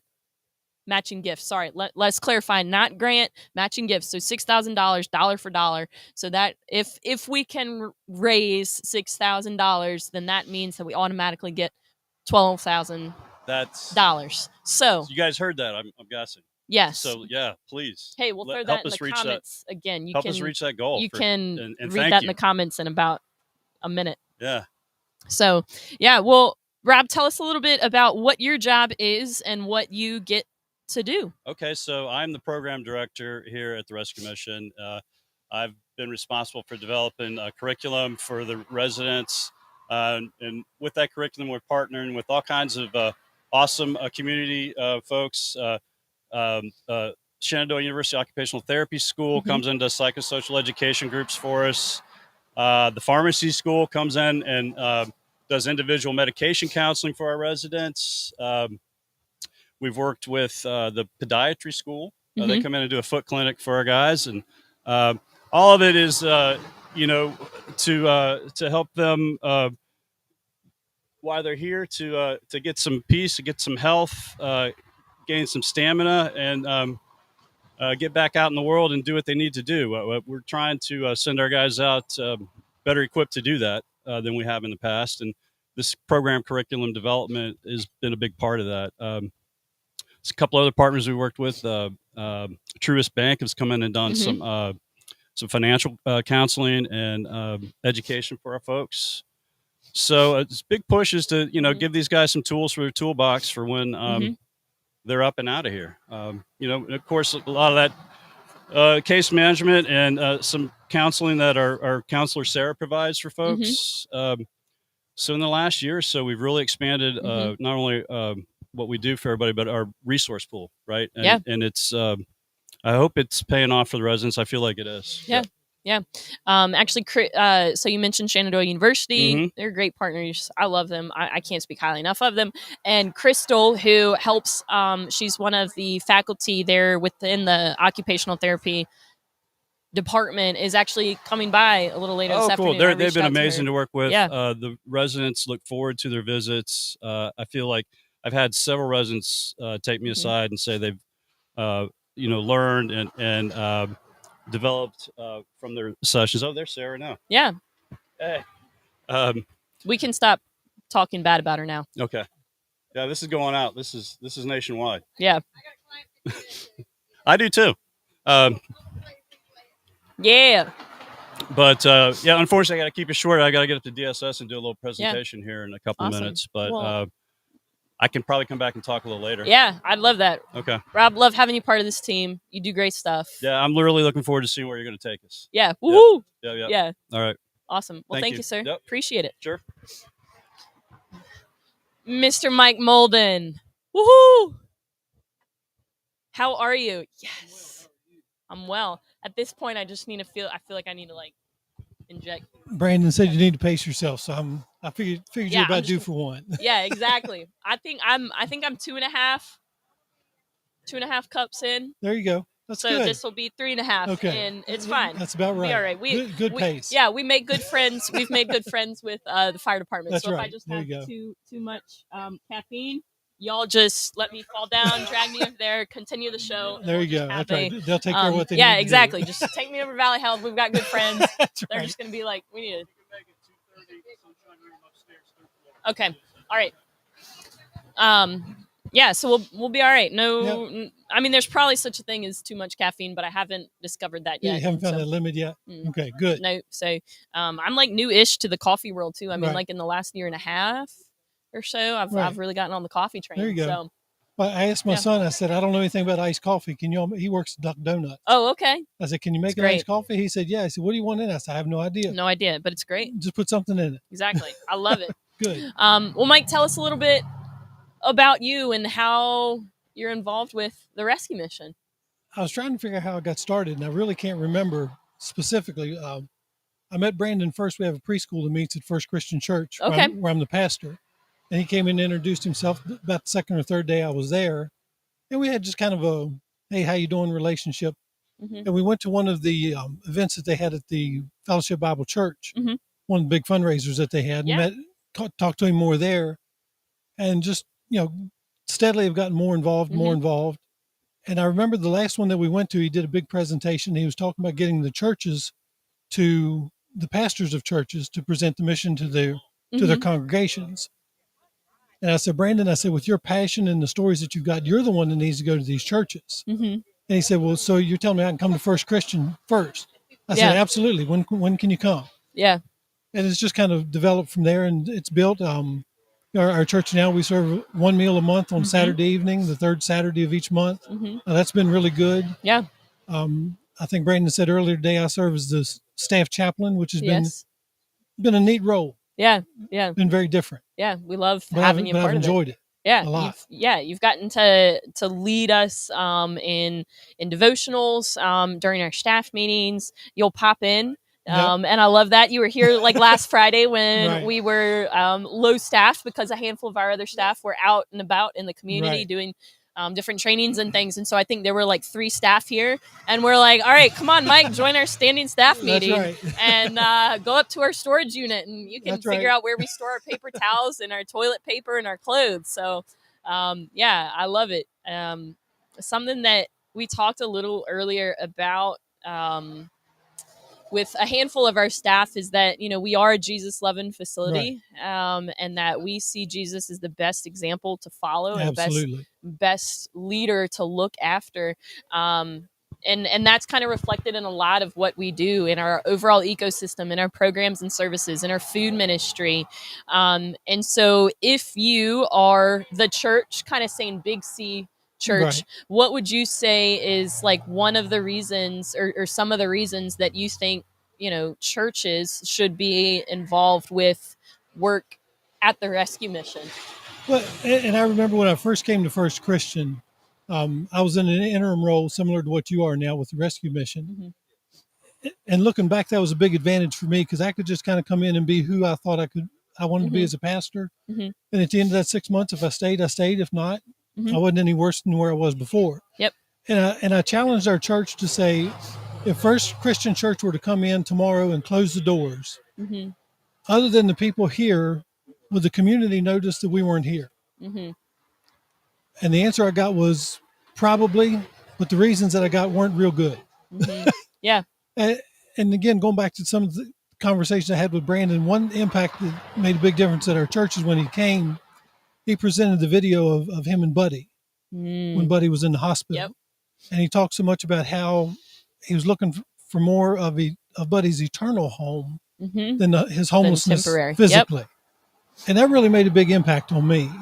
Yeah. And I think if churches can get more involved with that part of it, there's a lot of good, valuable, nonprofit homeless ministries in Winchester and in the community. Yep. And they all have value and they all serve a great purpose. But when you can put those two together, put the temporary home together with the eternal home, yes, as a pastor especially, that makes a big difference, big impact to me. Yeah. Yeah. I think something that we say a good bit here is, we can feed people, we can provide a roof for people, we can provide a safe space and a bed for people, and we can become friends with people. But I think our ultimate hope for them is to show them Jesus, is to point everything back to Jesus. And I think a handful of us, of our staff, have walked through some really difficult things. Some of us homelessness, some of us substance abuse, some of us mental illness, some of us just different walks of life. And I think that there's power in like the testimony that we have and the stories that we have, and say, hey man, maybe I haven't shared the same experiences that you have, but the one thing that's kept me going is like knowing that I serve a God, and that there's a God that loves me far beyond no matter what anything that I am deserving of. And that it does not matter what I walk through or what I experience or what I do or what others do to me, that there's somebody that I can always talk to, that I can call friend, that I can run to, and find not happiness, but find joy in, and celebrate in that. And so I think, as incredible as it is that we're able to house the people, house as many people as we are able to, and provide services and counseling and food and all of these things and conversation and people, I think if at the end of the day we point them to Jesus, then I think we've done our job. Absolutely. And done our job well. Sure. And you're a huge part in that, because I think, for our staff, we see things day in and day out all of the time. And I think we do need a reminder that, while your struggles are real, and we can look to our residents at the same time, let's remind ourselves of the reasons why we do what we do. Sure. Yeah. And I think because I have the ability now and the availability to come in and visit with the staff and just kind of pop in whenever I want, I'll get up to preach on Sunday morning, and I'll see 2 or 3 residents from the mission in the congregation. Yep. And that's really cool. Yeah. And not just to see them there, but to be able to call them by name, shake their hand, give them a hug on the way out, see you sometime this week. That's really neat. Yeah. Yeah. I think I think the relationships that we build with people are like some of my absolute and that's what favorites. It's all about, is relationships. Yeah. I was talking to one of the staff. I won't call them by name, but we were serving a meal a couple months ago. And sometimes you get in that moment and you think, well, I'm doing this really great thing, providing a meal and all these kind of things. And he said, the most important, and we served a really good meal. We had brisket and different things that week, and everybody really enjoyed the meal. Yeah. He said, as good as that meal was, it's the relationships that make the difference. Yes. And I thought about that after he said it, and we got done serving and everything was done and cleaned up, and we went out and got plates and sat down and ate together. Mm-hmm. Love it. But what we should have done is each of us said, okay, let's pick a different table. Yeah. And let's go sit with the residents and talk to them. Yeah. But we do what we usually do. We got in our holy huddle. Yep. Yep. Yes. And when we should have been out just talking to other people, building those relationships. Yeah. So we won't be doing that anymore. Yeah. Yeah.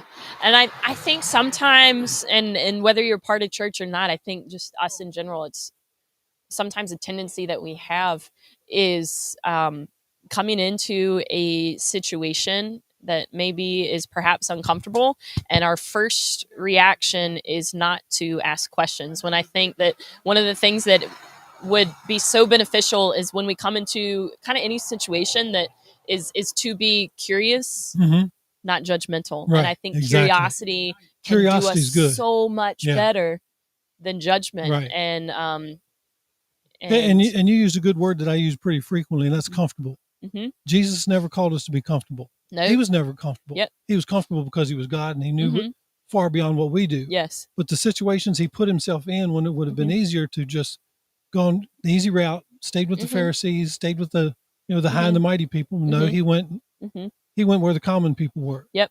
Yeah. Which is what we are anyway. Yeah. Yeah. One of the terms that we use, especially in our food ministry, but just in general, is this idea of radical hospitality. Exactly. And I think that hospitality can sometimes be comfortable. At least, for the people that like to host, if you're an extrovert, it's easy to shake a hand and smile. But I think Jesus, and we all should be radical in that, and that let's extend hospitality to people that maybe we're uncomfortable with, and to people whom, society would tell us that, maybe we shouldn't, maybe they're a Right. little unsafe. And Sure. I saw them doing this and I saw them on the walking Right. mall doing that. And it's like, well, let's be a little more radical in our thinking while extending hospitality. And I think one of my favorite kind of ideas is ordinary but radical hospitality. Right. I think you don't have to be extravagant in the ways that you extend Right. it, but I think radical in the ways that you're extending it towards people who you would not regularly extend it to, Right.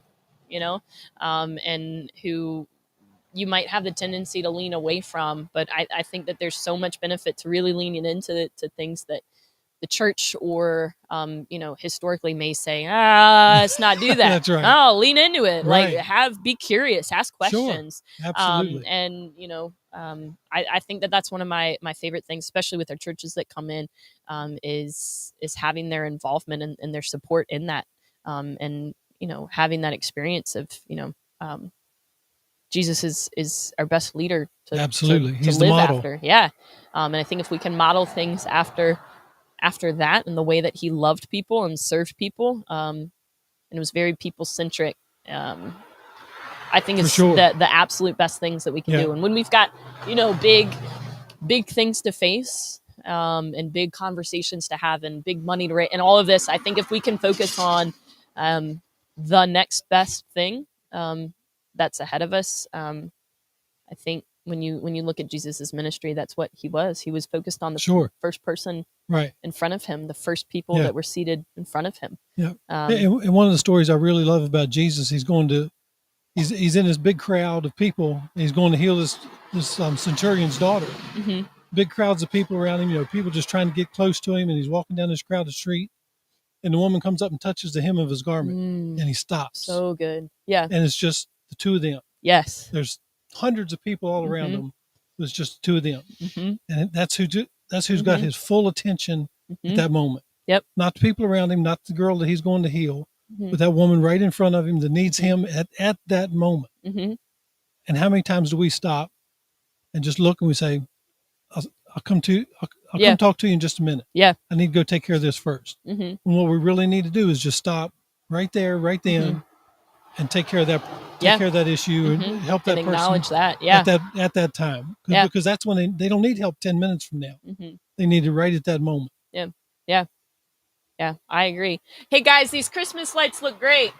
You guys did great yesterday. A+ on the gardening too. Yeah. All right. I was on my way back from a meeting yesterday, and I spoke earlier that Brian, I swear, was like halfway hanging off of our roof, and these other guys are like up underneath of them, like holding the ladder and stuff, and there's cords everywhere. And I got excited thinking that they were hanging up Christmas lights, and I said, "Woohoo!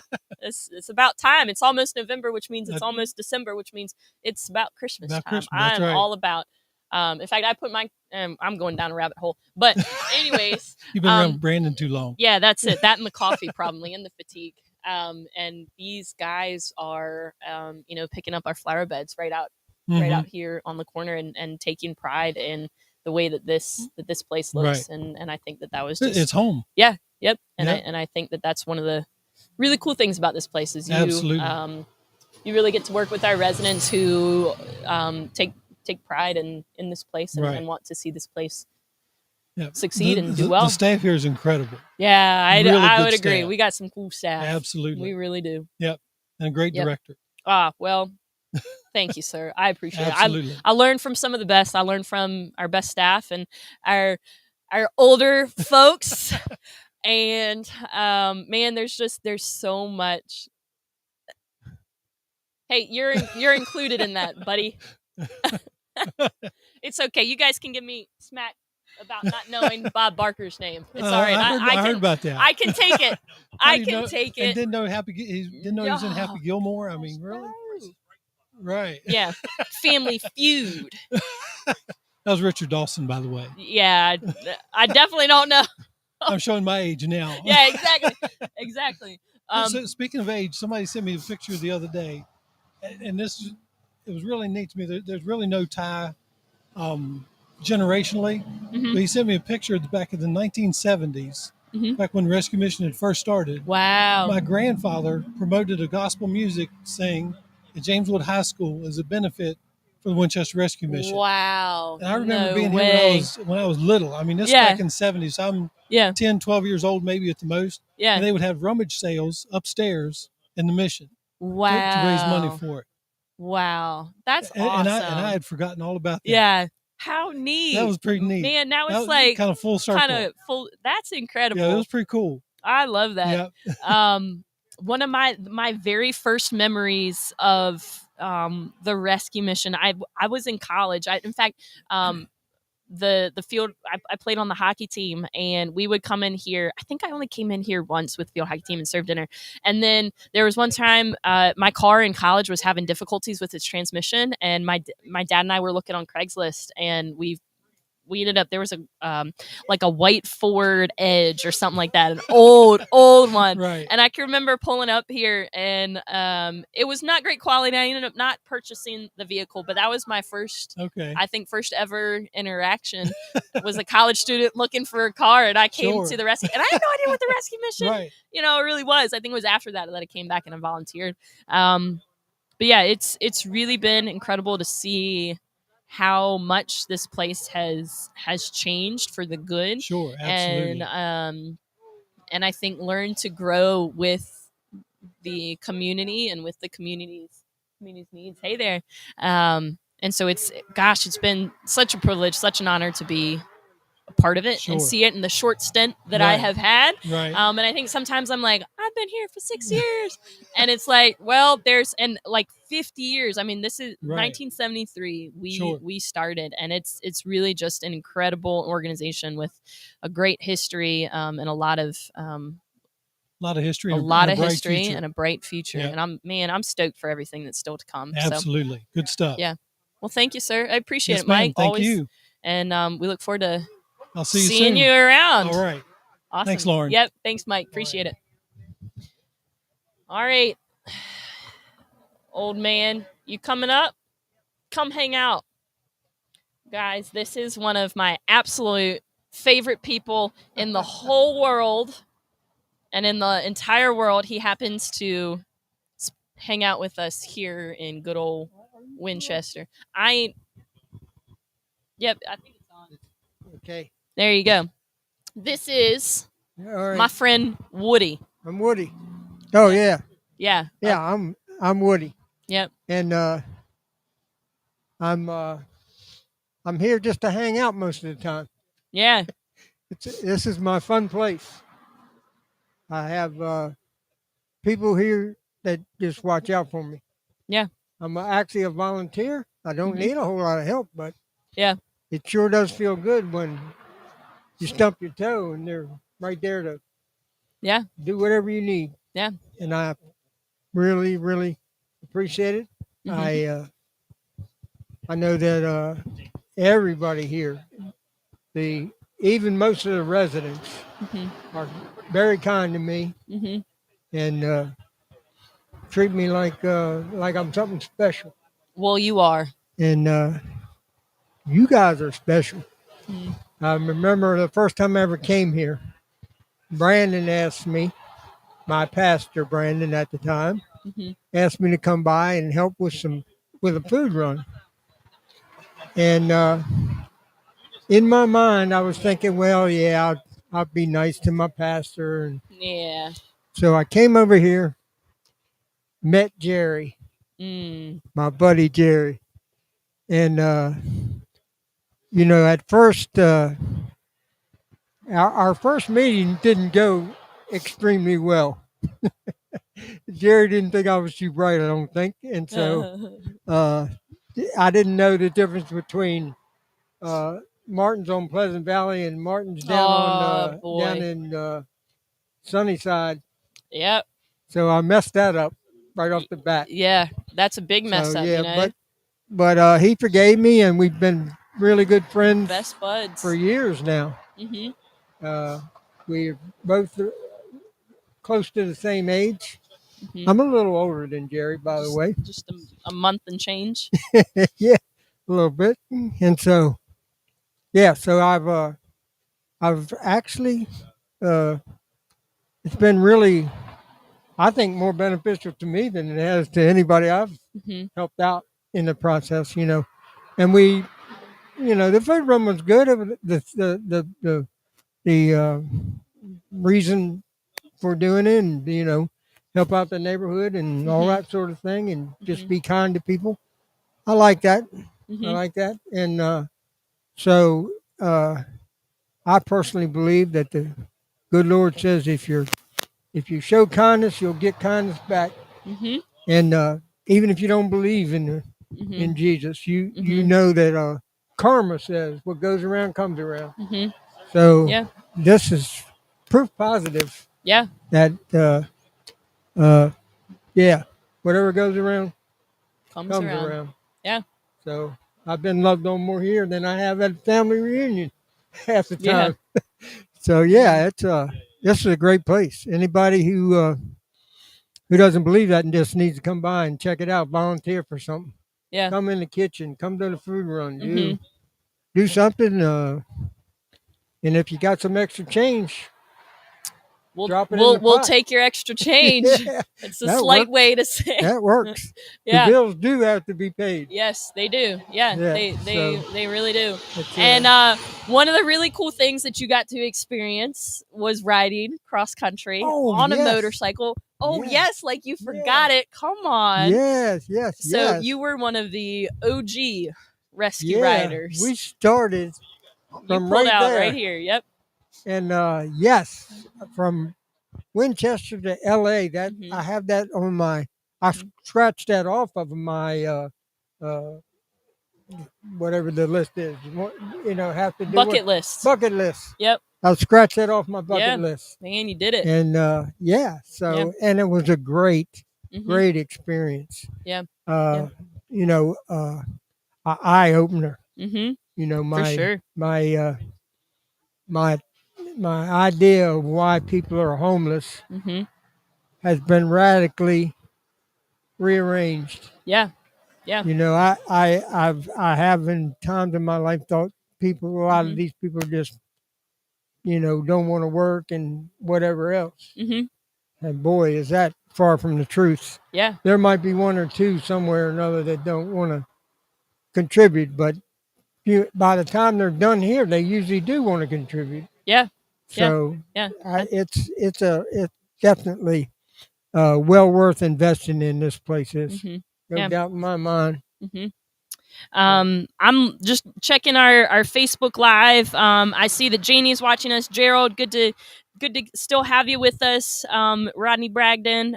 Dr. Bragdon was actually one of my professors in college. Wow. He taught 2 of my psych classes that I took in college.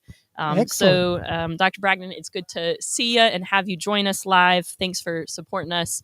And so the rescue ride, for those of you guys who may be unfamiliar with it, the first, or as we like to say, the OG rescue ride, was in 2019, and there were 13 riders who rode from here. We started in Winchester, and you rode across the country, and you ended up in Los Angeles, California. You stopped at 13 different rescue missions along the way. Yes. And the idea was to highlight homelessness, the work that homeless shelters like other rescue missions are doing, and to highlight the issues that are leading to people experiencing homelessness, which we feel is like a huge contributing factor of that is mental illness and the lack of resources that are available for people experiencing mental illness or that have mental illness. And you guys got to see some really cool things, and you got to learn from really great people. You guys, was it Memphis? And they started in Memphis, Tennessee. Their police department, I think, started their CIT program. Yeah. So you guys got to sit in a room with the people who started CIT, Crisis Intervention Team, which is a huge part in, public safety and in law enforcement and de-escalating. Excellent program. Yep. Just an incredible program. You guys got to stop at Nashville Rescue Mission. Yes. And where else? Denver. Did you guys stop in? Yes. In Denver and Vegas. Trying to think. we did rescue missions. Arkansas, Virginia. We stopped in Roanoke, I think. Or yep, down in Roanoke. Yep. We hit most of the states between here and Arkansas. We stopped in Arkansas too at a women's shelter, and then Oklahoma we made a stop too. I'm pretty sure. We might have missed Colorado or something like that. I'm not sure. I don't remember exactly where. It was all coming at me. Yeah. What an experience! It was just overwhelming. The motorcycle ride became secondary after a while because it was everything. It was a whole other experience. All the other things that were going on, and some of the insightful people that had come up with different programs and different ways of addressing this situation. It's very, very, very good thing, and I'm just I'm so happy. I'm so glad that I met Brandon Thomas back in 2005, I think it was, in Arkansas.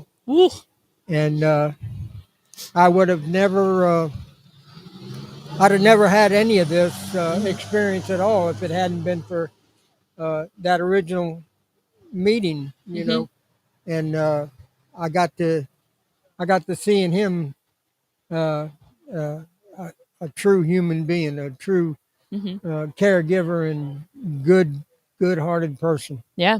And so I just it's been, he hasn't disappointed me, not too much anyway. Yeah. I mean, and so it's been a heck of a ride. Yeah, So, it sure has been. And it sure anyway, has been. Well, thanks, Woody. Yeah. Man, we love having you around. We love your support. We love you love being volunteering around. and having you hang around and Yeah. eating all of our brand muffins and hanging Yeah. out and Somebody's gotta eat watching that baseball. And man, we Yeah, really love right. you. We Yep. really do. I keep Yeah. Well, thank you, my sir. main goal is to keep Jerry straight. That's it. Yep. You guys keep each other straight. All right. You guys either stay out of trouble, and if you can't, don't get caught. That's my best advice in my 20. I'm not even going to say. I've been my, practicing that Yeah. pretty good. Yeah. So awesome. Thanks, Woody. Well, I see Brandon here and a handful of others. I'm going to hop off real quick so I can take a quick break. I'm going to probably just take a quick pause if we can for like about 10 minutes, 5-10 minutes. And then we're going to hop right back on. And we'll keep going, guys. We'll give you, and when I hop back, we'll give you an update as far as where we are. Again, a friendly reminder, we've got a $6,000 matching grant, dollar for dollar. And so if you can help us get to raise another $6,000, then we will have $12,000. And if my math is mathing right, that'll put us at like $14,000 and $14,500. So let's hope my maths. So awesome. Thanks, guys. We'll see you in a bit.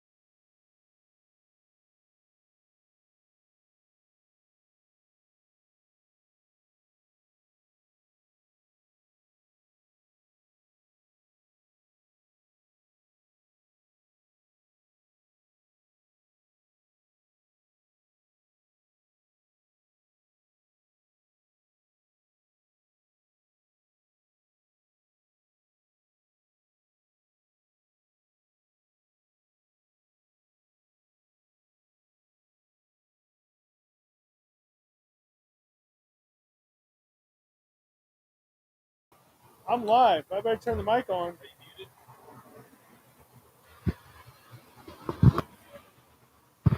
All right, I'm not muted. There we go.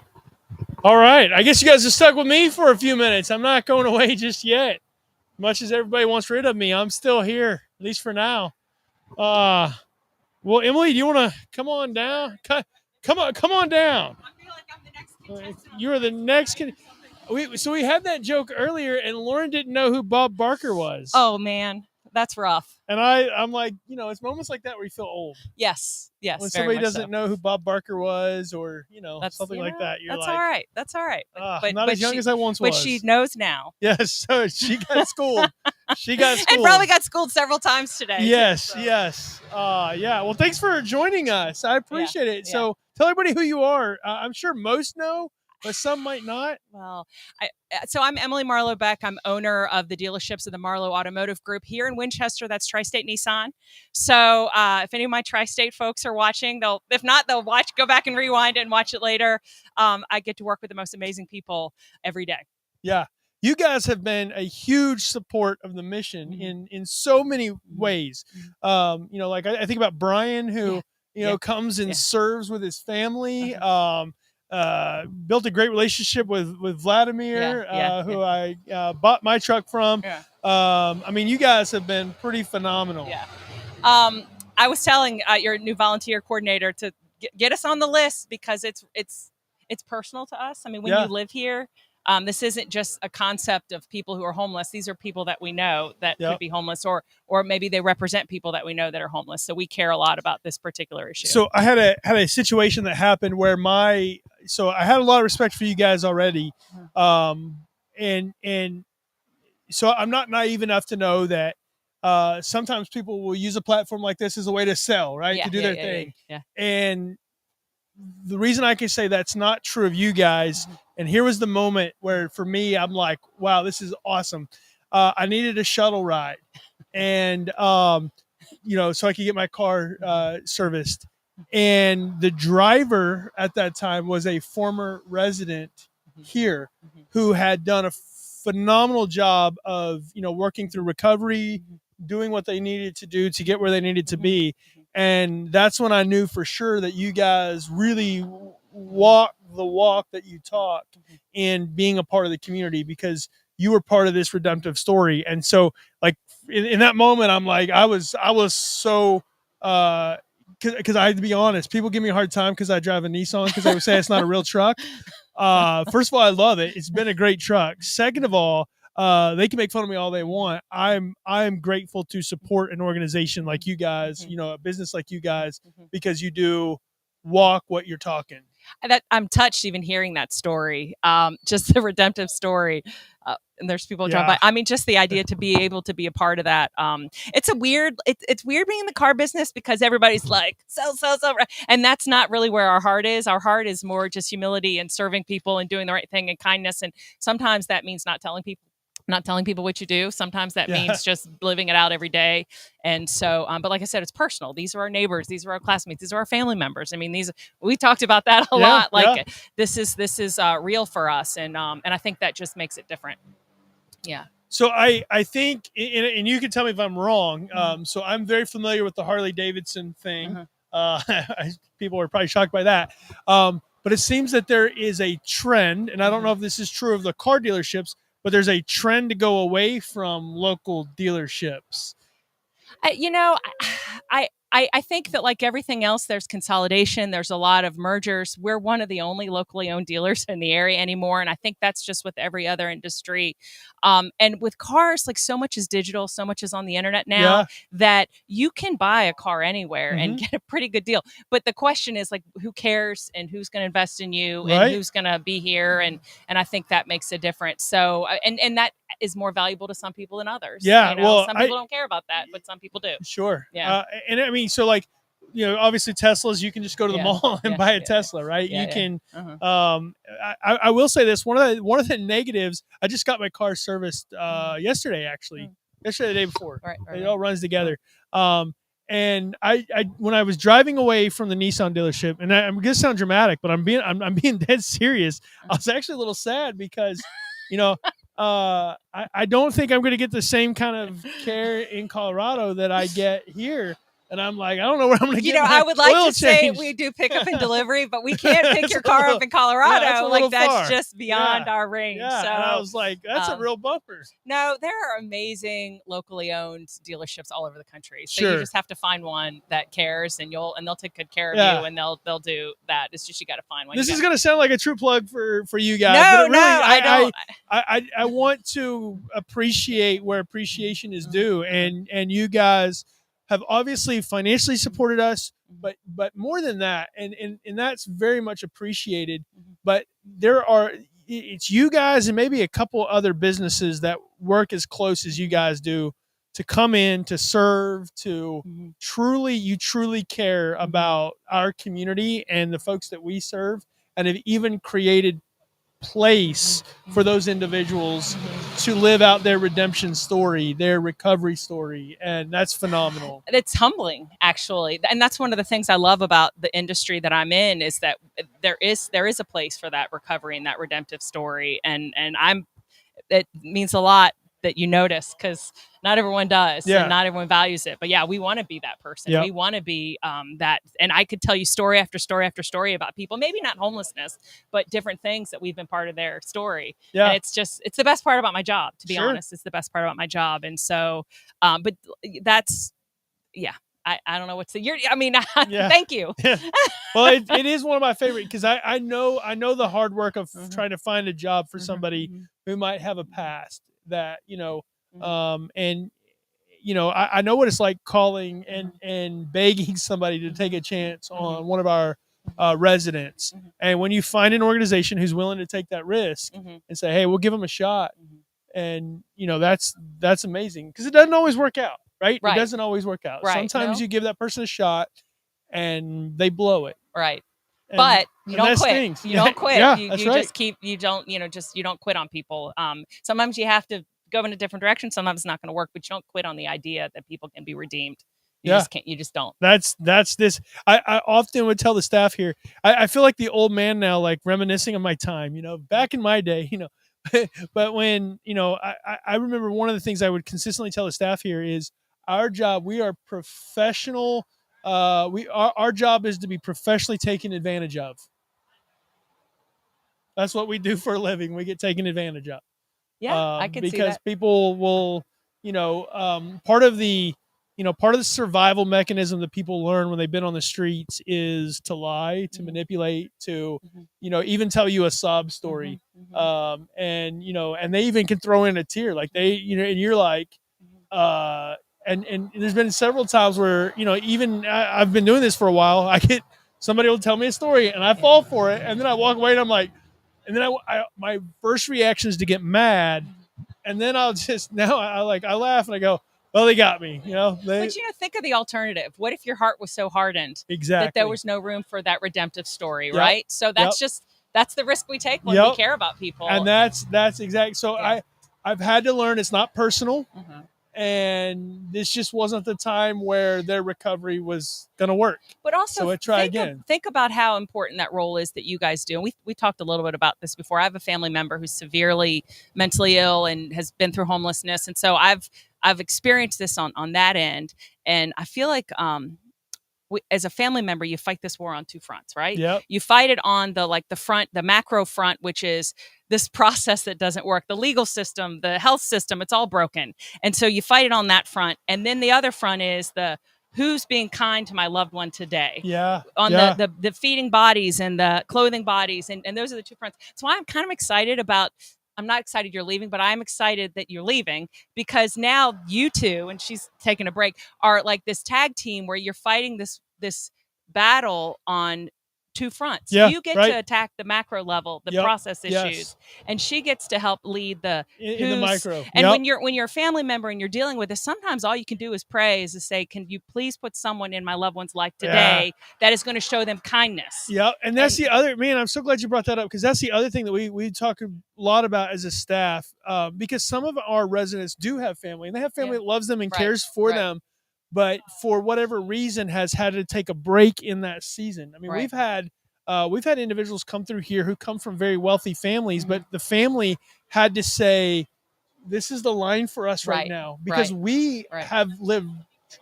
a trauma, and we're not able to help right now because the system's so broken. So we've even had to recognize here that because it's easy sometimes to get bitter, right? It's easy sometimes to like, these people can't even take care of their own family, and then you realize they're in it, they're exhausted. Yeah, they are yeah. like they have been through, and so I think of one individual, and their parents would reach out to us regularly, would send care packages regularly, but had to draw a line because when this person was at home with them, they were enabled to continue a destructive lifestyle. But here, there was more opportunity for them to get the help they needed. And so we've had to learn that sometimes we serve people. We're not just serving the folks who live here. We're the family. We get to be the surrogate family for folks. It's funny. It was a couple Christmases ago. A friend of mine sent me an email saying their family was going to be serving meals, maybe even here for Christmas. And I said, thank you for feeding people. I said, but you don't know this, but you're answering the prayers of the family members who are praying that someone kind would enter their loved one's life, like today. One of my favorite missions on the planet is the Knoxville Area Rescue Mission in Knoxville, Tennessee. And they have this outdoor space that they built. So on Friday nights, it's open to anybody and everybody. And obviously, a lot of your homeless gather around there that won't come in for services. They'll bring a DJ. They do like hot coffee and soup. And it's like an outdoor venue that primarily serves the homeless. And they did it because the director and his wife have a son who several years ago with mental illness just disappeared. And they don't know where he's at. And so they created this space in hopes that maybe someday they would see him come through it. And you're just like, powerful, right? Yeah, that's pretty powerful. Yeah.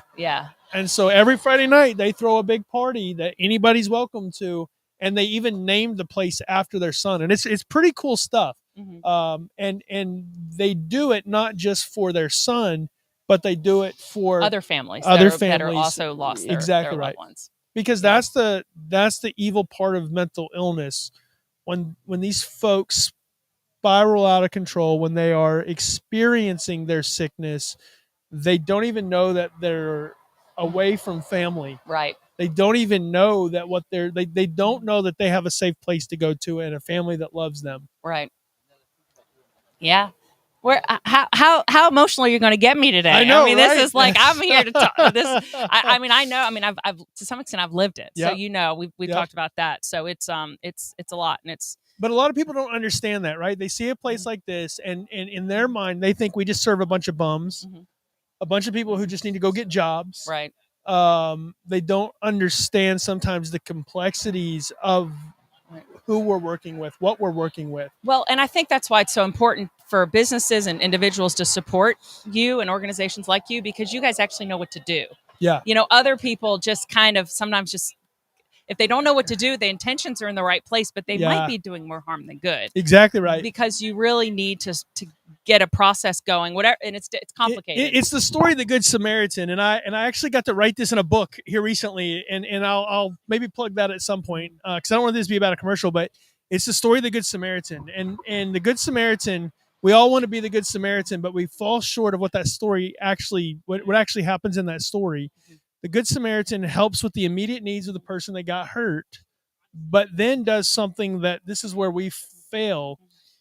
He takes the individual who got hurt to an innkeeper or the professional, and said, if the tab runs up, let me know. When I come back, I will. So basically makes a long-term investment to get the injured person to, lack of better terms, the professional that could give the long-term care. And unfortunately, what happens is, especially in our church vernacular, we all want to be good Samaritans, and so we give all of our resources on the front side because we don't recognize that we're not the professionals in it. And then when that money runs out, we then call the professionals and we say, hey, we need your help. And then we just kind of leave the person and hope something good happens. Right. Rather than, hey, I can help you, with this little bit, but I'm going to get you to the professionals and I'm going to invest in the professionals. So the way that plays out is like this. Somebody will put somebody in a hotel for a week. They meet somebody on the street that's been there, and they'll put them in a hotel for a week. And then after a week, they call me and they go, hey, we can't afford another week. Can you help? Right. And my thought always is, and it sounds so self-serving to say this, but now I can say it since I'm leaving. What we could have done with the money that you invested in that hotel room would have gone a lot farther if you would have gotten that person to us over you thinking you were the professional. And that's not a knock on you. That's not a knock on your abilities as a human. It's just saying, hey, know where your ability ends and let us be the innkeeper and you be the good Samaritan. And so as a community, we invest in the inn. I totally get it. And just this mindset that we need to be funneling resources and people to the places that they go to where they're most likely to get help. I mean, you would, if someone was sick, you would take them to a doctor. You just take them where they're most likely to get well. But we've created an environment where giving is us centered, right? Yeah. And so we want to give to that person because it does feel uncomfortable at the stoplight. So we're going to give them something so we feel better, not knowing that what we did actually might have done more harm than good. Yeah.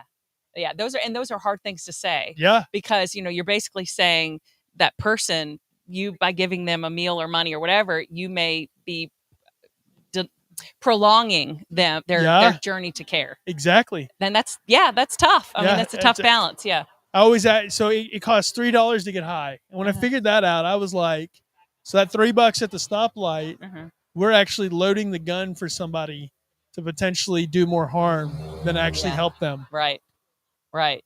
No, just that's more the reason why people need to pour their resources into a place like this where people can, where it's actually being used the right way. We're the inn and we get to be the professionals. That's, And we have the professional staff here. We have a licensed counselor, licensed social workers. We have folks who know what the heck they're doing. And so my hope is as a community, we get wiser on how to help. So we're actually creating a continuum where we're actually helping people versus just enabling death. Just kicking the can down the road or putting a Band-Aid on it. And then the cycle, and from my experience, someone will get well, but if they're not really well, the next time it's harder to get, it just gets worse each time unless there's a long-term fix. It's just kind of until, And I think it's the reason why we're having, so somebody might be watching this and go, why are we having this conversation with the owner of a car dealership?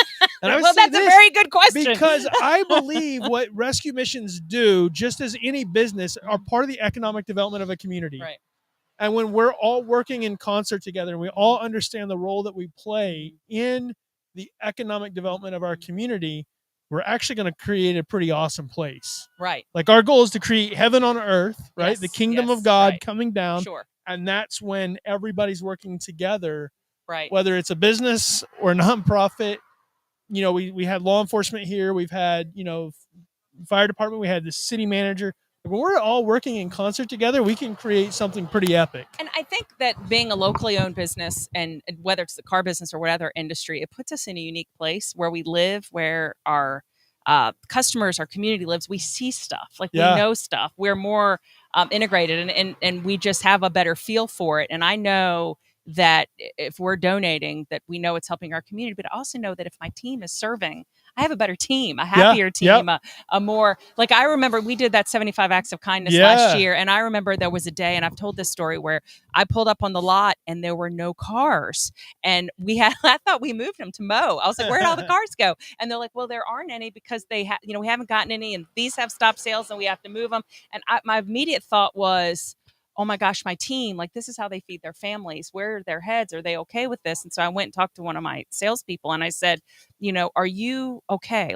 Or how are you? Are you okay? And she says, well, this is hard. She says, but Emily, I went and stocked food and helped feed people today. Yeah. So I've Yeah. got food in my refrigerator. I've got a warm bed. Yeah. Like I'm going to be Puts okay. perspective, right? And it just, Yeah. I think it was a gift to us, and it's a gift to our team to be Yep. able to like go out, and there's something about being eyeball to eyeball to people, Yeah, just like yeah. kind of like we are now. There's something about that. It's more powerful than writing a check. It's more powerful than, although you need checks too. Everyone write Yes, checks, absolutely, yeah. but there's something about it that just makes it all kind of come together. I think that's the answer to all the problems we're seeing in the world right now. Like nobody knows how to act locally. You know, Dan Hoffman, the city manager, was Lauren asked him earlier, you know, what would you tell somebody to do? And he just said, just show up. Right. We don't show up anymore. We hide behind our phone, right? We send messages on our phone because it's a nameless, faceless person that we're talking to, so we can say whatever we want. But when we're actually sitting down face to face, when you come to a place like this and you serve and you get to hear the stories, you go, wait a second, there's more to this than what I thought. And I could be part of the problem or the solution here, Right. versus just throwing something on social media. Right. There's something powerful, and I appreciate that your business does that. You guys, and again, not a commercial for you guys. It's just me speaking the truth. You guys absolutely do show up. Awesome. In our community in a big way, and so thank you for that. Well, thank you for all you do. I'm excited for you. Yeah. I'm excited for what it means for this mission, because I get it. This is Yeah. a two-front battle. Yeah. And you're on that. You just shifted to that other Yeah, front. it's and sad. I think I've cried more in the last 2 months than I have my whole life, because I love this place. I love these people. I love what I've gotten to do. I hate stepping away from it, but I also know what's best for it is me stepping away. Right. And so I hate it, but I'm also know that it's the right thing for this place as well as my family. So Yeah, we're gonna do it. Well, good. Well, I know you've got other people that want to talk to you and talk to Well, everyone. So I'm gonna. thanks for mosey coming on, by. But, thank I you. Thank appreciate you for it. everything you do. Yes, absolutely. And yeah, so I'm gonna. So if you need a Nissan or a Ford, you guys sell. We have Marlowe in front row, which is Jeep, Dodge, Ram, Chrysler, Nissan, and Winchester, and then Marlowe, Ford, and Luray. There you go. Yep, So if you need any of those, go see Emily, and Thank you. she'll take care of you. Thank you so much. All right, have a great one. Appreciate it. See ya. All right, Lauren, you want to come back? I'll turn it back over to you, so people don't log on and be like, "Oh, Brandon's back." Yeah, and then they're like, "Oh, crazy." Everybody quit watching when I showed up. Did they? Yeah, they did. Zero. They did. Yeah. They're like, "We're done. You're old news." So before we because I know we have a line of people here ready to come talk to you. How's it going? How you doing? How you holding up? I'm good. My eyes are like tired. So the it's the part of it's the dust, like people driving by. I was talking to Lexi, and I was like, I'm sitting here having a conversation with Jason Craig, and I'm like, trying not to blink, and then I get in my head, and I'm like, oh gosh, he thinks that I'm blinking too much, and like maybe I'm not blinking enough, and then I get in my head. And I remember having at least 2 or 3 conversations in the last couple bench events where I literally don't remember anything that I said to the people that I was talking to. Yeah. Because I was so just exhausted. Who were they? I can't tell you. Okay. That I won't tell you. But what I will tell you is, fortunately, they were really good friends and didn't hold it against me because they knew that I was exhausted.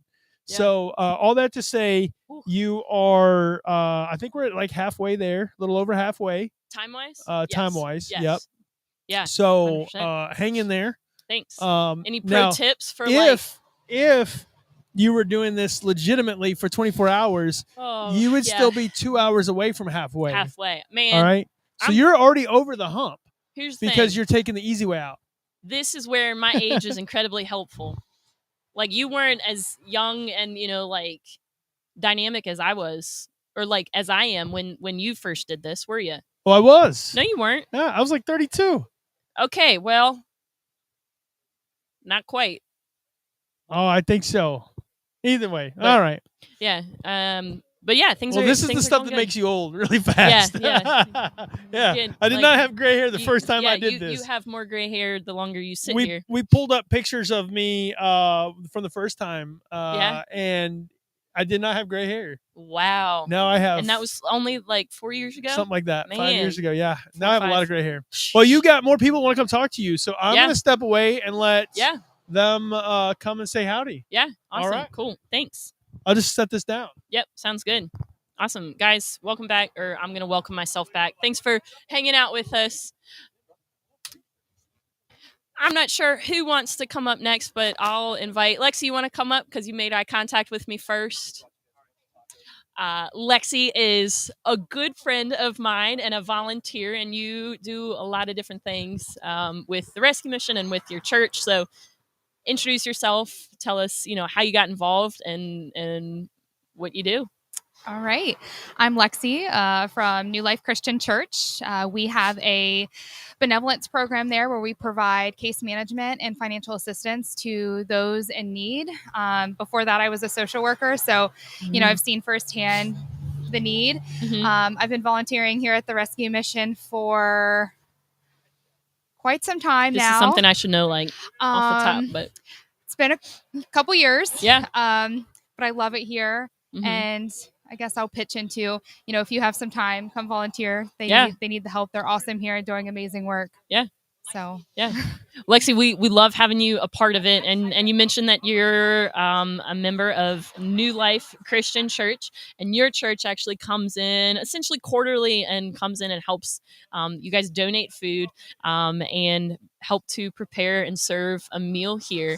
And so with that and with your background in social work, what has been like one of the most impactful things or stories that you've gotten to be a part of or witness here at the rescue mission? Oh my goodness. Well, so many things. When I first started volunteering here, I was a case manager. So that was really cool because I could just really see the steps of a resident from when they first got here to the time that they left and got their own place. That was a huge success story. That was really great. And I actually kept up with that resident for a while after they left. So that was pretty cool.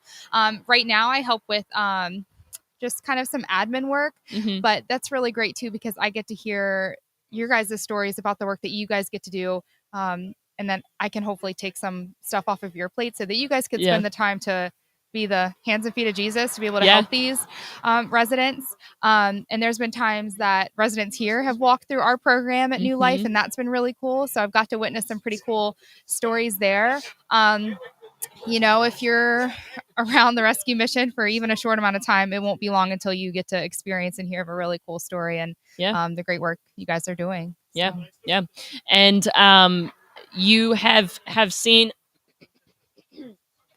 excuse me, a lot of different aspects, I think, of the things that we see here at the rescue mission. And you mentioned being the hands and feet of Jesus.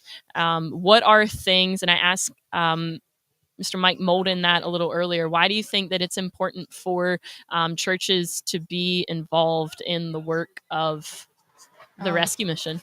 Well, it's extremely important. I mean, if we're going to be following Jesus, and if we're going to say that we're followers of Christ, that means helping those that are in need. And the rescue mission is a great place to do it because the resources are here. And if you are needing a place to be able to serve the homeless and those in need, rescue mission's the place to be. Yeah. Actually, I don't know if you know this, and many of you guys who are watching potentially do not know this, but I'm going to tell you now. The outside of our building is actually an artistic interpretation of Matthew. I think it's 28, and it's when it talks about feeding the hungry, or for I was in prison and you came to visit me, for I was hungry and you gave me something to eat, I was thirsty and you gave me something to drink. So the next time that you guys drive by the rescue mission, you can see that. You can see somebody seated with another individual. You can see somebody sharing bread and drink with them. And so I really do think that this is like a visual representation of not just the building, but the work that we do, of the work of Jesus, and of the work that's I think really needed to serve and to love others well. Absolutely. Because I think for many churches, simply because not the church's fault, but they just don't have the resources or the people in place to be able to provide what the community needs. So it's really easy to say, stay warm, well fed. And that's not what we want to do. We want to be able to provide them with love and meet their needs, because sometimes the love of Jesus looks like meeting needs. Yeah. And I think that can be hard and challenging for some people to understand that sometimes.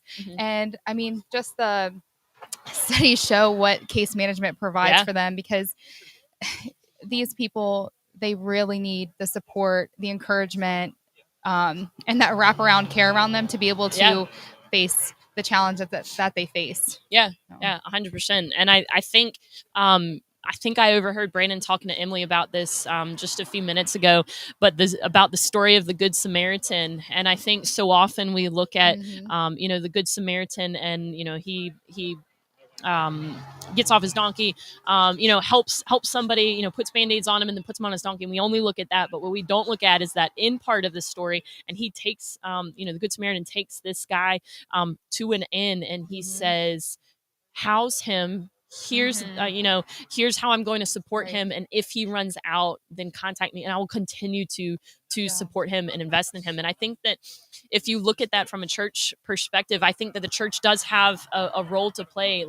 Let's celebrate the work of the church. While also, if you look at the rescue mission as the inn, I think that there's work that the inn is the expert in, and there is the work that the church is an expert in, and that can be a really great relationship. But I think if you look at that story of investing in the innkeepers, investing in the experts, and the people who do have the backgrounds in social work and in counseling and all of these public health and medicine and all of these things, and so again, just celebrating the work of the church and celebrating how the church can support us and make possible the work that we do, and how we point people again back to Jesus. I was talking to Mike. I think that's like one of the most important things that we do. We can help feed people, and we can house people, and we can make sure that we've got our data up to date and all of our all of our documents scanned and sorted appropriately. But if not, at the end of the day, we can't point people to Jesus, then I think we've missed our mark. I think everything that we do needs to be centered around Jesus. Absolutely. And I mean, we want to take care of them in this lifetime, but we want to, and the next, exactly. Yes, exactly. for eternity. And I think that that's one of the best examples for us to follow is Jesus and his life and his ministry and the way that he navigated people and community. So yep. And that simply starts with serving, doing, giving your time, giving your resources if you have it. Yeah. So yeah.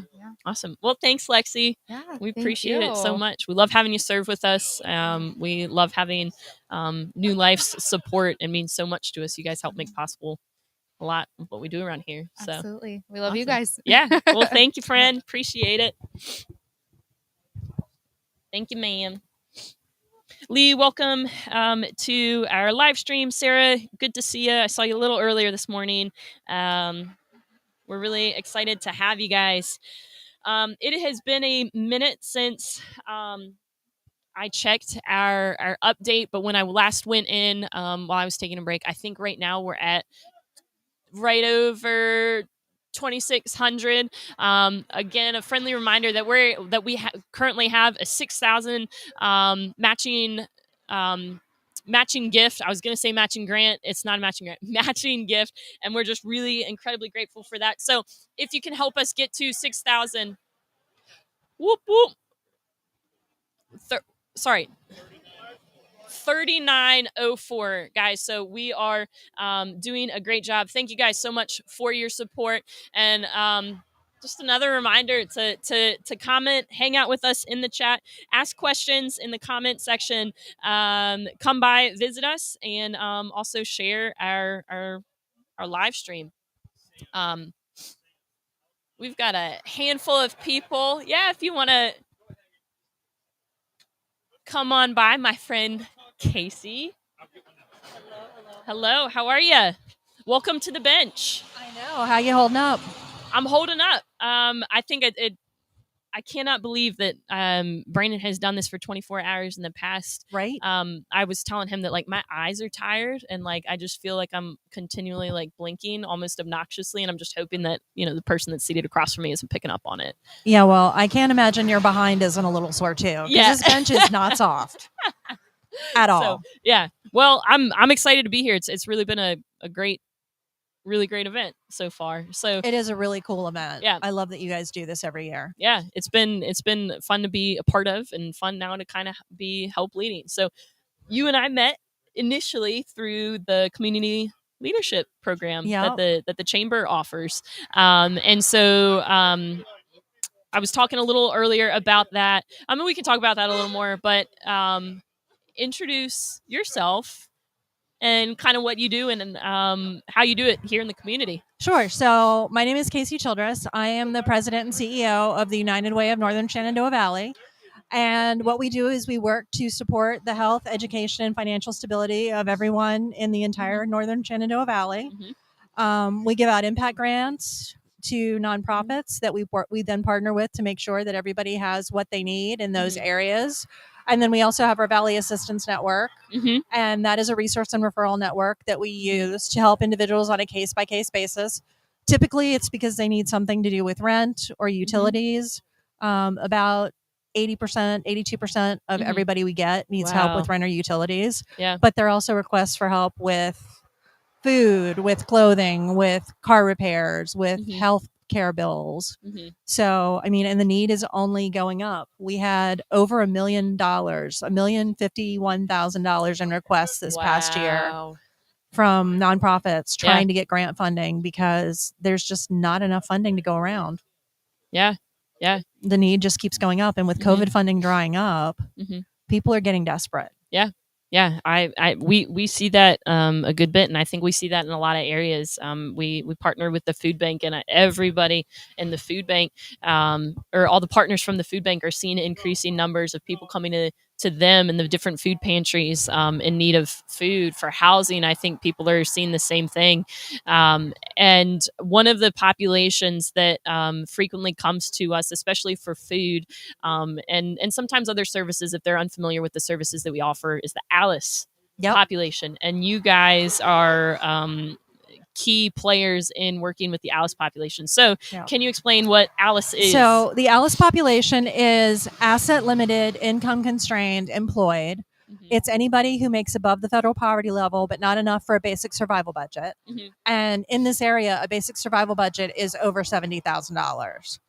Wow. So, and is that for a single? That is for a family of four. Family of four, but over $70,000. Wow. So, and what we've noticed is the statistics in Winchester alone, 49% of the population is ALICE. Throughout the whole Northern Shenandoah Valley, about 40% is ALICE, 41% to be exact. And we also noticed there are some definite differentiators, if you will, in the ALICE population. So 39% of white families are ALICE, but 56% of Black families, 59% of Hispanic families. And then if you're talking about single moms across all races, 71% of single moms are ALICE. Yeah. That is just, it's devastating to think about. You know, if you're a single mom, you've got a 3 and 4 shot that you're going to need support from somewhere because you just don't have it. Yeah. So speaking of support, thanks to our good friends at McKesson, we brought you over some care kits, and it's a bag with a beanie, a blanket, a water bottle, a notebook that has a handwritten note in it. That's awesome. And a puzzle that you can give to your clients. That's incredible. So that's awesome. Well, thank you guys, and thank you to McKesson. McKesson is amazing. They provided 300 of those to us. Wow. So you should see our offices. It's kind of funny. It's overflowing. It's overflowing with care kits, but you know bags. that's a great problem to have. Yeah, and we see that frequently. If you know, donations like that are a problem, it's a great problem to have. I know. I wouldn't complain about that problem. Anybody who wants to do things like that, we are happy to take it and happy to distribute it, and know that we have so many partners like you guys who are going to make sure that it goes to people who really need it. Yeah. So tell me what's going on at the mission. Gosh, lots of things. So obviously today we've got a good bit going on. We've had great conversations with a lot of our community's leaders, our volunteers, some of our donors, and our board members. Looking ahead, I mean, we'll be continuing with our day in and day out operations. We've got, men and women here that stay with us.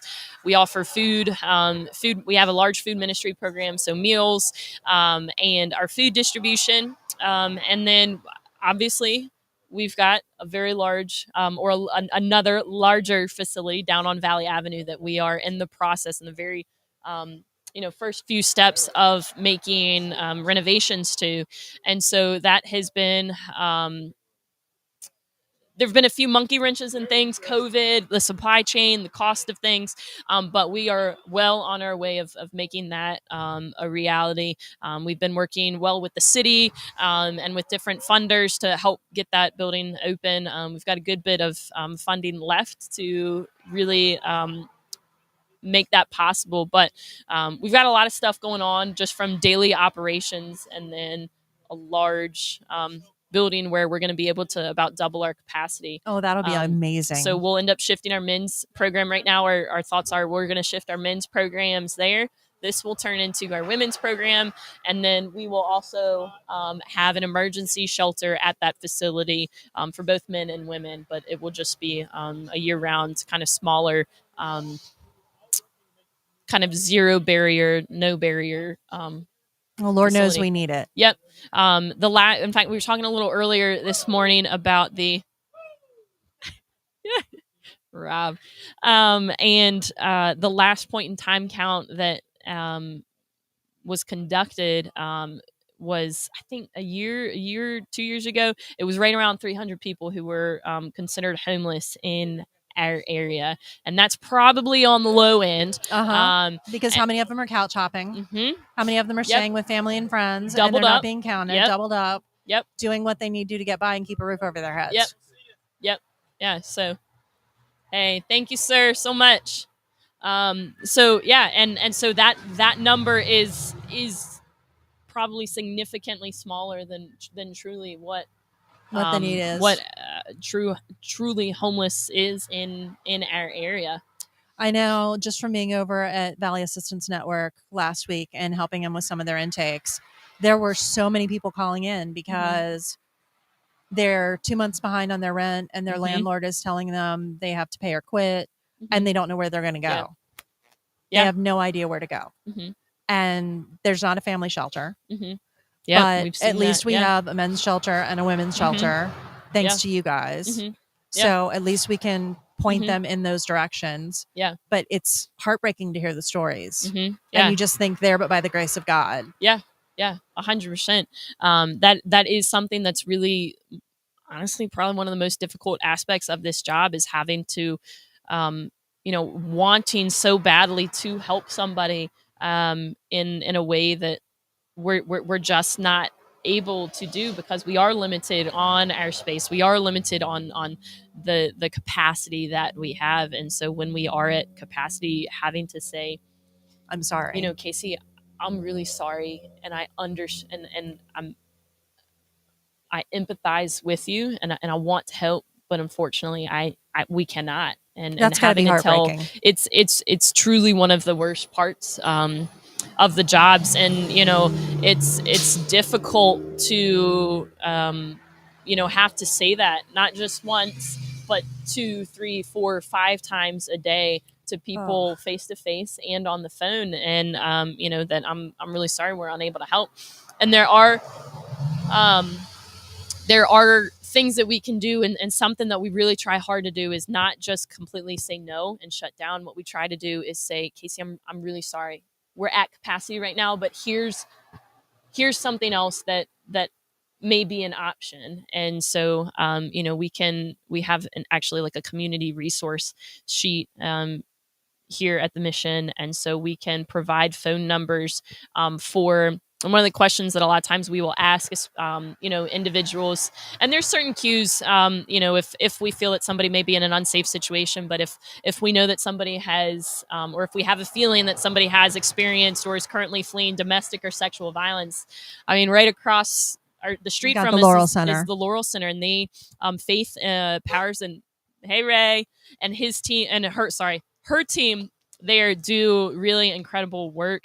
And so we're able to refer them over to the Laurel Center. When Watts is going to open up here, I believe November 4th, we have a good relationship with them where if in the past, if we're full and we need to turn some, we don't have capacity for somebody to stay with us, we can call up Watts and say, hey, Casey just walked in and it's a single female and she's in need of shelter. And they'll say, hey, this is this is where we currently are. This is where the bus is going to take us to this church. Send them our way. And so we try to say no, but here's something that I can do. And call back tomorrow because our capacity may change. We may have somebody leave. We may have somebody graduate our programs. And so we try really hard to help you in whatever ways that we may be capable of helping. Some days that may be a bed. Most days we're riding at capacity. Like we are at full capacity every day. But,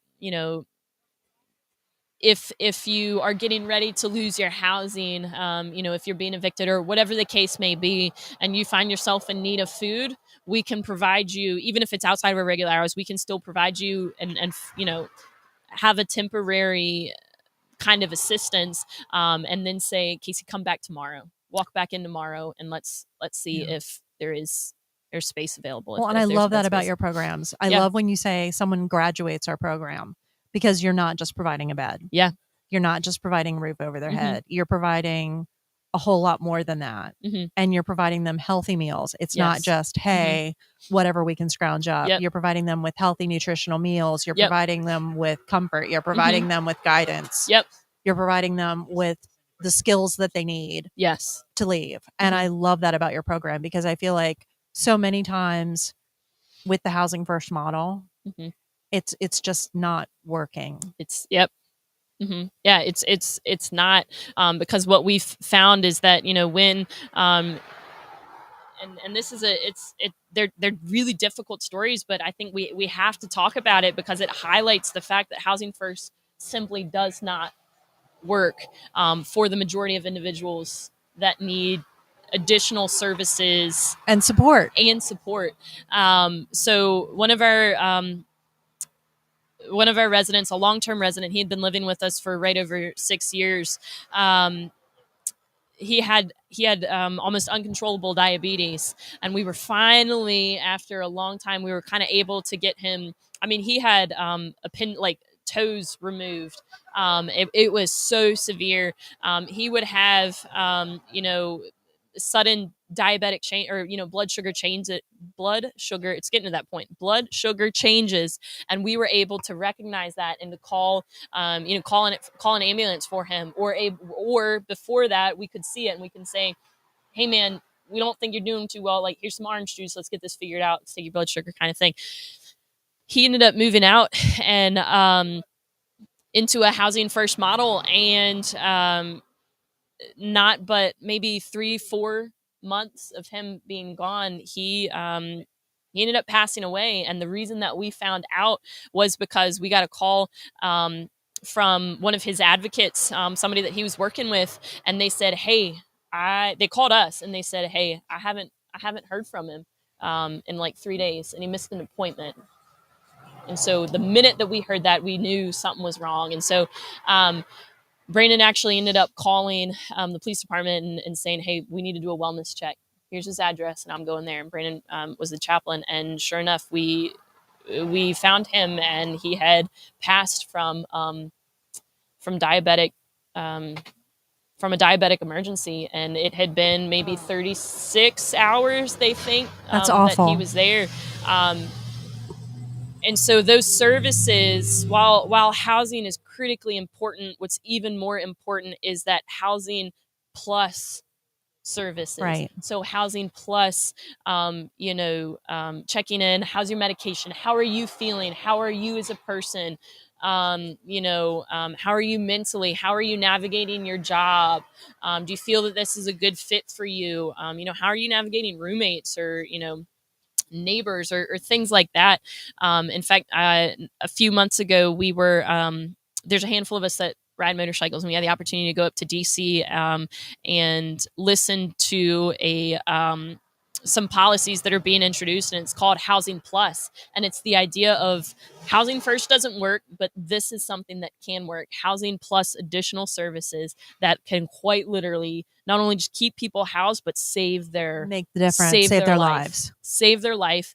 And a lot of times what we say is that the services that we provide, I think historically we have seen a model that just extends somebody's, death date. And so what we do might prolong their life by 2 or 3 years, but that's not what we're in the business of. What we're in the business of is saying, Casey, I don't want you to just live, 2 or 3 more years. I want you to live a much more fulfilling life and be well and experience wellness. So let's figure out how to do that. And that's what Housing Plus, what we do, and I think what services that are provided for the same demographic need to see is we're not just here to keep people living longer. We're here to keep people living better and living well and feeling fulfilled. Because I think for so many people that we work with, they set a certain bar for themselves, and they're like, this is what I'm good for. And they don't realize they're so much capable of more. So much more for their physical health, for their mental health,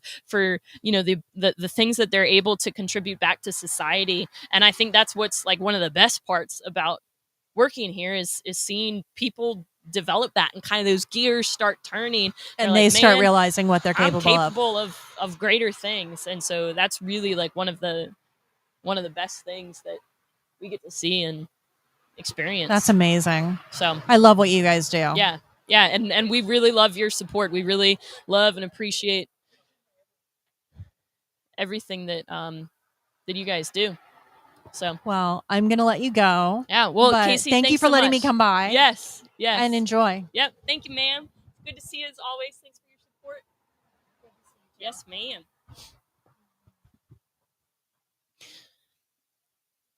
Awesome, guys. Woo! All right, I'm catching up on the comments.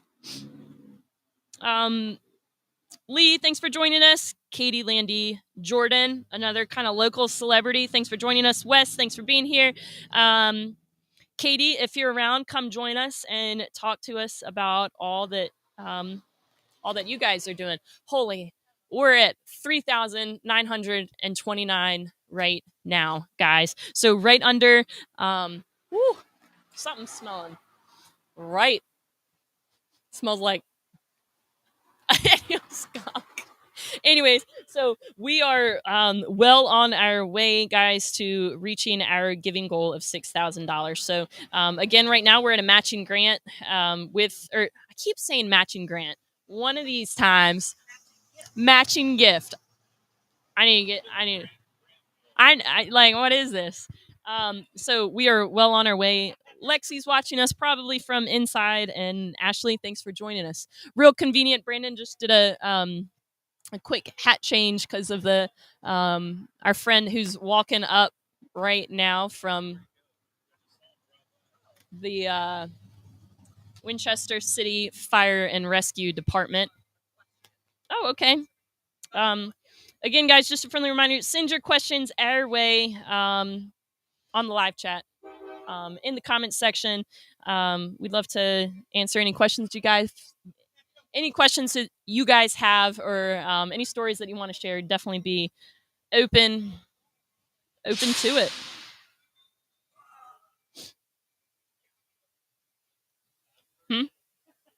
Oh, good old train.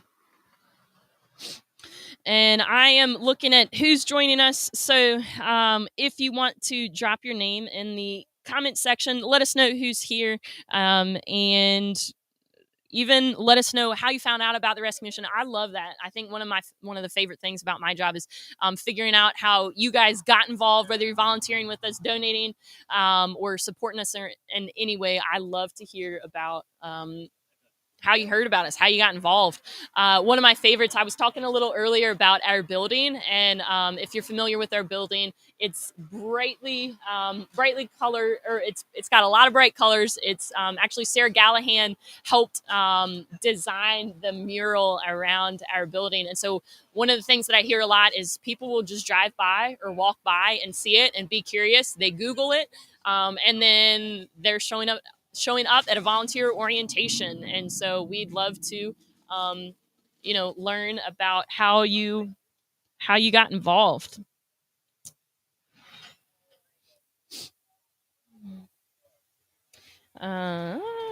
Making sure I didn't miss anything here. And another reminder that our auction is still going on with our friends from the Village at Orchard Ridge and the Plarn items. There are 2 tote bags and 3 different mats and area rugs. And I haven't checked on that in a little bit, so I'll probably check on that here in a bit. But it's really great that they're choosing to support us in that way. And we would love to see some of those bids increase. So one of our very good friends from, like I said earlier, the Winchester City Fire and Rescue Department just walked up. Many people know him. He's a good friend of ours, Chief John Henschel. I'm going to invite you. Yeah, that's your cue. Come on. Unless there's another Chief John Henschel working for Winchester City Fire and Rescue Department. Good to see you. How are you, sir? Good. I want you to know that Brandon Thomas was not wearing that hat before he saw you drive by. That's what I told him. Yeah. That's what I told him. I knew that. Yeah, you. And actually, I just told him that. Oh yeah, sorry. I'm gonna speak into the mic. Yeah, that's it. Is that better? I did have it on earlier, and then I had a call. I needed another hat on, so I changed my hat. You literally put a whole other meeting to you wear a lot of hats. Just so you know, I only told him that to stroke his ego a little bit. His ego does not need to be made any larger than what it already is. Long hair. I know he cut his hair, but long hair aside, I'm just glad to see we have someone far more camera friendly up here than what we've had in the past. Yes. Actually, you know what's funny is it's drowning it out for you and not for the live stream. So go grab a box of Kleenex, buddy, and cry over there. All right. It's okay. Everyone knows. Yeah. Everyone does. Brian Brem from the Winchester Star actually a few weeks ago, he's like, Brandon is always saying that he's the pretty face, and he's like, but Lauren, you're the pretty face and you're the muscle. And I was like, you know what? That's the best thing that I've heard. And I was like, all day. So that is true. Yeah, maybe not back when Brandon was CrossFitting, but I think now the only muscle here beforehand was probably from the power of Gab, but that's just my assessment. Yep. That's it. Well, John, thanks so much for Chief Henschel. I don't. It's okay. John's fine. Chief Henschel, Chief John Henschel. Yeah. I don't I don't know. I've never called pastors pastor. I'm good with John. You're not going to offend me whatsoever. Mr. John Henschel. So tell us a little bit your how you got started in Winchester City. I'm new, so I get to new to this role, so I get to learn about and I get to ask questions because I don't know these things. So how'd you get started with Winchester City? I got started back in 1997 as a firefighter. Okay. And quite frankly, at the time, I put into a few different jurisdictions. I was seeking a fire and rescue job, had been a volunteer for about 7 years at the time. And Winchester was the first to pick me up. So I'm very loyal, as you can tell. Yes. And it's been an interesting journey, but one that I have to say that I would repeat had I had the chance to do it all over again. Yeah. So. Yeah. We heard actually one of our first guests this morning was Shannon, our newest community paramedic. And we talked about, the value that that position brings to not only our community, but especially the demographic that we serve. Mr. JD Orndorff also swung by, and we got to talk about him. He's probably I love all you guys, really. I have, and I've had the incredible opportunity of getting to know so many of you guys that are with the fire department, but really you guys have great leadership and yeah, great employees had it there. just been JD earlier, I would say we've saved the best for last, but I can't say that since Shannon's already been here. Yeah, and she's come in like a fireball and picked right up where Rob left off, and she's doing great things already. And we're actually, believe it or not, she's going to be our part-time person in the community paramedic program. We're in the process of hiring another full-timer. Okay. So you're going to have two now at your disposal. Man, the more the merrier. And that's such a very important role. And we talked about, and if you could like kind of speak into it, you all are first responders. And so you guys are dealing with the emergencies of things, but we kind of talked about how healthcare and wellness is a spectrum. And so how would you describe your role overall in our community's wellness? So, fire and rescue is usually viewed as the emergency component of the healthcare system. When someone has an emergent need, a need to go to the hospital, they contact us, and we go and we serve them and take care of them until we get them to definitive care. The community paramedic component of that, which is newer to the scene, of course, is really looking to address some of those folks that probably fall between the cracks, if you will. So whether it's folks that we see out here on a routine basis, they're calling for our services, and we recognize that the emergency room probably isn't the only thing that they need, or it might not be the thing that they need at all, that there are other resources that would better serve them, then we're able to help start filling those gaps. Likewise, we know we work with the transition center at the hospital.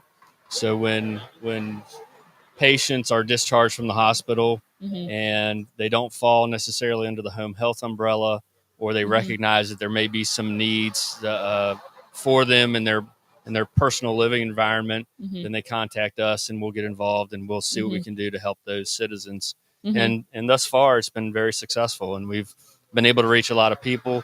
Last I checked, we were up to 80 clients have been served locally. That's so that's awesome. That's quite a few when you consider this has only been in process for about a year now. So I think things are moving well. We're evolving the program as we go, and we learn more about community members' needs and what we can do to facilitate that. So we're continually learning from this process, and we're evolving our program, and I see a lot more great things to come, especially with the addition of a second person. Yeah. I'm incredibly excited about that. Definitely sad to have seen Rob leave. He was a good friend of ours, and we loved seeing the community paramedic vehicle parked outside. But you'll still see it. We're equally as excited for Shannon to be joining us. Sure. I've gotten to meet her a handful of times and hear her passion behind everything. So I have the utmost faith in her, and then this next person that whoever it is that will be joining us. Yes. A lot of what we've been talking about today is mental health and mental illness, and the importance of addressing those needs, not only with the population that we serve, but also with our staff. And so for you guys there at the fire department, again, you guys are seen as the emergency medical healthcare providers. And so how does your department prioritize your employees' mental health, especially considering that you guys are consistently dealing with what are considered like traumatic events? Sure. How do you guys prioritize that? And it's interesting because, as I said before, I've been in this business since the late 80s and in a career capacity since the late 90s. But mental health has always been out here, but it's one of those things that was largely put on the back burner, if you will. A lot of the members that have been here for a while will understand the concept. We're always told, suck it up and suck deal it up, with it, buttercup. right? Yep. I mean, that's not just fire and rescue. That spans public safety arena, military. I mean, that's been a mindset in the past. And finally, the recognition came about that mental health is something we all need to not just be aware of, but be prepared to handle, because we see things that most people don't. We deal with things that most people don't. And the ability to see those things on a repetitive basis just add to the problems you can see downstream if you don't deal with those when they surface. So we've taken quite a proactive stance here, to be honest. I'm very proud of what we've done, our team collectively, to identify resources that can be used by our personnel. And we put several things in place. You know, one of the only things at our disposal years ago was the critical incident management team that would come from the EMS council. And should an incident occur, you would pull some folks in and pull the group in that was affected and try to talk things out. And it was like a one hit and done. And, you know, a lot of people weren't real comfortable in that environment talking to someone. There were times you would bring someone in that didn't have any background in fire and rescue. That always was a potential issue. And even though we still have that component available, we have far better components available to our members now. So one thing we've done as a city, which we're very grateful for, you know, we opened the clinic, the city clinic for employees, and we started off with a PA to meet medical demands, but we talked at large about adding a mental health clinician to that for all city employees, but we knew the focal point would be for public safety employees because of, again, what they see and what they deal with.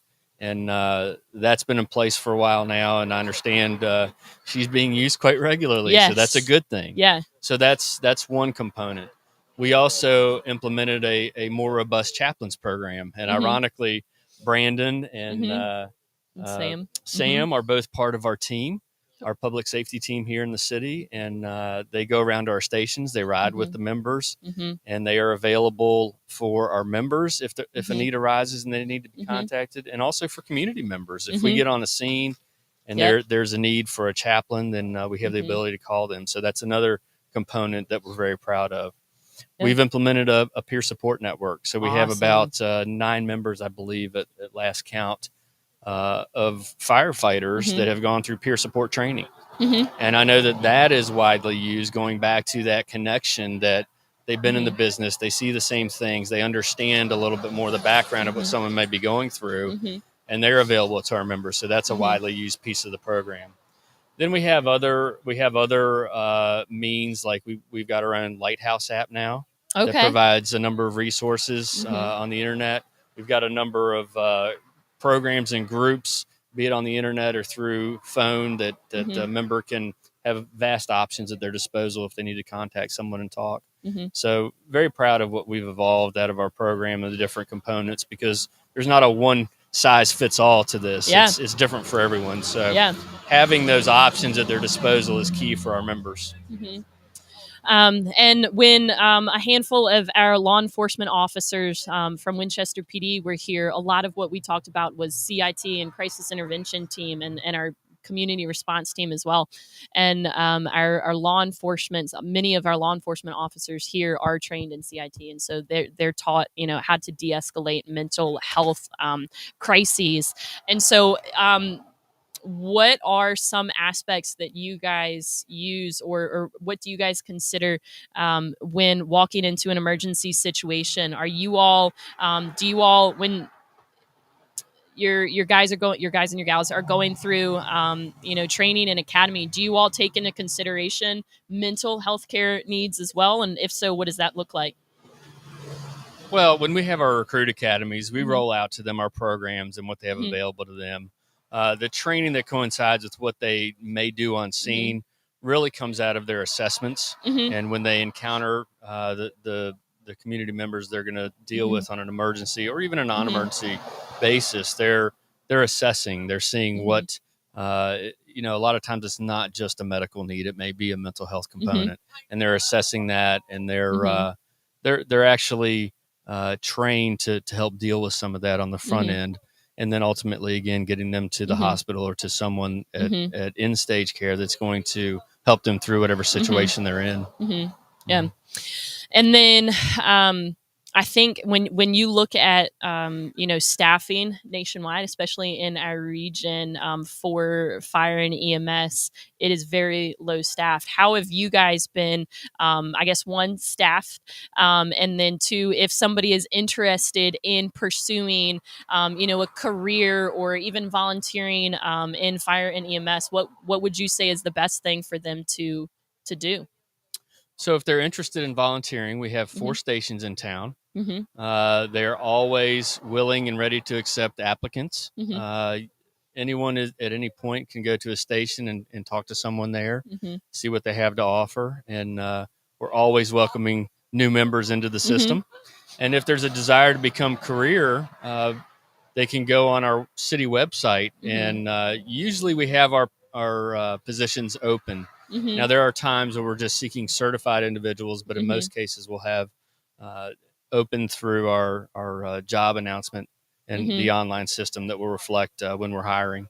And we have transitioned, years ago, we would only take certified members because we're only hiring a few at a time. Well, now we're running full recruit academies where anyone can truly come in off the street with no certifications, and we'll train you from the ground up. So, yeah, I love that. I've had a handful of friends and acquaintances that I know, and I actually had the opportunity to ride along over at Shawnee, and that was really incredible. It was really eye opening, and when I also went through the Top of Virginia, the Chambers Community Leadership Program, we got to go out where y'all host academy, and man, it's really cool. I feel like even as an adult, it's so cool still to see like an ambulance and see a fire truck and y'all's drone, and the way that you guys are able to operate that. So it was absolutely just really incredible, and I love the work that you guys do. I feel like you guys have some of the coolest jobs ever that, like, I feel like as a little kid you dream of, and you get to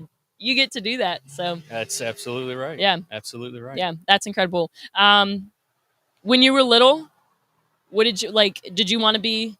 Were you like, when I grow up, I'm one of those firefighter? I'm probably one of those unique people that had the itch from early on, and I honestly can't tell you what prompted that. There was no fire service history in my family. Really, I'm the first. Okay. But from an early age, I can just remember having an affinity towards fire engines and firefighters, and it's what I always wanted to do. I knew that from very early on. Yeah. And I joined a station in Shenandoah County at the age of 15. And from that point on, it was volunteering and working towards becoming a career somewhere. And of course, the pursuit didn't end there. It's evolved all the way up to where I'm at Head now, honcho. the position I'm in now. Yeah. So that's awesome. It's been, like I said, it's an interesting ride, but one that I would definitely do again. Yeah. What do you think are like key qualities for somebody who might be interested in pursuing a career in firefighting EMS? What would you say? Integrity tops the list. You have to have integrity. We're out here dealing with the public. We're going into their homes. We're meeting them for many of them on their worst day. So integrity is key for us. Being trustworthy is very impactful to our business. And I think that's what plagues a lot of departments when you see things come out in the media. It goes back to that core value. The ability to have empathy. I mean, we're dealing with a lot of people in a lot of different situations, and you don't know what you don't know. And until you've been in another person's shoes, which most of us have not, you don't know what they may be experiencing or what they've experienced in their past. So that's another key component is the ability to have empathy. Yeah. And there's a string of core values I could list off that are key to being a good fit for the fire service. And that's what we really, we talk about. We want to hire for attitude, and we'll teach you the skills you need. Yep. And that's truly what's the mindset that has changed over the years, where we were really looking for people with certain skill sets. That has changed. You have to have the right attitude. You have to adhere to core values, and we'll teach you the skills. Yeah. I think I grew up playing athletics, and I think one of the things that as an athlete and then as a coach and even here, I think one of the things that we talk about is being coachable. And so I think no matter kind of what area you're in is I think that attitude and the willingness to be curious and ask questions is huge, especially I think in the work that we do when we are consistently dealing with people who we may not have the exact same shared experiences with, but that we're called to serve. And so when we walk into a room, I think leading with curiosity and not with judgment is huge. That's huge. Yeah. That's huge. Yeah. Well, awesome. Well, thank you, sir. I appreciate it. We really appreciate you guys. You guys do great stuff. We're relying on you guys a good bit, and please give our thanks to all of your And we'll stop departments. by soon. Yes, yeah. I'm surprised it hasn't even happened today. I was saying earlier, I was like, I'm sure it's like possible to overdose, like, have too much caffeine. And I was like, if that happens, just pull me down, put me to the side. Somebody can keep talking, and we'll just have friendship ambulance right here, and then just get me in, treat me, and yeet me to the hospital. That's it. So, but man, yeah, we really do appreciate y'all and all the work that you guys do, leadership and everybody. We appreciate the partnership. Yep. And it's gonna grow as well. Yep, it sure will. Yeah, right. I appreciate it. Awesome. Well, thank you, sir. One. I appreciate it. Thank you, sir.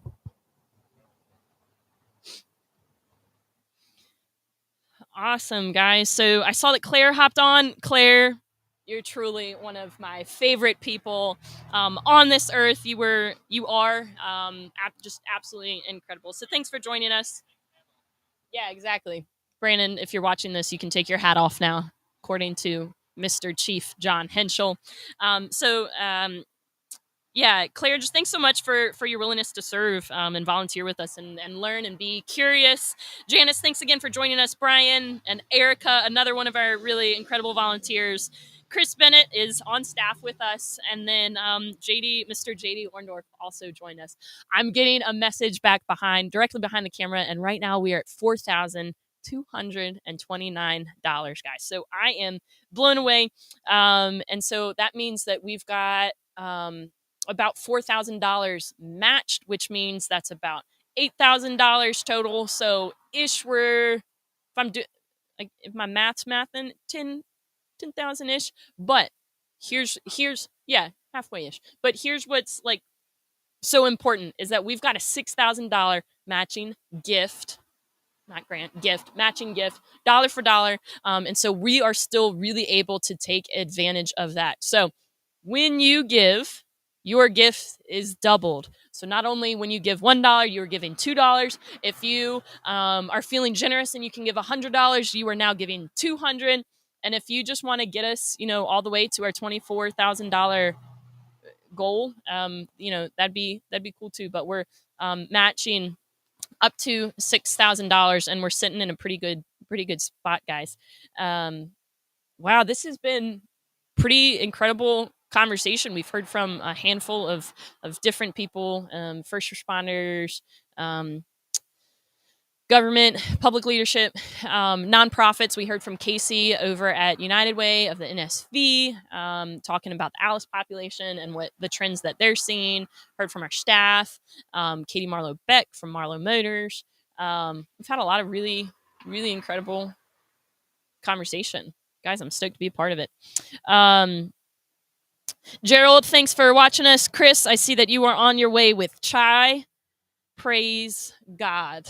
I could use a chai latte. I think I put my coffee down somewhere. We're excited to have you come join us. Do what? It is? Yeah. Well, I switched sides there real quick. Sam, if you want to come up. Oh, and hand me. Well, all right, there you go. You can grab the mic too if you want to. Appreciate it. Gotcha on camera. Yeah, you can't back down now. Sam, how's it going? How are you? Everybody's asking me like, how am I? And how are you, Sam? Doing all right? I'm doing well. Yeah. I'm doing well. Yeah. Yeah. Staying busy and having good conversations behind the cameras with people. I see you doing what you do best. Yeah. Talking. And I mean that. That's all I'm good for. Right? That's why you're here, Sam, because you can chatting talk. people up, right? Yeah. Having good conversations and meeting people, and to me, it's always really inspiring to see, how many people really do care, right? Because that's another thing that is really just so wonderful about working and doing the work that we do here. Is there's some days when you can be like, do people matter to people? Yeah. And every day here, you're reminded they do. And there are a lot of people in our community that really do care and, put their money where their mouth is and put their time in their hands where, their heart is. So, great conversations today. And I feel like things have been going well. Yeah. I love it. I think what you said, that it's reassuring that our community cares, because I think sometimes it can feel so isolating and so siloed, and because we've got our heads down and we're just trying to get our work done and trying to help the next person. And then it's refreshing to see people from everywhere in our community and all different businesses say we see you guys, we value you, you're doing good work. Right. And when people from Winchester City government show up and they say, we see you, you're valuable. Yeah. And asking questions. We had Dan Hoffman here and Emily from the city asking questions. And when you get leadership from police department, fire department, and other business leaders showing up and saying, we see you guys and we're here and you guys do great work. It's really incredibly encouraging. And that comes from, you guys too, the people that financially support us and volunteer and show up for events like this. I think it's incredibly encouraging for not only for us, but for our residents when you guys just continue to show up in big ways. I agree. Yeah. Yeah. Yeah. And, just it speaks to the fact that, and this is something I was contemplating the other day, is when you really begin to wrap your mind around just how many people there are, right? Like you hear like, oh, there's 1 million people. It's like you can't even visualize how many people 1 million people is, right? Because sometimes I think, maybe I'm rabbit trailing for a minute, but let's go here for a moment. Ooh, we're good at this. Because of like our digital age, in some ways you can feel connected to the whole world. Yeah. Right. And if you're a caring person who wants to see others do well, then you can almost feel like, at least maybe sometimes I've felt this way, like it's on me to solve all the problems and to do all the things. Yeah. And the more that you really begin to appreciate how many people there are, even in let's say a relatively small community like ours, right? 30,000, at least city, 30,000-ish. You go, oh, it's only 30,000 people. Hold up. 30,000 people is not a small number of people when you consider the depth of each person and the value of each life and the complexity of each story and background.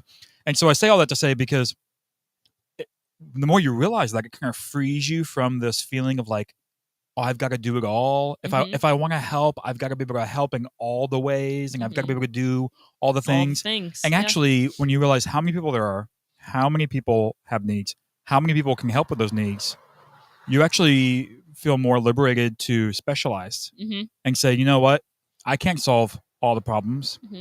That's not my goal today. That's not my goal in life. But I can solve some, right? Yeah. I can't donate everything. I can donate something. And if, what I'm contributing helps 5 people, let's say. Yeah. Okay. Think about how deep each person is. Yeah. How much every person matters, how much value there is in a single life. For one person to positively affect even 5 other people is it's an immeasurable value. Like you can't put a dollar amount on that, right?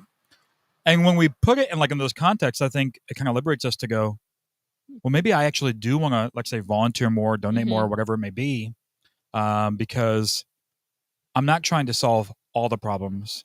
I'm just trying to solve whichever ones I can. And even a handful is tremendously meaningful, right? And so I just always want to encourage people with that, because some of the issues that we face, with different community members, for example, and peers and friends and all those kinds of things. And you and I were talking about this the other day.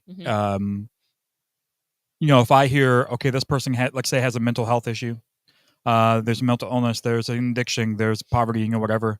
You start to hear those big words and you think, maybe that's not my field of expertise. I don't know what to do about that. Yeah. But when you realize you don't have to have all the answers and all the solutions, you can provide something to each person. Yes. Again, it feel, I keep using the word, but it really does feel liberating. Yeah. To go, you know what? My hands are unbound to help other people in whatever capacity I can. in a teamwork environment, which is what we're trying to do here. Mhm. It's what we're showing through our conversations on the bench, is that it's not just, it hasn't just been Brandon solving problems all by himself. He's been working with the team.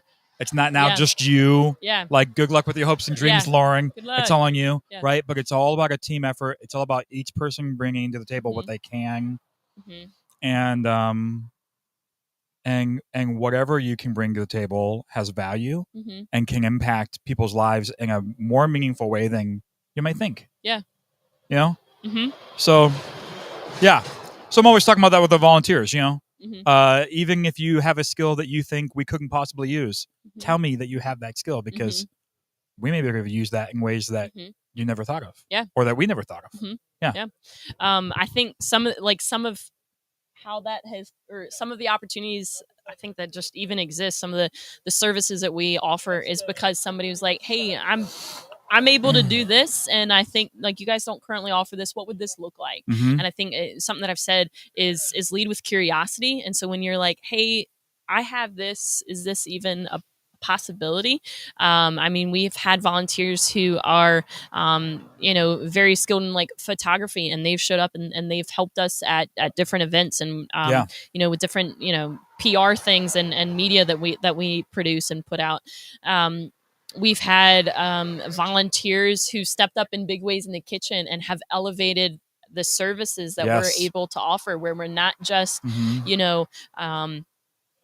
just one entree and no side. Like, we're able to critically think about choice and nutrition and Yes. hospitality and Yeah. space and and things like this, so much because of our volunteers. Yes.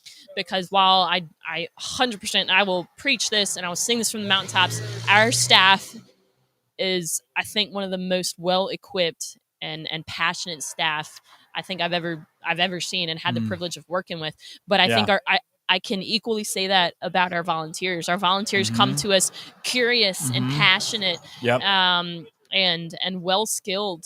We've got Yes. some volunteers who are like, I've got like 30 years of construction. I'm like, praise God, because you don't want to put me in charge of that. Right. Or like, I've got an engineering background, or I work for the local power company. And I'm like, oh my goodness, like this is something that we've been Mhm. looking at or curious about.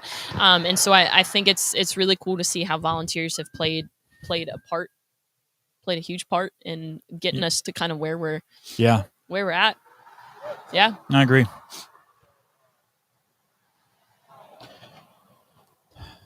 Yeah, and it is. It's inspiring. Just in a little bit of time that I've been here, and I think we said 5 or 6 weeks. I've been with the mission now.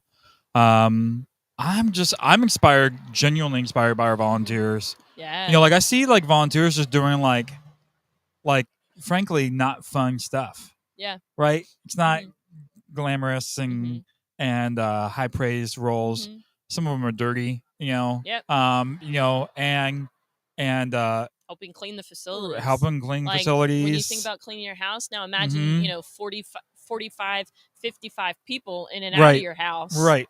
Like, Right. it's certainly Right. not glamorous. Yeah. Most people don't want to clean their own bathrooms, let alone ones that other people use. Yes. Right. And so when you see them doing that and you go, these guys, they're not here for the money. Mhm. Not being paid for this. They're doing this because they're doing unpleasant things for people because they care. Yeah. And people matter. And so it's an inspiring environment to, I have a lot of background in business and sales, and that environment's its own thing, and it's fun in its own way, but there's just something really inspiring about seeing people motivated by compassion and love and care, and that's really fueling what they're doing. Yeah. No, I cannot agree. Yeah. Cannot agree more. I think that is something that I'm really gonna miss, though. I'll continue to be a part of it. Sure. Is working really hands on with our volunteers. Yeah. How many volunteers do we rely on kind of every day? Between 20 and 30 a day. Yeah. Right. Which is crazy. Yeah. So I was telling someone, I was like, when you say that I coordinate volunteers, what you're really saying is I coordinate the majority of our staff. Yes. Right. Yeah. Right. Yeah. They make up more. We way rely more. on way more volunteers. Way more volunteers than we do staff. Yeah. 100%. Yeah. Yeah. And I do. I just love working with them. And we just had a new group of 5 volunteers come through last week that are already been working. Awesome. Already been doing some stuff. And we have another volunteer night coming up, orientation night coming up on Monday. Okay. And this I've Monday? got, it's almost full. So jumping on that Yeah. if you haven't already. I think I have 10 people signed up to come to Monday night. Okay. And we've got space for 2 more. And so, not only do we have a great group of volunteers already passionate about working with people, but we're seeing even more people in the community also step up and be passionate and go, oh, it's not just this group of, let's say, 100 or 200 volunteers we have. There's even more out there that are wanting to step up and do a part. Yeah. And again, it doesn't have to be like, hey, give us 40 hours of your week. I mean, give us an hour, give us a couple of hours here and there, when you have that time to do that. And it will impact lives in more ways than you expect. Right. And, I mean, that's kind of something I just talk about all day. Yeah. Hey, wait a minute. We're on a bench talking all day. We could talk all day about it. We quite literally could. We could I would talk all love day it. about it. Not that anybody wants to listen to me talk all day. Yeah. But something that I could talk about all day is, when you really understand how little encouragement people actually need. Yep. That's something we Right? talk about. Yeah. How little encouragement people actually need. But here's the heartbreaking thing that always grabs my attention. And we're talking about people who don't even get that. Right? Yeah. Like, they don't need to have a song and poem written to them every morning. They need like some encouraging statement every month. Yeah. Right? And even that amount of encouragement they're not receiving. That when you think about coming and doing the work here and volunteering, you're going, oh, people are suffering because they're not even getting just that bare amount of encouragement of someone looking them in the eye. We talk about dignity a lot, right? Yep. Looking them in the eye, knowing their name, and just, hi. Yeah. How are you doing? And you mean the question, Yeah, right? genuinely. Not just like, Yeah. how you doing, but Hey, please how you don't doing? tell me how you're actually doing because Yeah, I'm busy. like, 'cause I don't really But care. like, hey, Yeah. how you sleep good? Yeah. And we might think, oh, like, who cares? We don't need that. And it's like, you know what? But if you don't have that in your life, somebody looking you in the eye, saying your name, asking how you are, asking what you need, even if you don't need anything, that is so encouraging and life-giving to people. Yeah. And that's what I'm talking about, right? It's like, we all can contribute. Yeah. None of us have to solve all the problems. We're just trying to solve the problems that is within our power, right? Yep. And whatever amount that is, because it's affecting people, it's worth it. Yeah. Right? Yep. 100%. Yeah. Yeah. I agree. I need to step away, take a quick break. I'm going to invite. Hi. Okay. Hi, Leslie. I'm going to invite Brandon to come back up here. Great. Yeah, you can come back up here. Come on and up, talk, 'cause Brandon. I gotta Love you. step away for a minute. Let my phone charge and All right. So just a minute. All right. I can step up for a minute. All right. So what should I be talking about? Baseball playoffs. There's no team in the playoffs that I'm interested in, except maybe the Rangers, because they have Max Scherzer. There's that. All right. There's a whole lot we could probably be talking about. One of the things is come by and visit with Lauren. We need to get as many folks out here hanging out with us as we can as we start to head into the evening hours. It's been a pretty exciting day. If you if you remember, we were given a $6,000 matching challenge. So we are so every dollar that we raise up to $6,000 will be matched. So if you were planning to make a donation today, right now is the best time to do so, because every dollar will be matched. So up to $6,000. So there we go. It's time to matchy, Sam. Matchy. Sam is a fan of the matchy. There we go. All right. It's been a exciting day so far. Mainly exciting because that's our matching, right? Okay, so 2479 is where we're at on our matching. 2479 is where we're at on our matching. So we got to get 4,000 more. Little under 4,000 if my Arkansas math is correct. So 4,000. Yeah, nobody will complain if we go over, right?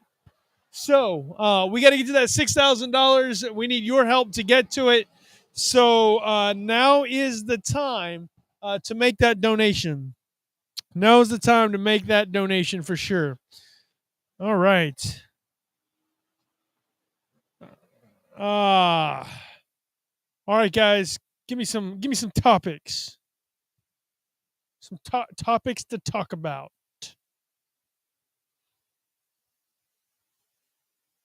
We get on the old online here. Do we even have people watching? People probably quit watching. They're like, we got the old guy. Nobody wants to hear from the old guy anymore. Like this dude is not worth talking to. Yeah, I'm still here. I am still here. Yeah. I think some wish I was not, but I am still here. Chris Bennett was on his way with chai, but he didn't bring me chai, so I'm not going to talk to him. I think he showed up wanting to talk, and I'm like, nope, you didn't bring me a chai. You're not going to talk to me. Yep.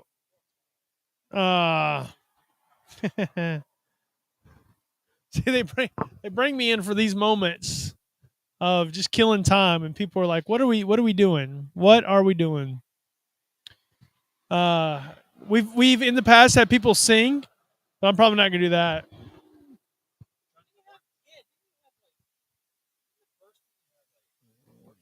Oh yeah, we had like a whole worship set. Yeah, we did. Yeah, can you play and sing? Oh, no way. Sam can play and sing. Really? I did not know that. You're like the true pastor's pastor, right? What about your wife? Can she play and sing? That's legit. No way. Your wife has an album on iTunes. See, that's when you know that a pastor's the real deal, when his wife can play and sing. So there we go. All right, Lauren is coming back. Lauren is back. Lauren, do you have an appreciation for me and the 24 hours?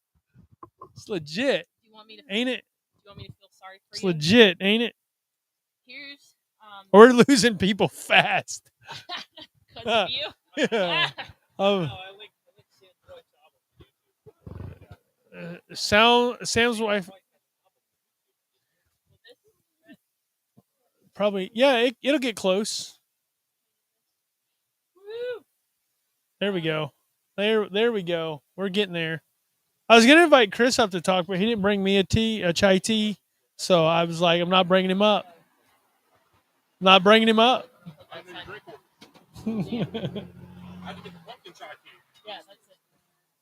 How white girl. It's called perks of the job when you're the boss, but you no longer have that title. That's right. But you know what perk of this job is? I can just leave right now and go home, take a nap. Oh yeah. Here, like I was gonna ask you.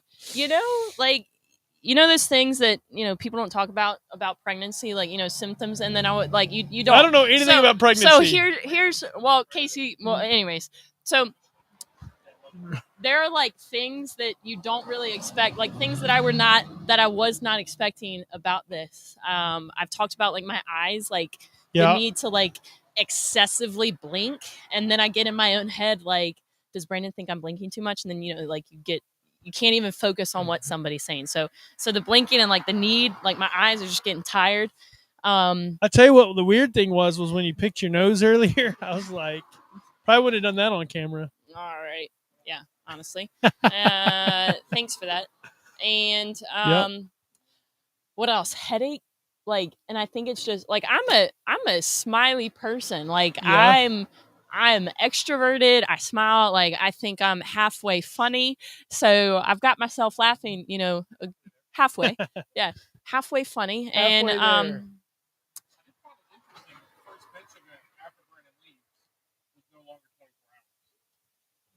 listen, it's because, and we'll get to that in a minute. It's because I'm confident that our community can make our goal of $22,000 happen in less than 24 hours. That's why. It's 24,000. I think we've got differing numbers here. Well, it's always been 24 that we've raised. Okay, $1,000 an hour. $24,000. Yeah. But it's okay. I mean, if we got to 22, we'd probably be happy. I'd be happy at 22. Yep. But yeah, headache.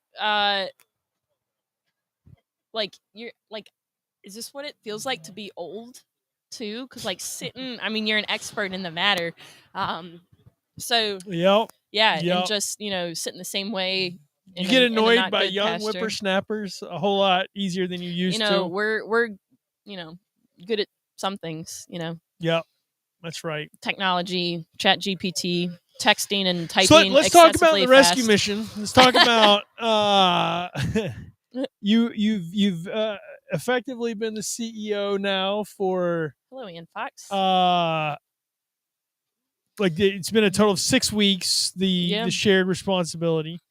Mm-hmm. What has been the most exciting thing about being the interim CEO, and what has been the most unexpected, difficult thing about being the interim CEO? I think the most exciting thing has been the support that I have had in stepping into this. When I say that, these the people that I get to work with, both on staff and residents, and just this community, I think when you shared with us that you were stepping into a new role, I think that the support that I had what meant the absolute most to me. I think that was one of the most exciting things is seeing the ways that the community loves this place, and that they're investing in me and because they love this place so much. And I think I've continued to see that and continue to feel that from our external community and our staff continue to pour into this place because they really love this place. That's exciting to me. The most difficult thing is, I think, one is the amount of responsibility. I think like sometimes people are like, man, it must be nice to sit there. And I think it's just like, I love the work that we do. We're so passionate about it. I'm grateful to be here, but man, it is a lot of work. It is a whole lot of work. And I think one of the difficult things is expectations that people have on you to like, well, this isn't right, and you need to fix this, and this isn't right. And it's like, and a lot of times what we talk about is the idea of like, we're consistently putting out fires. Like we deal with everybody's emergencies, and then people can just speaking into well, this is how you should do this, and this is how you should do this. I think that has been something that I did not expect, and that has been one of the challenges of learning to navigate that. Yeah. So last question, and then I'm going to let Ann come up and talk, and then I'll come back with more questions later. Okay. For most people who do rescue mission work, what happens is the tenure is actually pretty short. Most people don't stick around longer than really 8 months, because you ultimately get to this point where you think this is not what I signed up for in a lot of ways. But for people who stick longer, and you've stuck around longer, right? You're 5 years, right? 5, yeah. I'm like exactly 2 years behind you. Yeah. Yep. 5.5. So that being said, what is the one thing? Because the folks that stay longer, here's what happens. There's a moment where you're like, oh yeah, I feel called to do this. I love this. I want to do this. What was that moment for you? I was I was working with besides I working guess, for me, obviously, I'm sure that was the deal. But outside of that, okay. Well, there like okay. There's a lot of things that I could say there, but it was probably for me. I was working with, and I'll call her a friend. She's kind of a professional coach for me, and I was, and I'll be really honest here, if I can be really transparent. Sure. There were moments. It's on the internet. It lives forever. Well, I mean this, and I feel like I can't be my best self if I can't be honest. And so there were moments when I really struggled. Here at the rescue mission, like as an employee and as a representative of the work that we do, and I was working with somebody who really helped me see the value of the work that we do. And I can't tell you the exact date that we did, but something in my mind and she helped me realize that is the value of the work that we do and the seriousness of the work that we do. And a lot of that came through consistent communication with you and effective communication with you, and seeing the value of my responsibilities then, and just seeing how important the work that we did was. And this was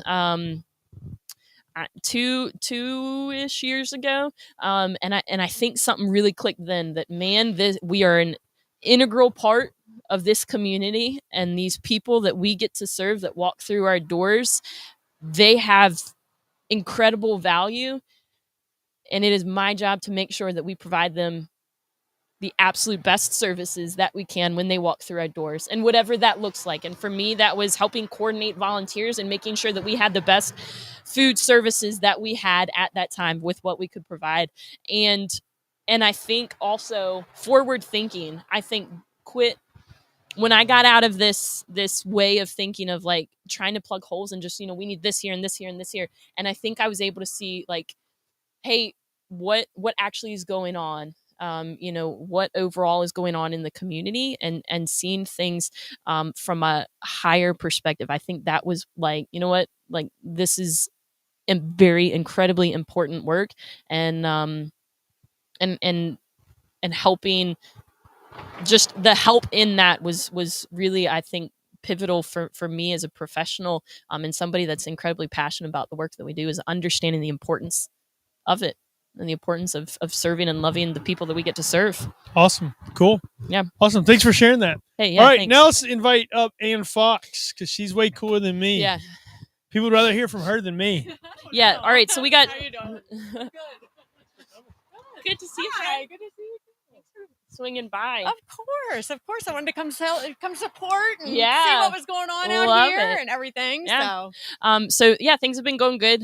Watch, Brandon, our numbers are currently at 4, and I bet when you step off, they're gonna they'll plummet. take up. Oh, No, the opposite. The opposite. Everybody's like, I've heard him. Let's listen to somebody else. Yeah. So Ann, introduce yourself to anybody who may not be familiar with you or what you and John do. I am Ann Fox, a member of the community. Yeah.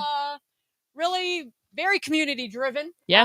I just want to piggyback off what you were just saying about just the importance of this establishment to our community. Mhm. I don't think people really understand how valuable it is for our community, because without it, I don't know what anybody that comes here would do, or be able to accomplish later in life. Yeah. And I think people go, oh yeah, rescue mission. And so I like to talk about the rescue mission just to give awareness. When I'm out, it always seems to come up in conversation, because I do really enjoy volunteering here, and you all have an excellent staff. You have excellent residents. I mean, it's very we really easy to come in here. Yeah. Everybody welcomes you in. And so it's really awesome. Yeah. And you volunteer in a handful of ways, and you've stepped up in a handful of ways. You come in with Rotary, and I've come in with the country club. Yep. I've come in with Polka Dot Powerhouse. I kind of come in with whoever I can come in. They're like, we're doing this. I'm like, let's go. So I've done everything from serve food to paint. Yeah. And so when you guys come in and visit us in the rescue mission, especially if you come back to our cafe, you have Ann Fox to thank for that, because you guys there from the Polka Dot Powerhouse came in and helped that was paint our really massive space.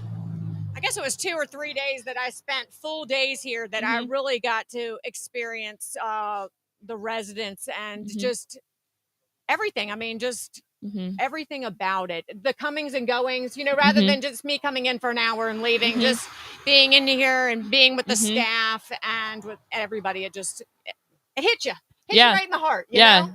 And, you know, it's like Brandon said, you either love it or you don't, you know? I mean, some people want to do it. Some people don't want to do it. And it's fine either way, you know? You just have to tap into all those people that want to do it. Yes, 100%. And I think invest in those people and, you know, provide opportunities for them to learn more and create more opportunities for them to be involved. Well, you know, they always say it takes a tribe to raise your children. I still think it takes a tribe for your community, too. Yes. And I think we have gotten a little away from that in our society. And, you know, this is where we live. Yep. You know, and we wanted the best. And I can remember, you know, not keep on talking about Brandon, but, you know, that one time he said that somebody came up to him and he was like, you know, your people. Yes. And he was like, no, it's our people. And I think that is so important.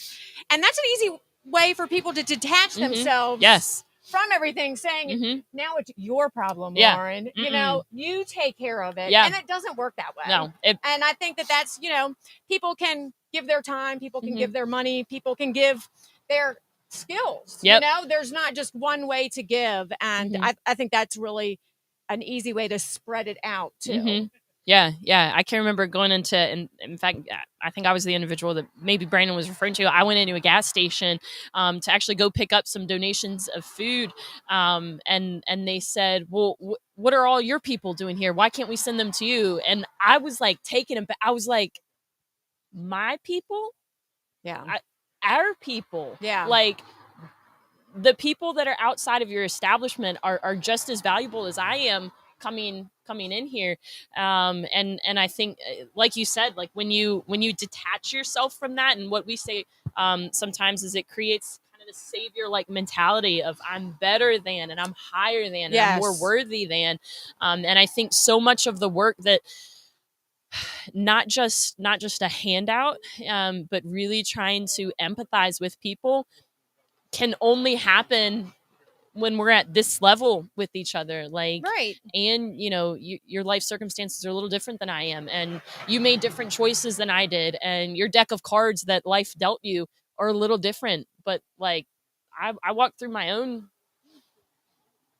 you know, my own sets of struggles, and you've got something to learn from me, and I got something to learn from you. So let's figure out, you know, how to navigate this together. And that's like a really important component of what we call ecosystem here at the mission, is this mutual understanding that when we walk in, you are no better than I am. And whether you're staff, volunteer, resident, donor, supporter, advocate, no matter, you know, what label you're wearing, all labels are off, and we're coming and we're sitting at the table as equals, you know, and trying to learn from each other. If the whole world could live like that, wouldn't we be a better place? Yeah, for I mean, it really is true. I mean, people just, you know, it's like we said, easy to detach, easy to be like, oh, well, you did that to yourself, or you choose that, or something, rather than trying to figure out how we can not fix it, how we can help. Yes. You know, because I think that fixing may not be the right word in a lot of circumstances, because somebody doesn't need to be fixed. They need help. You know, and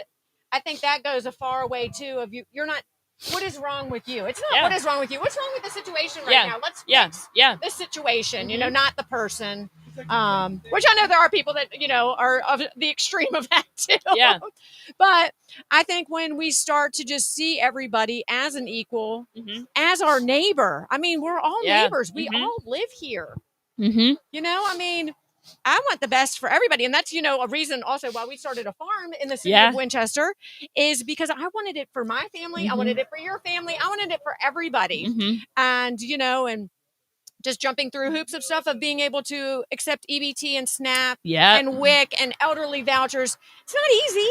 But you just fill out the paperwork and, you know, and then you just reach out and talk to everybody, you know, and come on with me, you know, like, let's go. Yeah, I love it. And so that was, you answered one of my questions. I was going to ask you about, because I knew that was something that you guys offered at your farm. So tell us a little bit about that. The first time that I met like I think actually knew what you guys did was through the Chamber's Community Leadership Program and hearing you and John talk. So tell us a little bit about your farm and what you guys got going on. So we have a farm here in the city limits. We have 2 bus stops across from us. You can walk to us, you can drive to us.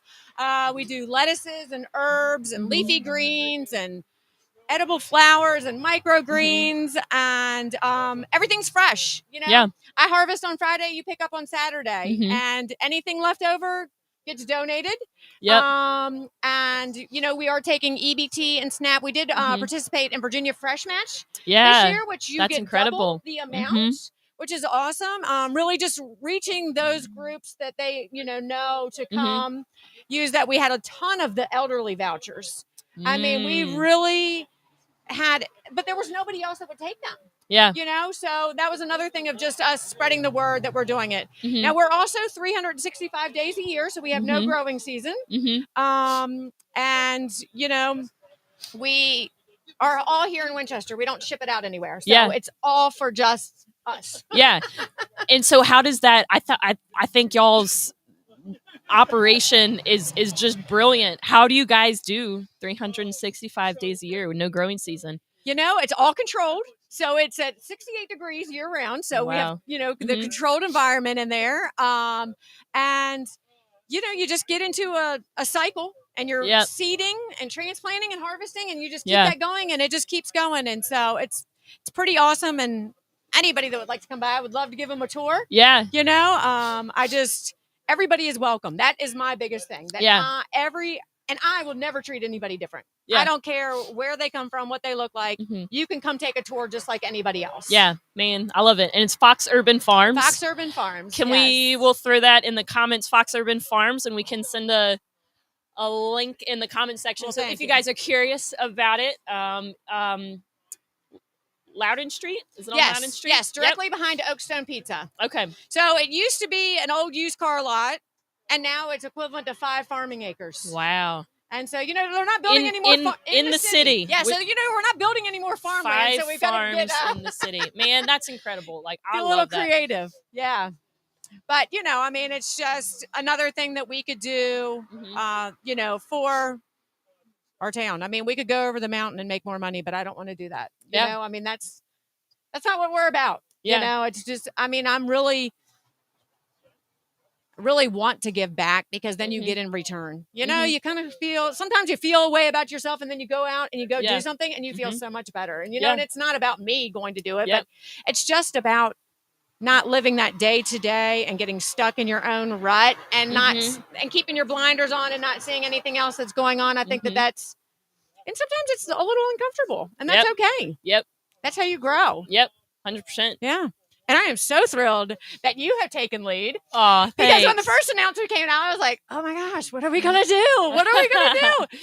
And then they were like, it's Lauren. I was like, perfect. Yeah. It's such a good fit. Yeah. Well, thank you. I really appreciate it. And I'm honored and humbled. It has been an incredibly humbling experience. I've gotten to learn from Brandon for the last almost 6 years, which honestly, I think he's one of the most incredible, charismatic, and passionate leaders that I know. And our staff, I can't sing their praises enough. Our staff really makes everything possible. And Brandon did that, and I will continue to say that is our staff makes everything possible day in, day out. They're doing that stuff. You all are just beyond employees. You know, I mean, you don't just come here to go to work. Yeah. This isn't just a job that you clock out at 5 o'clock and you go home and you never think about it again until you come in the morning. I mean, all of you guys definitely are so special, and our community is so lucky to have each and every one of you all. Yeah. Well, we're lucky to be a part of the community, really, and their support means so much to us. It really does. Well, I mean, I've watched you speak a couple times at different events, and I can always tell that you speak straight from the heart, and that means a lot, where it's not a surface level thing and people know that you're being real. Yeah. And I mean, and there's no faking that, you know? Yeah. Yeah. I don't think you can't do this for this long and I think fake it. Like, no. I mean, like you really fall in love with this, and a handful of our staff and volunteers, that's exactly what they've done, is they have fallen in love with these people and with the ideas that and the vision that the rescue mission has. I think that's something really important with any transition of leadership. It's like, what are we going to do? Yeah. I think, and when Brandon kind of first made that announcement to some of our staff, what was going through my head is, in the office, and Michael Scott's like, what's the procedure, everybody? What's the procedure? And I just thought in my head, like, I think if we just keep our eyes focused on what, like, the mission of the rescue mission is, like, we are here to provide healing, help, and hope. Day in and day out. That's what we're here to do. Today, we're going to do that. When we look at the new building, we're going to do that. When we look at a year down the road, when we look at 5 years down the road, healing, help, and hope. Yeah. That's what we're here to do. And that's going to look a little different, but like, man, this is what we live and we breathe, and that's what we're all about. And so I know that our staff is dedicated to that. Our volunteers are dedicated to that. People who choose to support us financially are dedicated to that, and they're invested in that, and they trust us with providing that. Right. And just because Brandon's leaving doesn't mean any of that leaves. Nope. I mean, it's everybody. It's not just him that is running this. It's the whole group of you all. And that, and it really shows, Yeah. He laid a great foundation, created a great legacy and a great name for the rescue mission over the last, 8 or so years, right under 8 years that he's been here. But there's still more work to do. And there's a ton. There's a ton. It's overwhelming sometimes, but as overwhelming as some days it can be, it's also like not encouraging. Perhaps that's not the right word, but I am encouraged by the support that we have amongst everybody that comes and sits at our table every day. And we're like, man, we've got more problems to solve. We've got, more challenges to face. And I think as a staff, we kind of talk about that. We kind of go to war with each other, and we're on the front lines of things, and we're facing battles, every single day. But then, there is a moment to step back from, front lines and be like, hey, Ann, how you doing? And that's very much what it's like here as staff is, we go and we fight for the people that we get to serve, and we fight for each other. And then at the end of the day, we're friends and family, and I care deeply about all of our staff and our residents too. And so, yeah.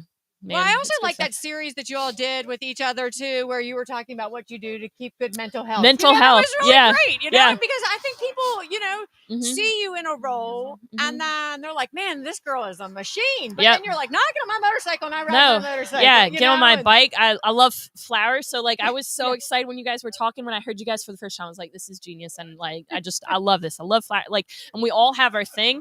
And I think it's also important to remember that like all of us are human, and we face our own struggles, and we have to kind of address those struggles, address those struggles just as much as anybody else does. Yeah. Well, I mean, and you guys ultimately have to be healthy too, to be able to help other people. Exactly. And so and I think talking about all of that is also another great thing. I mean, there's so many things that people don't talk about. Yeah. And it's important to have conversation and be very honest and transparent about those things. And I think we do have that opportunity here, and with trusted trusted people from the community. We do have that ability. That's super cool. Yeah. I'm really excited to see what the future holds for this place. I think it's going to be great. Well, we're excited to have you part of it. And when we paint our kitchen and our cafe over at our new building, you will be a part of it, and you'll just be out there with the painted that ceiling, man. That one got me. Yeah. And then I went to the movies that night for 2 hours afterwards. I was like, I'm never going to be able to get my arms never above my head doing again. this But again. I was back.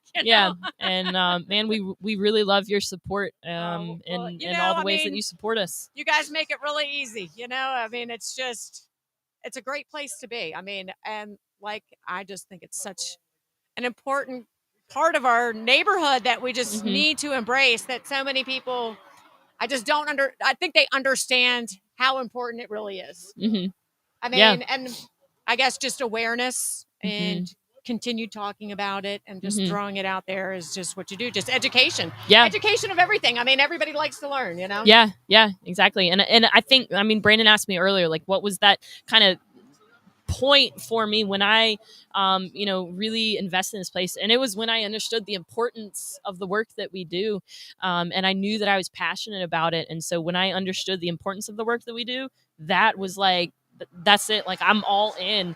And I think it's important that us, individually, we figure out what is it that makes us all in? What is it that really drives us, really fires us up, really pisses us off, if I can say that? Like, right. What is it that really gets to us? And diving into that and investing in that. And for some of us, that's our profession, and in others, I think we're able to lean into that through giving. And we've talked about financially giving, and in some seasons of our lives, that's what we're able to do, and in others, Right. it's through volunteering, and Yeah. sometimes it's through prayer and advocacy, and making the community aware of what you are really passionate about, and showing up to things like governmental meetings and different city council meetings, or school board meetings, or whatever your thing is, whatever your jam is, leaning into that and really supporting that. Ultimately getting involved. Yes. Being involved in your community in whatever capacity you are is your strong suit, I Yep. think. I mean, really, it just all boils down to being part of your community, I yes. think. Yep. I Whatever feel like it I've is. said that like 6,000 Yeah. communities, No, like 6 but million times. no, but really, I mean, like, that's it. Like, that's what it's all about. Yeah. We really couldn't do it without that. So. Right. Well, awesome. Well, I just stuff. wanted to stop by and give Yeah. my love to everybody. Yeah. So who's going to come sit with you next? Potentially Chris Bennett. I think I'm going to invite him up next. I'm going to cut Brandon off because I Your can. turn. I can now. I can cut you off and yeah. call Chris. Well, it's broken up, buddy. You can throw that in the comments section. Right. Let's not get in that business. Let's not get in the business of figuring that out. Well, you two up here talking about that. You don't want to talk about politics? Not right now. If you had asked me, maybe at 7 a.m., I might be a little more passionate about it and a little more. If we wait till 10 p.m., you might be loopy enough. Might be. Like, I'm going to be, probably sleeping on the bench here in just a little while. Well, Chris, happy to have you on the bench. Thanks for having me. Introduce yourself, how you're involved, what you do, and how you got started. That's like a whole lot, so go. Okay, so I don't know what my title is now.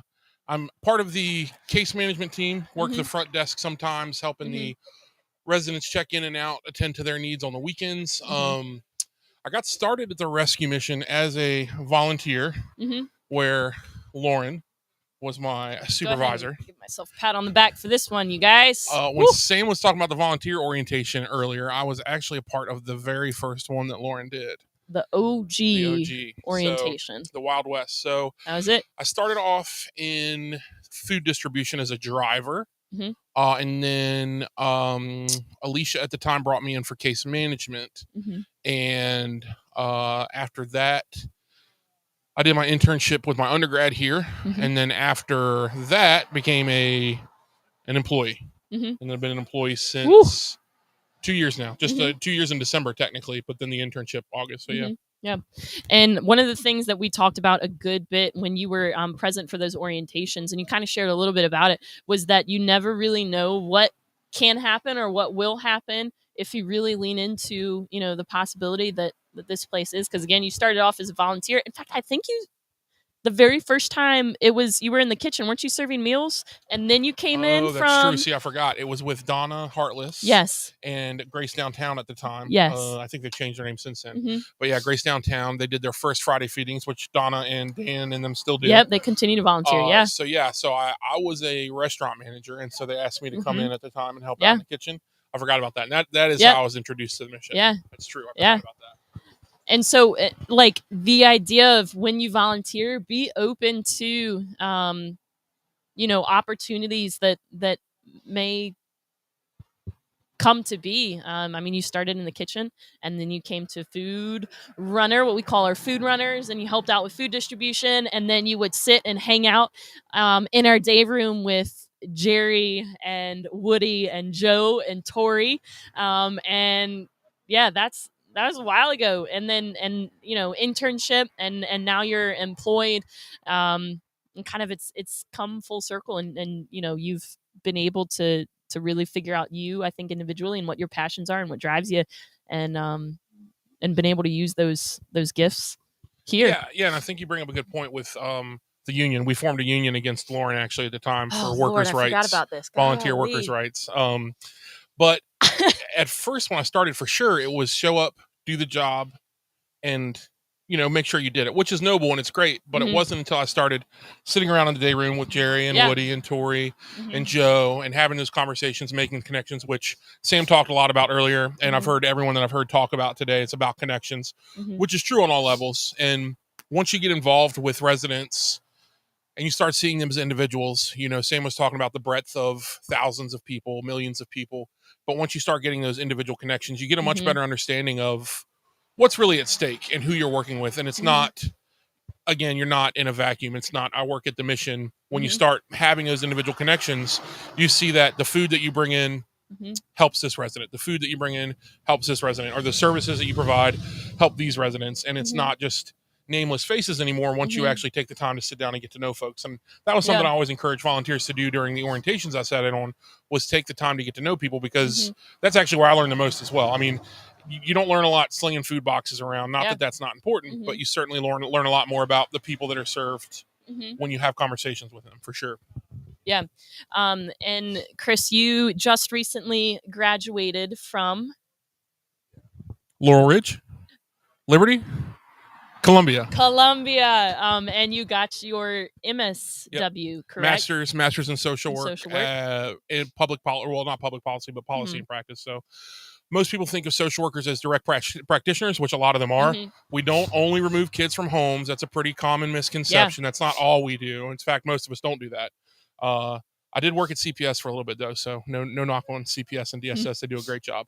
But my field of study is more in things like kind of what Brandon's looking at with Citygate, which is more the macro picture, the bigger picture stuff, organizational and political change. I worked on Capitol Hill for about a year, working on child welfare advocacy and working with Congress and kind of advocating for individuals on a larger level, while some social workers work on an individual practice level. Yeah. And one of the things that we have talked about, and you've been, see Officer South.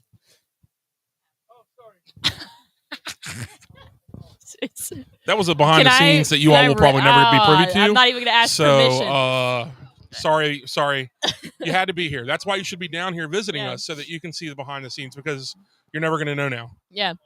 And just Brandon. One of the things that we talk about is, the importance, and I think something that with your education and your passion, that you're really great at is understanding the importance of, and I hate to use surveys, because I feel like sometimes people are like, give us, like, they think of reviews, like a Yelp review, like a 5-star Yelp review, but talk about like the importance of surveys with the demographic that you're serving, and why that's important in like creating, like before you create resources, like why is it important to understand, like through, whether that's through surveys or conversations, like why is it important to understand? Sure, and I don't know if you've revealed that you're in your own master's program now, which is exciting. Yes, very exciting. But what happens in social work and helping professions in general is most of us get into this because we have a big heart, or there's a lot of reasons, but a lot of it has to do with our heart, our servant attitude, and so we really just care about helping people, and we don't necessarily care about how it gets done, as long as it gets done. Yeah. Which there is some value to that.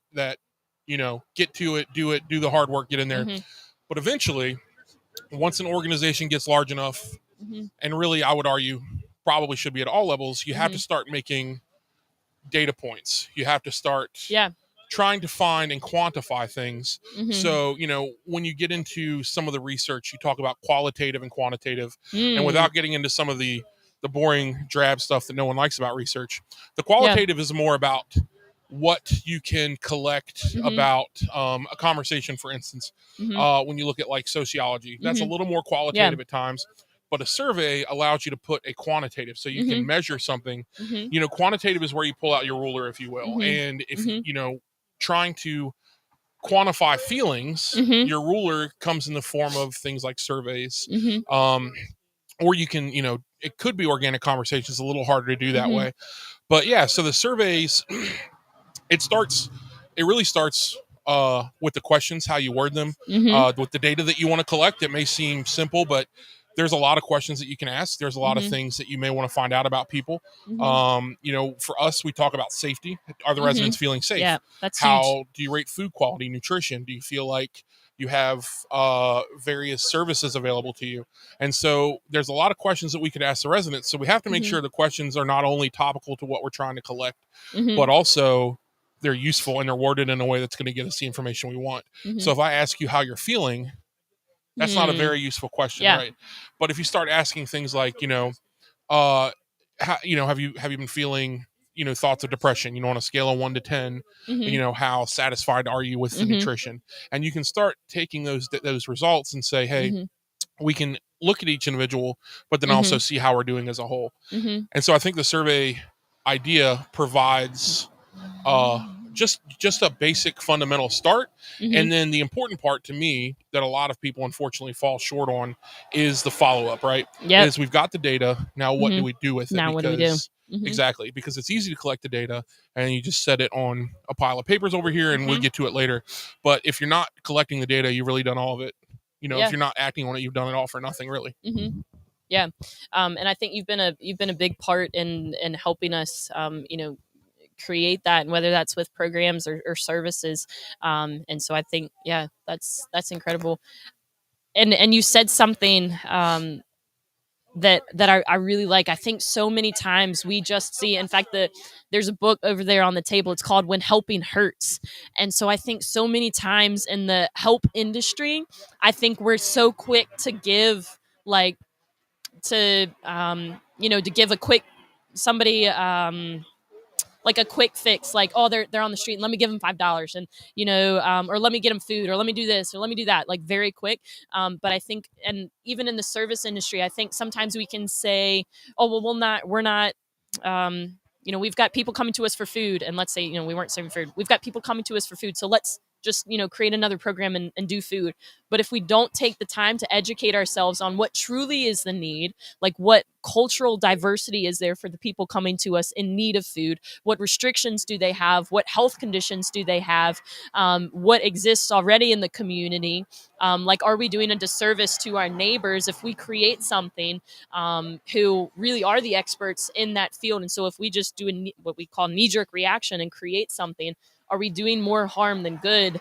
And so I think that's something that we try really hard to we try really hard to do. And I think we can pride ourselves in is we do try to think through some things. Now, other things, like safety, if something is an immediate concern, we'll make a quick decision and we take people's health and safety top priority. But when it does come to creating and establishing new programs or new services that are kind of ongoing, we are able to take a step back and say, all right, what really are the individuals, like people centric? What are their needs? What do they feel? And like you said, quantifying that. And so, yeah, the difference between qualitative and quantitative, if you paid attention in your 8th grade science fair, the difference. I did not do well on my 8th grade science fair. But to your point, and Sam touched on this earlier, and a friend of mine calls it taking someone else's yes, to kind of wrap up what you said. Like, we have literacy volunteers with Andy right down the road from us. Great partners. We have Virginia Employment Commission. Sinclair Health Clinic, they just hopped on. Sinclair Health Clinic is a great example. Yep. And so if I want to work on a resume with a resident, I can do that. I mean, I just did a lot of resumes post-grad school. Or I could not take Andy's yes or Virginia Employment Commission and say, hey, my friend's literally a block away, would be glad to help you with a resume. And that's something that they're experts in. And by doing that, it not only allows them to understand that there's a resource outside of the mission, which I think is a key thing that we haven't touched on a lot, is that what's life look like after the mission? Yes. And a big shift we made while I was here was that if we can't provide the service after they leave the mission, we should question whether or not we provide it while they're at the mission. So, for instance, if we're not going to help them write their resumes while they're here, we should probably refer them to literacy, who would be glad to help them write their resumes regardless of where they are. Yep. And so that was a big shift with like transportation and a lot of stuff, and just saying, hey, let's really focus on the things that we can do well and refer the things that other people are the experts in. Yeah. And, I think kind of what that is, we talk about sustainability, not just for us as an organization, but also for the individuals that we serve. Like, is this service that we're currently providing them something that when they graduate or when they leave our program, is it something that they're going to be able to sustain on their own? And so for some of our programs, like for, our food distribution, yes, when they do graduate, they can still, if they find themselves still in need of food, they can continue to come to us in times of needs. But if we are consistently taking everybody to different doctor's appointments, for example, when they graduate, that's not sustainable. And so are the services that we offer helping individuals when they leave? And Rob kind of says it, tools in your toolbox, things in your toolbox. How is what I'm learning now going to help me, not even just 6 months, a year, 2 years down the road? And is this sustainable? Is this truly helping me down the road? Yeah, for sure. And something we talk a lot about in social work is supports, natural supports, what that looks like. And by helping residents set up supports while they're here that exist outside of the rescue mission, we do exactly that. Yeah. And I mean, the example I use all the time is that the Winchester bus system is still free. It's been free for a couple years. Yep. They've provided a great service. Our residents utilize it a lot. And so what, one of the projects that I did was taking the mission here and all of the important spots, all of the services, not necessarily important, but even things like Walmart, having exact walking directions, bus directions, and things, so that we say, hey, here's a sheet that we have put together and provided, but now use the bus, right? Like, we're not giving you the ride there. And so understanding that shift was super, super important. Yeah. And, and again, to me, it does provide more dignity, because when helping hurts, there was a book you actually recommended a long time ago, Toxic Charity. Ooh, yep. And it discusses sometimes, I'll use emasculating, although it applies to non-men as well. But the paternalism involved in helping sometimes, where you think that you know better and you're taking some of the free choice away from people. And that's one thing I think that we do really well here, is allowing people to make mistakes. Yes. And not every choice they make that we think is a mistake for them, right? Like, it may be a mistake in our story, but they're not living our story. Yeah. And so just understanding and giving people the room to grow and breathe in that way, just like a lot of us have. I don't know about you, but I haven't always had somebody standing over my shoulder every time I make a mistake. It's just not how we learn as humans. So I think that that's an important thing that gets tough sometimes, especially in the Christian space, as we really, really like to help, and we really, really want to do it right now. Kind of like you mentioned earlier, but also understanding sometimes people just need room to be themselves and then grow and adapt and do it in their own natural way. Yeah.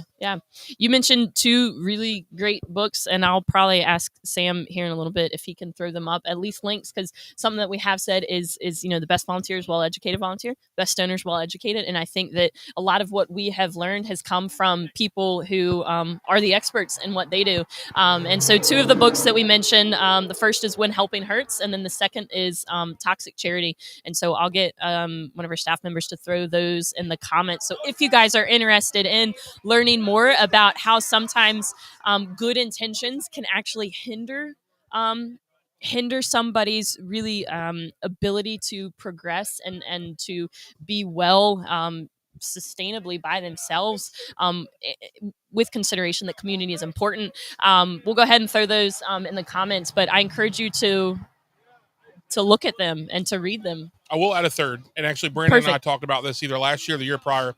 It's called Under the Overpass. I don't know if you. So good. Yep. So it actually, if you all have ever heard of Brandon's rescue rod, he told me that it inspired his rescue rod. And long story short, I think he was a freshman, sophomore, early in college, and he decided to take a year off.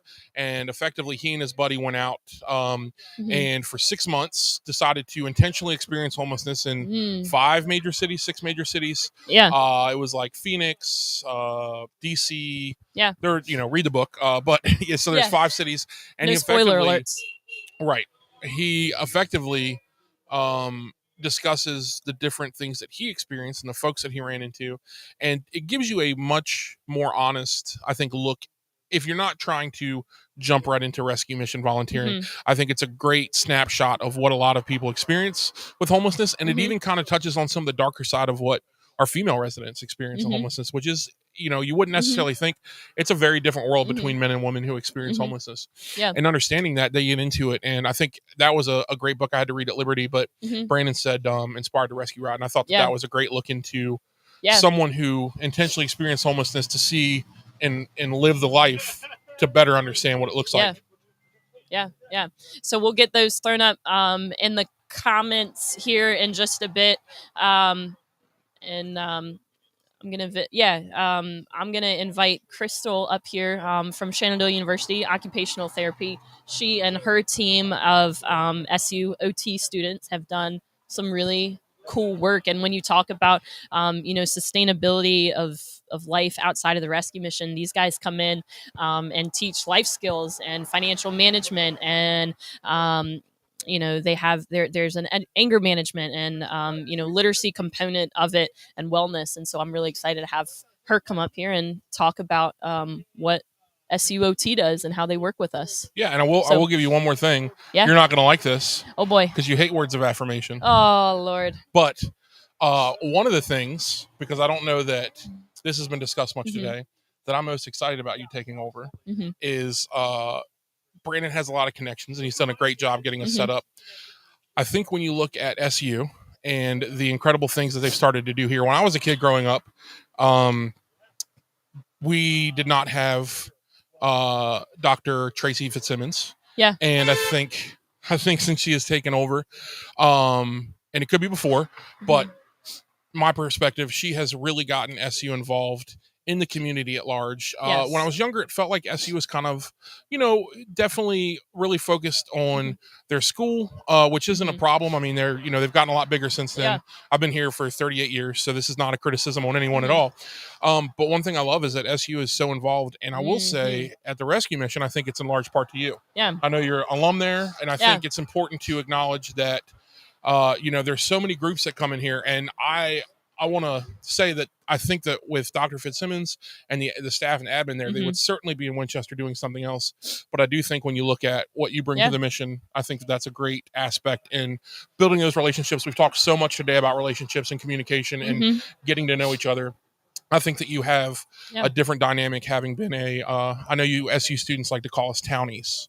I know that's your word, townies. I'm a townie. But I think that you're a townie now. I become am a townie. I'm now a townie. You were a transplant, now you're a townie. And if I'm honest, homecoming this year, so Shenandoah University just had their alumni weekend / homecoming, and it was kind of different. I definitely do consider myself a townie, like not even alum. I'm a proud SU alum, but I'm a townie, and I love it. Welcome to the townie side. Woo! But yeah, so I'm excited to see what you bring with your connections. And thanks, Chris. Also, shout out to SU for having the first female football player that wasn't a kicker. Yes, go in there and roll over that quarterback. Yeah, and incredible. Yeah, man. absolutely. SU athletics is showing up. Yep. I'm like baseball. So many I heard of you the put their athletics field teams. hockey team on the map. I sure did. I sure did. Well, thank you for your time today. Yeah, I'm going to pass it over to our friend. Awesome. Crystal. Yeah. Thanks, Chris. Appreciate Thank it. you. Oh, make sure you donate. Oh, yes. Thank you, We Chris. didn't mention that at all while I was speaking. No, we didn't. We're just blabbing about social workers everything. are overpaid and highly expensive. So make sure you donate. Yeah, man, Shenandoah is such a great community partner. I'm incredibly honored to be Shenandoah alum. I had the privilege of graduating. I studied exercise science and Spanish, and what I say is there are 2 degrees, and it's a fancy piece of paper that's sitting, in a very expensive frame underneath my guest bed. But I learned so much there, and I think what was even more important was that it's not what you know, it's who you know. And really, I love the university. I love what the university is about in community involvement. So I studied undergrad there. I had the opportunity to play field hockey. Our athletics department is continuing to show up and support us in big ways. At least once a month, they're volunteering. Their volleyball team actually comes in usually every Christmas time and helps decorate for Christmas. So it's such a privilege to be partnering with them and continuing to partner with them. We partner with their pharmacy students. We've partnered with physical therapy, with their nursing program, and our occupation or SUs. I say our like it's mine. SU's OT program, occupational therapy, and I'm super excited to have Crystal, one of SU OT's, let's make sure you don't trip, that's a hazard, joining us. So Crystal, welcome to the bench. Thank you. And this is your first time joining us at Conversations from a Bench. Yes, I actually had no idea what I was walking into, so even more of a surprise. Woohoo! Yeah, I emailed you yesterday and I was like, listen, we got to have you. This is what's going on. So I'm excited to have you. Chris and I were talking a little bit earlier about, sustainability and life skills for residents outside of the rescue mission. And so you guys and what you do and how you partner with us is huge in that. So one, introduce yourself if you don't mind, kind of who you are, what you're about, what you do, and then talk to us a little bit about SUOT's program here and what you guys do and why it's important. All right. That's a lot. We'll we got work with plenty it. of time. We got Yeah. hours. Yeah, you got till 10. Yeah, perfect. All right, so I'm Crystal Barshaki. I'm a professor at SU in the occupational therapy department. I focus in on pediatrics and mental health and theory, and I have a really strong passion for mental health in general. And I've worked with rescue missions before. So when I started the position in Shenandoah, that was one of my first look into is where can we get connected within the community. And Shenandoah, if you're unfamiliar, really does look for global, local, national levels, and what can we do to facilitate our assistance and really get our students involved within the community. So we kind of came out here and we created, originally with you. We started with a very small partnership on looking at bringing our students in and really looking at a mutual beneficial role. What can our students do to support the residents, support the rescue mission's overall mission? And then how does that help our students and really impact them?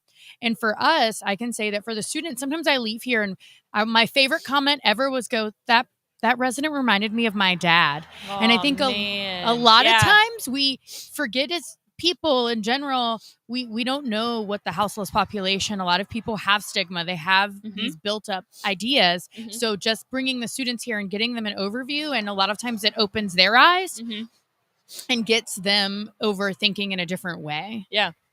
And now we've kind of evolved. Now we're here. Yep. Our goal is every semester. Love it. Yeah. Here every semester, at least once a week, if not twice. And I know we have lots of other programs, but occupational therapy in general, since most people assume we get people jobs, we don't. Yeah. We work on life skills in general and really what's meaningful for the individual. How do we get them doing that? So it could be if yours is working here, but it also could be if you have children, raising your children and those kinds of things, child rearing. What can we do to get you to doing those things? So with the residents, some of it's basic hygiene skills.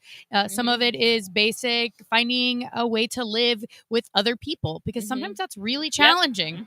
Especially so really building those relationship skills, those people skills and life skills. Yeah. One of my favorite things that you yourself have brought is education on trauma-informed care. And you have led our staff and a handful of our volunteers in that. So can you tell us a little bit about trauma-informed care and why it's important, especially with the demographic that we get to serve? Yes, I honestly wish that everyone was trauma-informed care, from going into school systems to doctor's offices to the grocery stores, because we all have a life experience. And a lot of times we say things with great intentions, but that's not the way that the impact is held, right? You say something and then the person is like, oh, that was a comment. Right. So really just looking at what is the life experience of the individual and really approaching them with care and kindness and compassion, because we all need grace at different times. And I'm really bringing this down to simple terms. Basic. No, love it. But that's what we want. And with every population, but with this demographic in general, we don't know what they've lived. And a lot of times, as you guys have identified yourself, relationships and connections have been broken. And that's even more trying. So being really mindful of what you're saying and what your body language is, because that's also extremely important and often forgotten with people is what are we doing? How are we doing it? Because what will end up happening is you'll provoke a behavioral response within the individual and then they'll respond in a way, and we don't know how to always what's going on. So the more you can watch what you say, watch what you're doing to making sure that you are really thinking of all life experiences, then you can really help the person, because they're going to feel trust, which is one of the number one things that we want to develop within trauma-informed care is trust. that trust between the individual, which we've worked really hard, and I see it evolve. I'm sure you guys within the students too, those first weeks, the residents and the students have it's a slow building relationship. And now I hear students and they're like, oh, they told me this, or I've been talking about this and this, and they're happy and they're surprised. It just takes time. Yeah. I really love that. I think that being trauma informed is incredibly important for our staff and our volunteers, because I'm with you. I think when you walk into a situation that you might be a little uncomfortable in or a little unsure in, I think having the understanding that we all in our own experiences have informed some degree of trauma. Yes. And, for some of us, potentially that was at a very young age. Maybe we didn't grow up with, parents, or we did grow up with a mom or a dad, or, a parent that was abusive in some way. Potentially it was a death. It was, we had somebody who was a veteran who came in, and we work with a handful of residents who are veterans, and so that comes with its own set of trauma. Divorce, job loss, certain child loss, and so we've seen that. Hello again, Keith. Thank you, sir.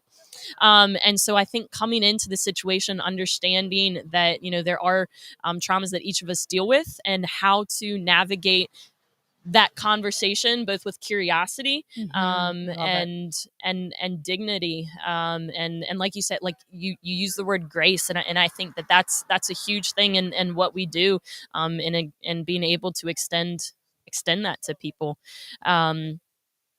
So talk a little bit more about occupational therapy in and of itself, because I can remember I went to SU, and honestly I thought that I was going to go to the PT program.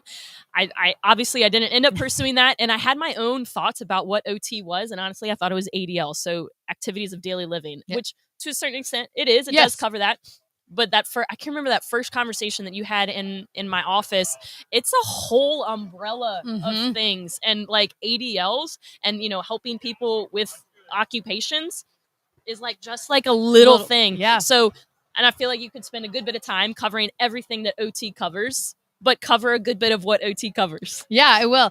I was going to add to something that you said, and now I don't know if I can remember. You said when we're talking about giving grace and giving space, but I wanted to say too, also a big thing is talking about not just that, teaching the residents to have trauma-informed care with each other is also impactful, because a lot of times we don't, when we're talking with individuals and we're joking, we say things that aren't always the best, and we insult them, or we offend them, or we cause a behavioral response, which then sets that other resident back. So being aware, and I do think the residents are really open to it. We've been doing some trauma classes. So that also isn't a great aspect. So occupational therapy in general, because it is, we have so many memes and jokes out there about, don't know what OT is. So a lot of times I like to say it is finding what you do in life, and we're going to get you back to doing it. So as I said, it could be child rearing. It could be getting dressed, ADLs, activities of daily living. And we really encompass that with brushing your teeth, your morning routine, driving, walking, riding a bike, getting to work, going to the grocery store. So it encompasses every single aspect of life. And that sounds really daunting and makes us pretty much a jack of all trades, because we get generic. I'm not going to say generic. We get some advanced, because it is a post-professional degree. So you get a master's or a doctoral degree. So expertise in working with individuals with cognitive delays, mental health disorders, physical disorders, and what can we do to adapt the environment, adapt the product to make sure that they're going to meet those needs, whether that's grocery shopping, could be driving, it could be providing environmental visual schedules, reminders in their cell phones, or really just helping someone find their intrinsic motivation, like that motivation within to do an activity, or to get up and get dressed or take a shower. Because sometimes that's what we're working towards. And I really feel like what defines us differently from counseling, because we get that a lot when we're in the mental health field. People say, well, what is your scope? What is your role? And we're not going to sit down and do a one-on-one counseling sessions. We are not trained to do that. We are qualified mental health professionals, but we do it in the sense through other occupations. And when we say occupations, we call it a means to an end. We're going to do something. It could be a craft, or it could be playing baseball to get them back into enjoying life and finding that enjoyment. So a lot of sometimes our residents or with our students are playing cards. And that's what they're doing, because we're trying to get them just back and finding those little small activities that you find enjoyment in. Because we hear a lot that some people are like, yeah, I'm just not interested in anything. And when you say that, that's kind of discouraging, right? I hope that if I said, what's something you enjoy, you wouldn't say nothing. Yeah. But sometimes that happens. So finding those small activities that people want to do, and then slowly regaining their interest in everyday activities, because it is something that gets lost with mental health disorders. Yeah, 100%. What we've talked about a good bit is like we've mentioned here too is mental health and mental illness. And can you help explain the difference, because they kind of are related, but can you help explain the difference between mental health and mental illness? Yes, I actually think you might have said it best, and I don't remember exactly what you said, but I remember when I left here one day, I was like, that was the best description anyone has ever given. Yeah. So I feel like I'm going to explain it, but then you should finish it. Yeah. Yeah. Because I think you do you know what you said? I do. Yeah. Because you probably do the same pitch, but I loved it. Yep. So when we think of mental health, a lot of times we started this idea of self-care, and it's just overall, what can we do? It involves all of our emotional responses. It involves taking care of ourselves, helping others. When we're talking about mental illness, that's an actual diagnosable disorder. It can be a disease or a disorder, and that requires additional care where everyone can address their own personal mental health. Individuals that are going through mental disorders, they need a little bit more care, and usually a structure with structure. So, and they may or may not need medications, but they need it's a different set of regimens comparatively to our generalized mental health, which everyone is addressing generally. And we all have mental health, but not everyone has a mental illness. Yes. I love it. I think what I probably said, because like you said, I say it a good bit because so much of what we do deals with mental health, but specifically mental illness, is that we kind of compare it to a lot of people are familiar with like physical well-being and the idea of all of us do things or should do things that help us in our physical well-being, whether that's walking or, regularly participating in exercise or physical activity. That's eating well, drinking enough water. We take care of ourselves. All of us have to navigate that. Yeah. But then there's, other things. And so I think what I probably said was something along the lines of, diet. And so nutrition is a big component. And so all of us should eat a well-balanced diet. You could look at the My Plate thing, online, and the idea of fruits, vegetables, fruits, vegetables, carbs, and proteins. All of us, and water, all of us deal with that. But diet and nutrition is very different than somebody with diabetes. And so diabetes is a medical diagnosis that takes very specific care, whether it's type 1, type 2, takes a very specific kind of care to measure that and keep that in check. While I do not have that. I have to just take care of myself. And so we kind of compare it to that. And I probably said something along the lines of, when we deal with, when we look at the healthcare system in physical healthcare, if you're having a diabetic emergency, we're going to get you to the emergency room and we're going to make sure that you're taken care of. But if you're having a mental illness emergency, the way that we handle that is very different. Like, we would never say, all right, Crystal, get yourself together. Like, if you're having a diabetic emergency, we want to just look at you and just say, all right, get it together, girlfriend. Get it together, figure it out. You're not that depressed. Like, that's very true. Like, you're being selfish. Oh gosh, like, you're being selfish. Figure it out. Get a job. Like, we wouldn't look at that the same. But yeah, I'm with you. I think the way that you guys talk about that and the way that you handle that in OT is important, especially in the work that we do. I really like too that what you just said, it really focuses on the stigma that mental illnesses have really been a huge part of. And I think that honestly, the houseless population has also gotten that, right? Where we've come a huge way where it's connected with a mental illness and then also that stigmatization that's along with it, which is really unfair. Just as the students realize that a lot of times these are, they remind them of their fathers or their brothers or their uncles, or they've been through similar situations, right? It's just a lot of the residents have lacked connections and the resources in where to go and what to do, or education. And that's where the difference in lies, right? Yeah. Yeah. What do you think, I'll kind of wrap it up by like, what do you think is so important about students who are, getting ready to enter, in this case, occupational therapy, but just in general, like the professional careers, whether that's medical or not, about understanding like this demographic? What do you think is important for them? Like, why is it important for, let's say, OT, let's hone it in. Why is it important for OT students to understand and have interactions with people experiencing homelessness? I personally think that not only do you develop just natural compassion, which you get that with children, but it's different because most people are naturally ingrained to have compassion for children. Most people when they come in, especially in OT, they want to work with kids. Now you'll get the ones that want to work with the geriatric population. It is rare that people come in and say, I want to work in mental health. And I want to work with, I don't know if anyone's ever said, I want to work with the houseless population, right? Then they come to the rescue mission, and this has been a real statement, and they say, I love this.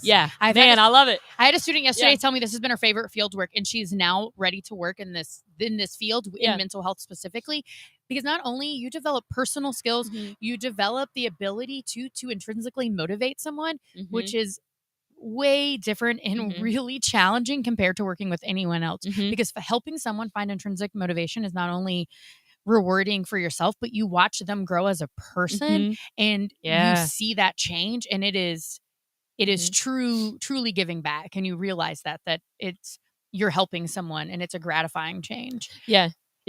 And it's just great because I think that the residents are also pretty forgiving. Most of them, they want to work. They realize a lot of times, even if they don't want to engage, I say, but you're helping the students. And they love that. I love it. I think that there's such a good, kind of feedback loop that happens. And I think that happens with you guys and the students from SU, whether they're OT, PT, PA, pharmacy, all the acronyms, whether that's them or whether that's our volunteers, and honestly, even staff. And I've felt that is, I think we come in with like, I've got this idea and I've got this skill and I'm able to give back. But then you come back and you walk, like when you guys leave, you walk away with like so much more. You like so much more. And I love what you said. And I think you put it beautifully, because sometimes I think it just encapsulates it, like, and you're gonna have to repeat it, like innate, like the ability to see somebody be encouraged by themselves. You know what I mean? Oh yeah. Like, we're not just giving you food, like you see something better for yourself. And like, I think that's like one of the things that really drives me and drives our staff is not just, oh, we housed 45 people tonight and we have, we fed 211 people tonight. It's like, no, like we changed this many people's lives, and this many people are now able to feel confident in their ability to handle their finances. And this person's ready to go out for a job interview where they never felt that before, because they didn't see that they had enough value, the strengths and the skill sets. And this person wasn't comfortable living with roommates because they've had burn bridge after burn bridge after burn bridge with all of their roommates and their family, and they felt like they couldn't do this anymore. And now 6 months, 12 months, 18 months with y'all's partnership and other partnerships, they're like, you know what, I can anger my management. I can manage my anger better. I'm well-versed on how to handle my medications. I can have conversations with my medical, providers and say, hey, Crystal, I'm feeling this way. And I think that maybe this is why. Can you walk me through it? And like being able to see people do that for themselves and talking about sustainability and like seeing them become sustainable by themselves, I think is one of the most rewarding things of this. It's not just feeding people. It's not just housing people. It's seeing people giving them the opportunity to transform their own life by themselves. Like, and it's so huge. Like, I think we're missing the mark when we just say we house this many people. Like, no. Because you transformed lives, as you said. And sometimes not everyone's life is transformed right away. They have to come in and out, or they stay for long periods of time. What you described at some point, I'm like, that's OT, because we just naturally want to improve, but really create independence and autonomy in someone's life. Autonomy. And that's what love it. That's yes. That's really what your ecosystem does. Yeah. Which I've watched change and modify because I started before the ecosystem. Yes. So it's been really cool to watch those adaptations, because while I could have identified some things, I didn't identify all the things that you guys did. And I was like, wow, this has become such a really comprehensive and inclusive program. Yeah. Yeah. I love it. Well, Crystal, thank you. Yeah. Thanks for all your support and all that you guys there at SUOT do and the ways that you guys show up. And we're looking forward to continuing to work with you guys and partner with y'all and see where this goes in the future of SUOT and Rescue Mission. So thank you, ma'am. Appreciate it. Yeah. Right. Awesome. Thanks, Crystal. Donate. Yeah. There you go. That's it. Cool. I'll move that. Awesome, guys. Well, I'm seeing who is on right now. Jordan Springs Market, thanks for hopping on. We love having you guys part of this community.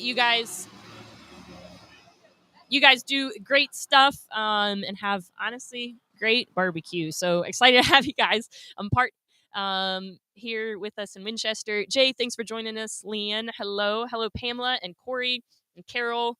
Jennifer, good to see you, my friend. Jerry, hello. And Jeremy and Leah, thanks for joining us this evening. It is 5:30 right now. When did we've been going for 12 hours.